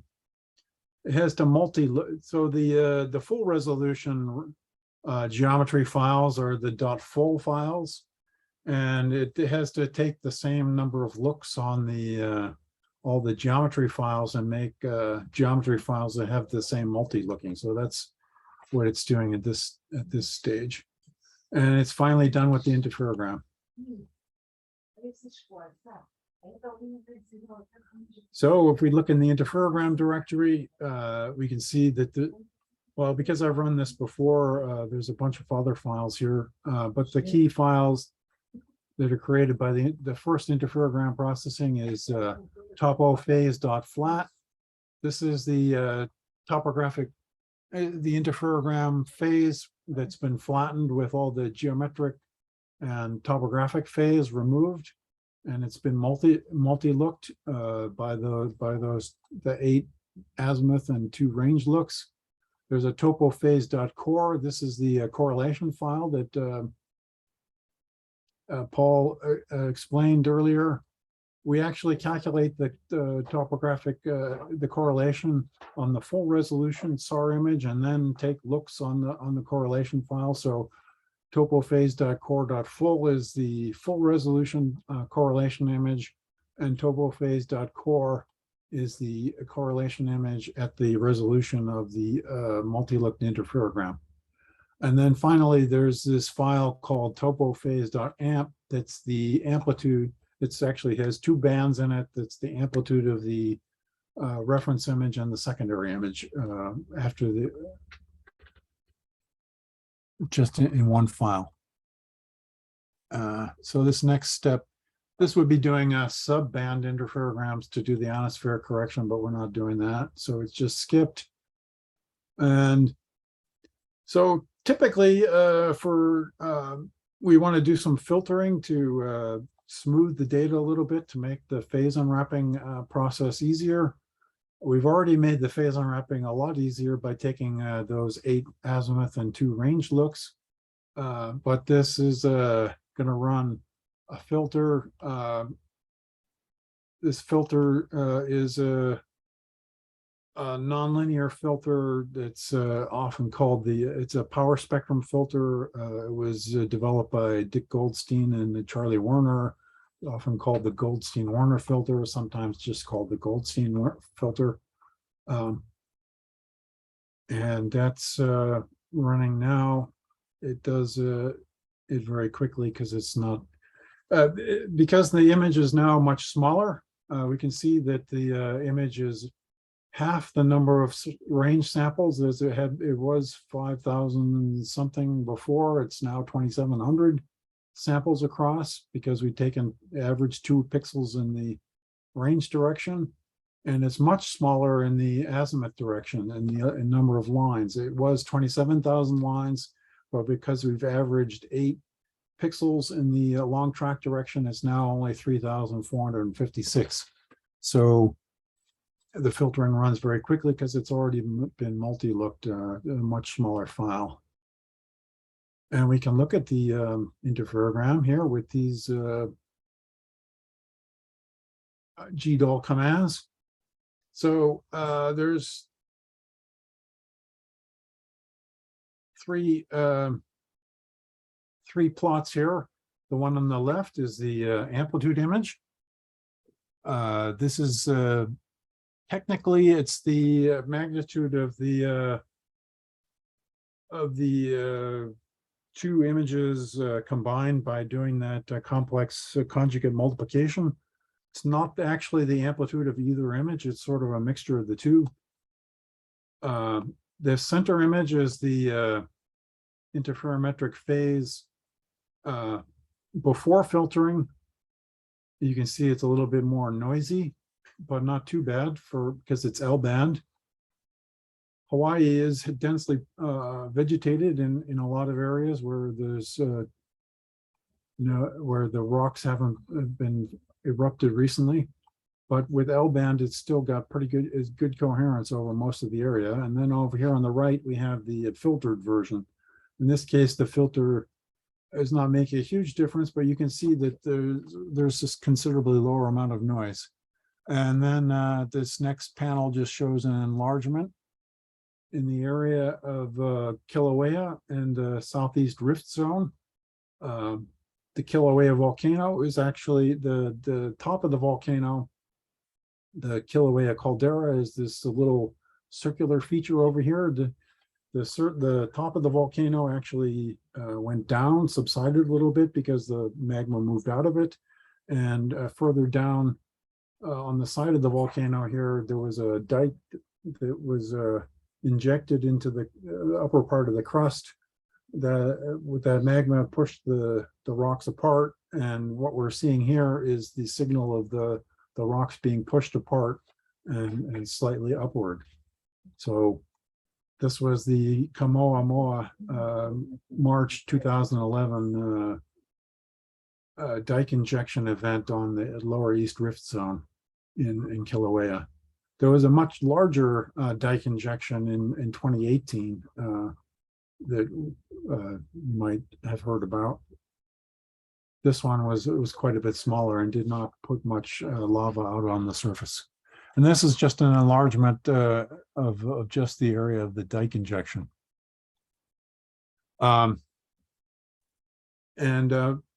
Gareth may talk about a little bit more about modeling dike injections tomorrow.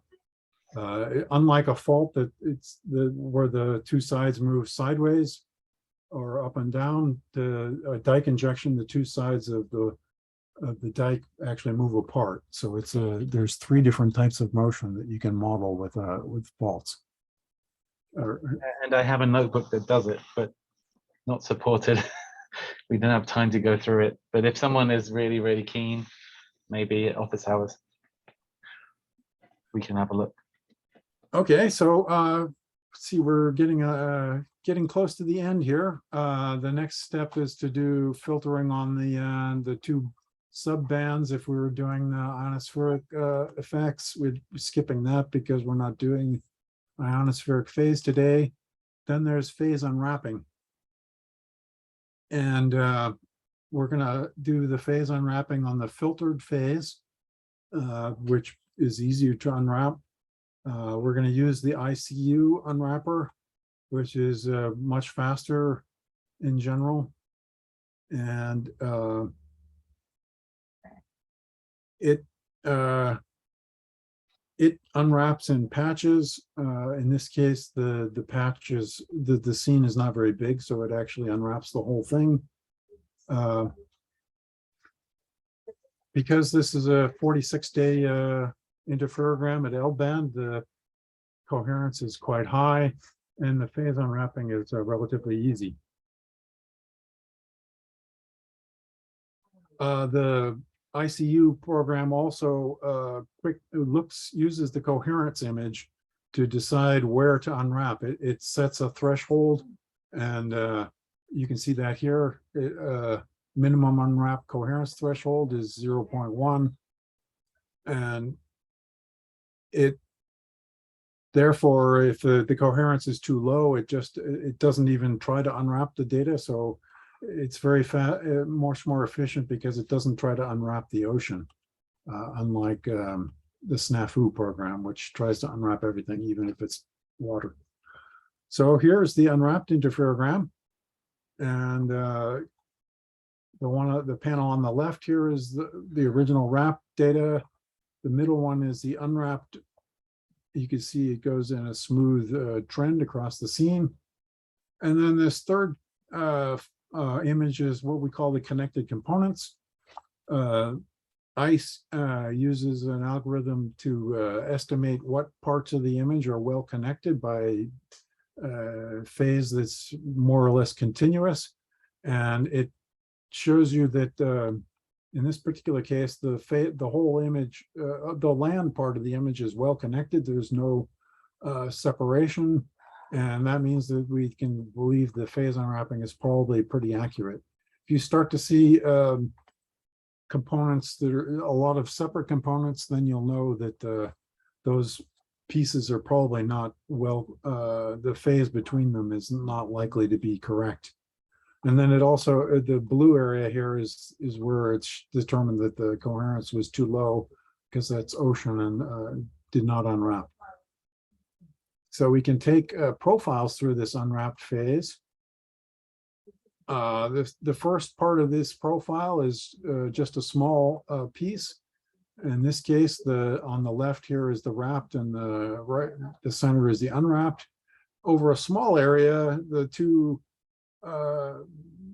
phases look very similar, but as over here on the right, we can see that if you subtract the unwrapped phase from the wrapped phase, you can see that and divide by 2 pi, they're actually different by 2 times 2 pi here.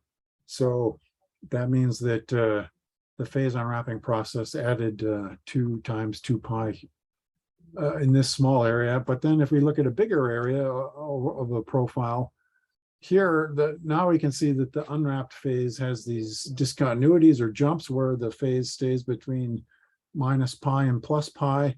But the unwrapped phase is a continuous surface going all the way through the main dike injection signal. And over here on the right, we see the difference between the wrapped and unwrapped phase varies with space as it detected where those discontinuities in the phase were and determined how to do the unwrapping. So normally, if you're doing ionospheric corrections, you have to unwrap the 2 sub bands. We're not doing that today, so we skip this step. And then the final step is geocoding. We go back to that geometry file that we created at the very beginning and use that to take all these images. This unwrapped phase here is still in radar coordinates. That's why the water is here on the left and the land is to the right, because the water is closer to the satellite in the radar coordinates. But once we geocode it down here, we're going to get to the geocoded interferogram, and you'll see that after geocoding, it finally looks like a map. It's in regular latitude, longitude coordinates, and the water is on the right, and the land is to the west. Just takes a little bit of time. It's geocoding the wrapped phase, the unwrapped phase, the coherence or correlation.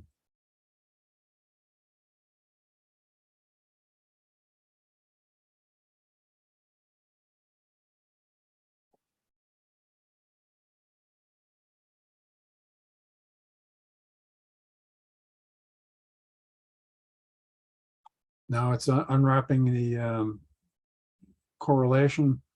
I think Paul didn't mention it, but there's actually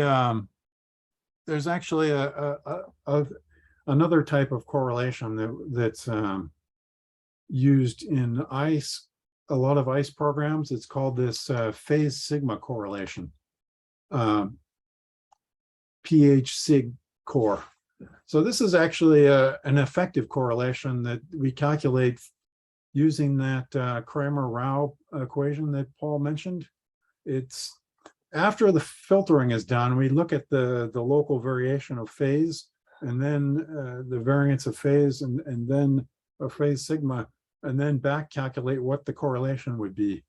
So this pH sig core is actually, it's not a real correlation. It's an effective correlation, but ISCE programs use that to better control the phase unwrapping.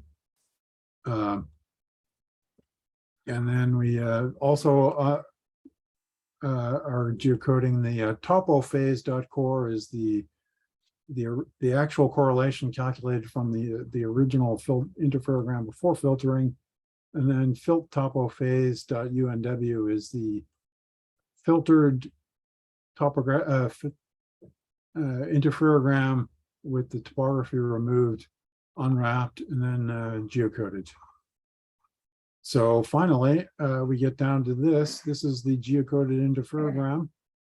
The water is over here on the right. The dike injection signal is here in the southern part of next to Kilauea.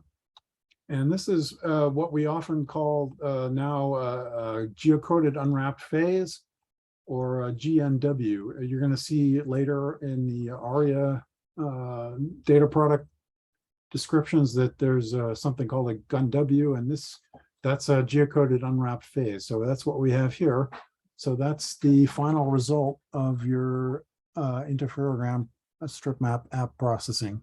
So the rest of this notebook just goes into all these other configuration parameters that you could put in your strip map app.xml file. You can change the posting. This posting is just another name for resolution. Well, it's not exactly the same as resolution. It's the pixel size. A lot of people call that resolution, but it's not actually the resolution for a signal engineer. And the default is 30 meters. If you want bigger pixels, you can make that bigger. You can make it smaller, then it'll take fewer looks. The filter strength is the exponent in the Goldstein-Warner filter. You can turn the unwrapping on and off. You can choose the SNAFU unphase unwrapping program instead of ICU. The default is ICU. I didn't have a chance to talk about rubber sheeting. And dense offsets is this pixel offset tracking that I mentioned earlier. And in this case, you can also turn that on by setting that property to be on in your pixel offset in your XML file.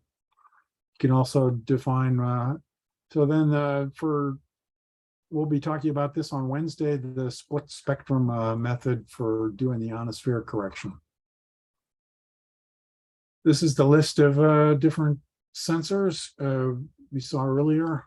You have to define the sensor of the input files different ways depending on the sensor. There's a bunch of different examples here. There's a directory in the ISCE software code that's called the examples input files, and that has examples for all these satellites that are supported. And then the final part of this notebook is just showing how you can use ISCE as a Python library to look at some of the parameters. In this case, we print out what the radar wavelength is. In this particular ALOS data, the radar wavelength is 23.6 centimeters or 0.236 meters. The slant range pixel size in the range direction is 9 meters. And the spacing in the along track direction is 3.95 meters. And then we can use the geometry information to estimate. So 9 meters was the resolution in the slant range direction. We take that slant range and project it to the ground. you say what the ground pixel size is, and it's around 13 meters for this ALOS 2 data. This is the ALOS 1 data. ALOS 1 had two different fine beam modes. This is the dual polarization mode, which had lower resolution than the single polarization mode. So I think we're done for today. This ran much more quickly for me because I had already done this, but the homework exercise is just to do this for yourself and print out this, especially this final geocoded unwrapped phase for from your notebook as the proof that you're able to get through the geocoded unwrapped phase step of the strip map app processing. For extra credit, you can try to process one of the other ALOS scenes of your own choice.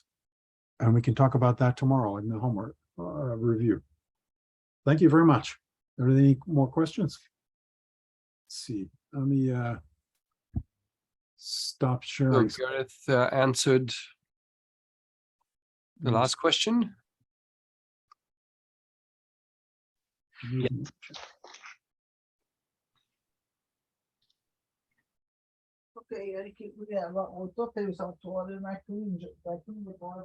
Yes, so as Gareth answered, in the interferogram directory, there's that filttopophase.unw.geo, and that's the geocoded unwrapped phase file.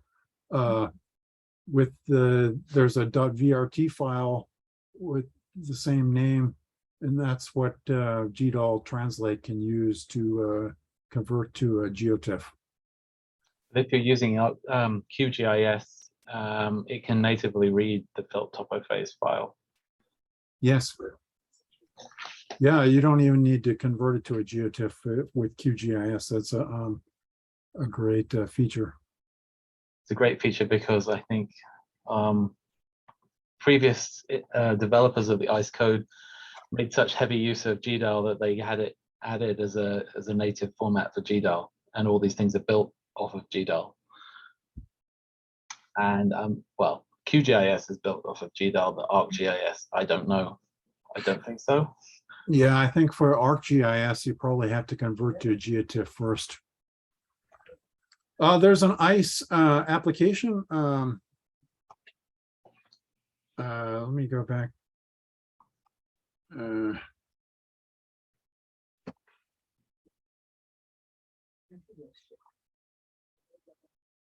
Or is that screen?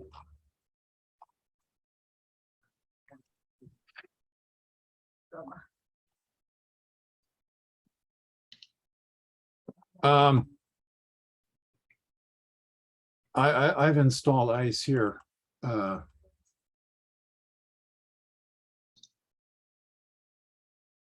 These are the ISCE applications. We are just running strip map app here, but there's another app here called ISCE to GeoTIFF that'll create a GeoTIFF directly, and it just runs GDAL for you.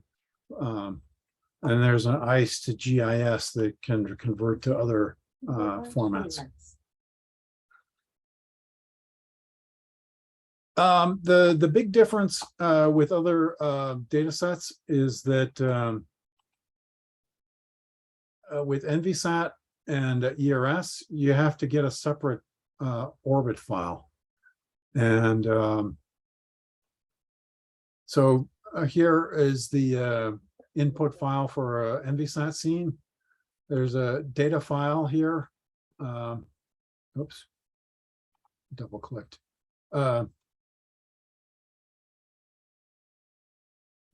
There's a data file here, but the data file does not include the orbit. We have to get orbit data from some other place. In addition, we also, for NVSAT, you have to get this instrument file. ESA provided this separate set of files for the calibration information because they changed it during the course of the mission. So you have to get a what this is actually from Piyusha Gram's directory, but I similarly have downloaded all the instrument files for the Envisat mission. So I have a directory called INSDIR. So once you've downloaded all the instrument files, then you can put in your input reference.xml file. Here, I can actually show you. I've actually run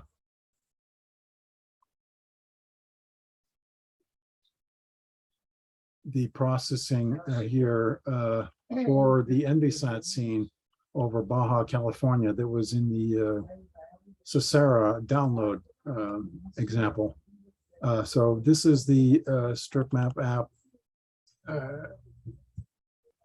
input file for Envisat. The only difference at this stage is the sensor name is Envisat, but the reference Envisat file here, in this case, I actually use two frames. One of the great things of working with raw data is you can combine frames and process the two frames together. Once the data has been processed to an SLC, you can no longer combine frames very easily, except with the ALOS 2 app, where we did a lot of work to get the SLCs stitched. But normally, the strip map app can stitch multiple frames of raw data, but it will refuse to stitch multiple frames of SLCs. Then I had downloaded the instrument directory file for that scene, and then you also have to get the orbit data.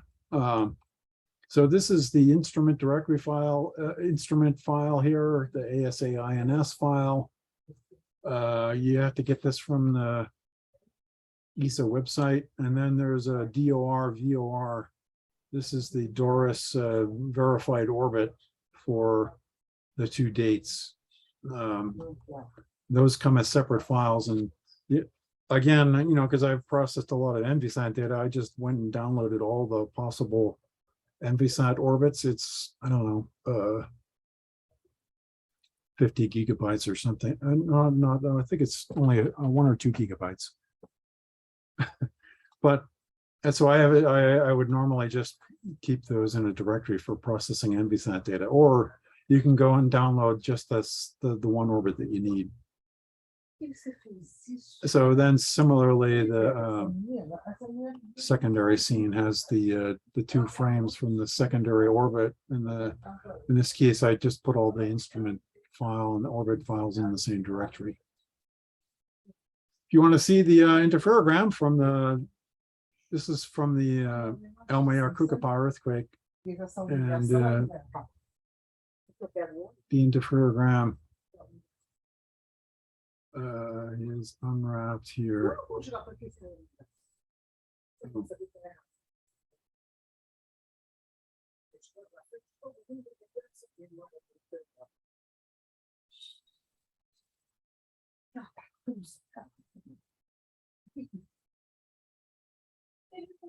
Oh, I had to start from the beginning. Never mind. We can look at that later. But if somebody wants to try it out, we can. I can send you this files to try processing the Elmayer-Kukapa earthquake. This notebook isn't really complete, so I didn't want to put it on the website. Any other questions?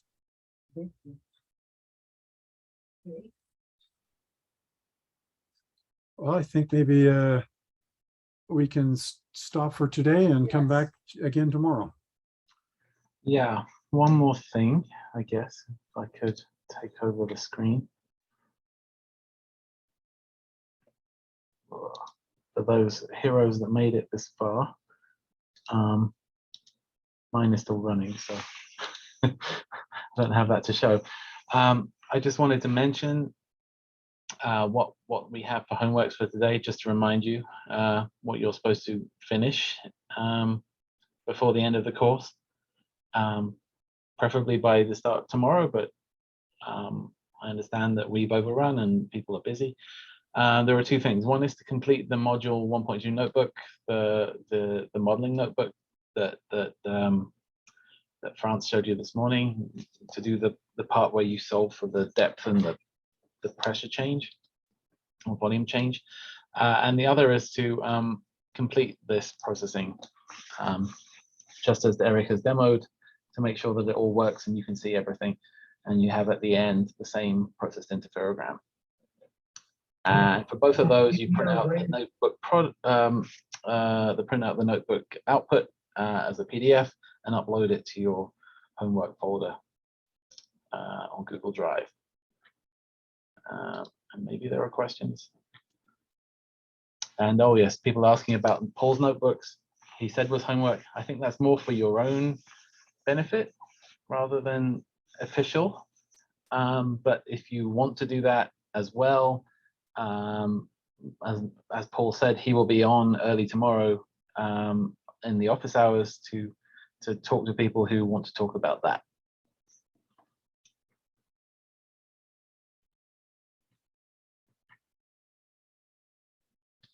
And if that is all,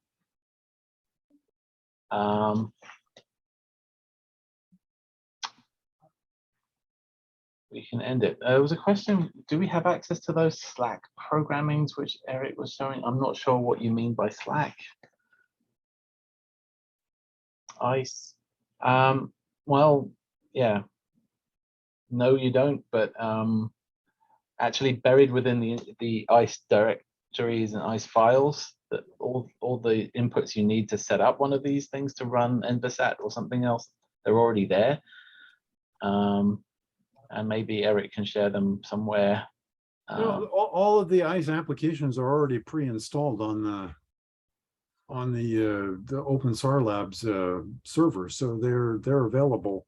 I think I might have meant the configuration files for. The input files, yes, they're sort of hidden. The easiest way to find them is to look at the GitHub ICE2 directory. That's where I often look for them. Someone who's nimble on GitHub can probably find them and point people to them. Yes. And put that in the Slack maybe. I think we should end it today. Thank you all for your attention and your stamina. We'll see those of you who want to come to office hours at 5 p.m. A few of us will be there. And if not, there's 7 a.m. office hours tomorrow. And the course starts again at 10 a.m. Pacific time. And look forward to seeing all of you then. Bye.